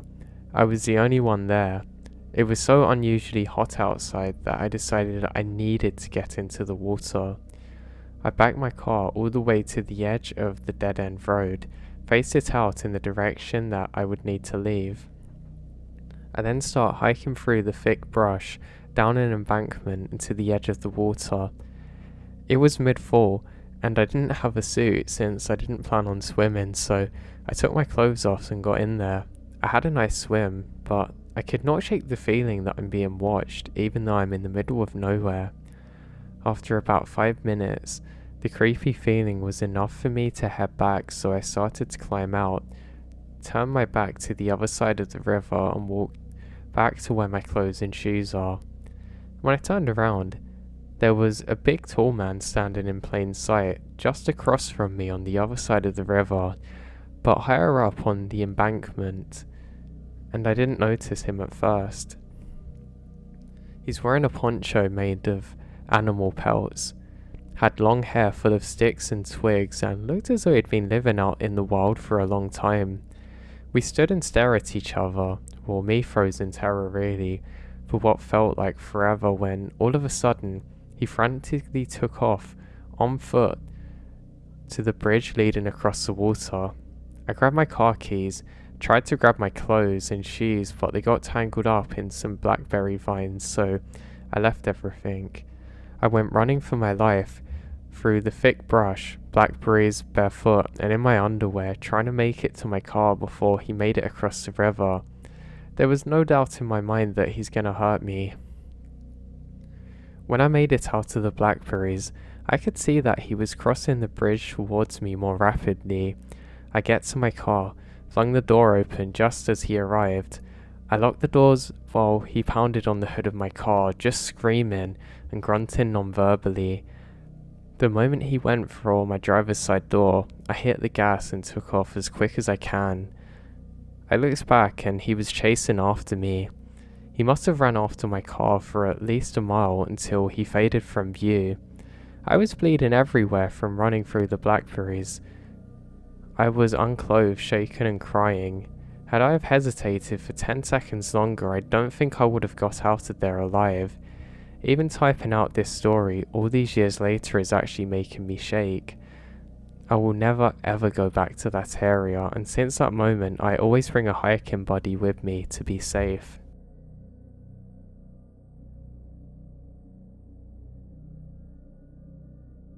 Now I was in Yellowstone riding a bicycle fast down a great curve. Cars are stopped. I look up ahead and there's a grizzly.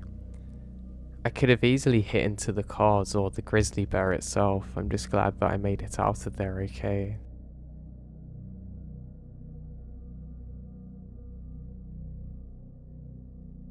Now once I was driving into Yosemite at 4 AM and saw something in the road as I come around a corner. I slammed on my brakes and it turned out to be a wolf. Several years later, I mentioned this to someone offhand and they said Yosemite didn't have any wolves.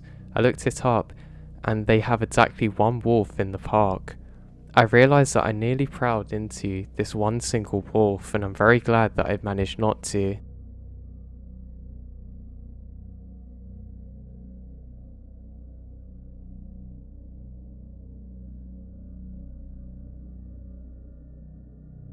Once while in a national park, I was chilling in a hammock and my family started yelling at me to run away.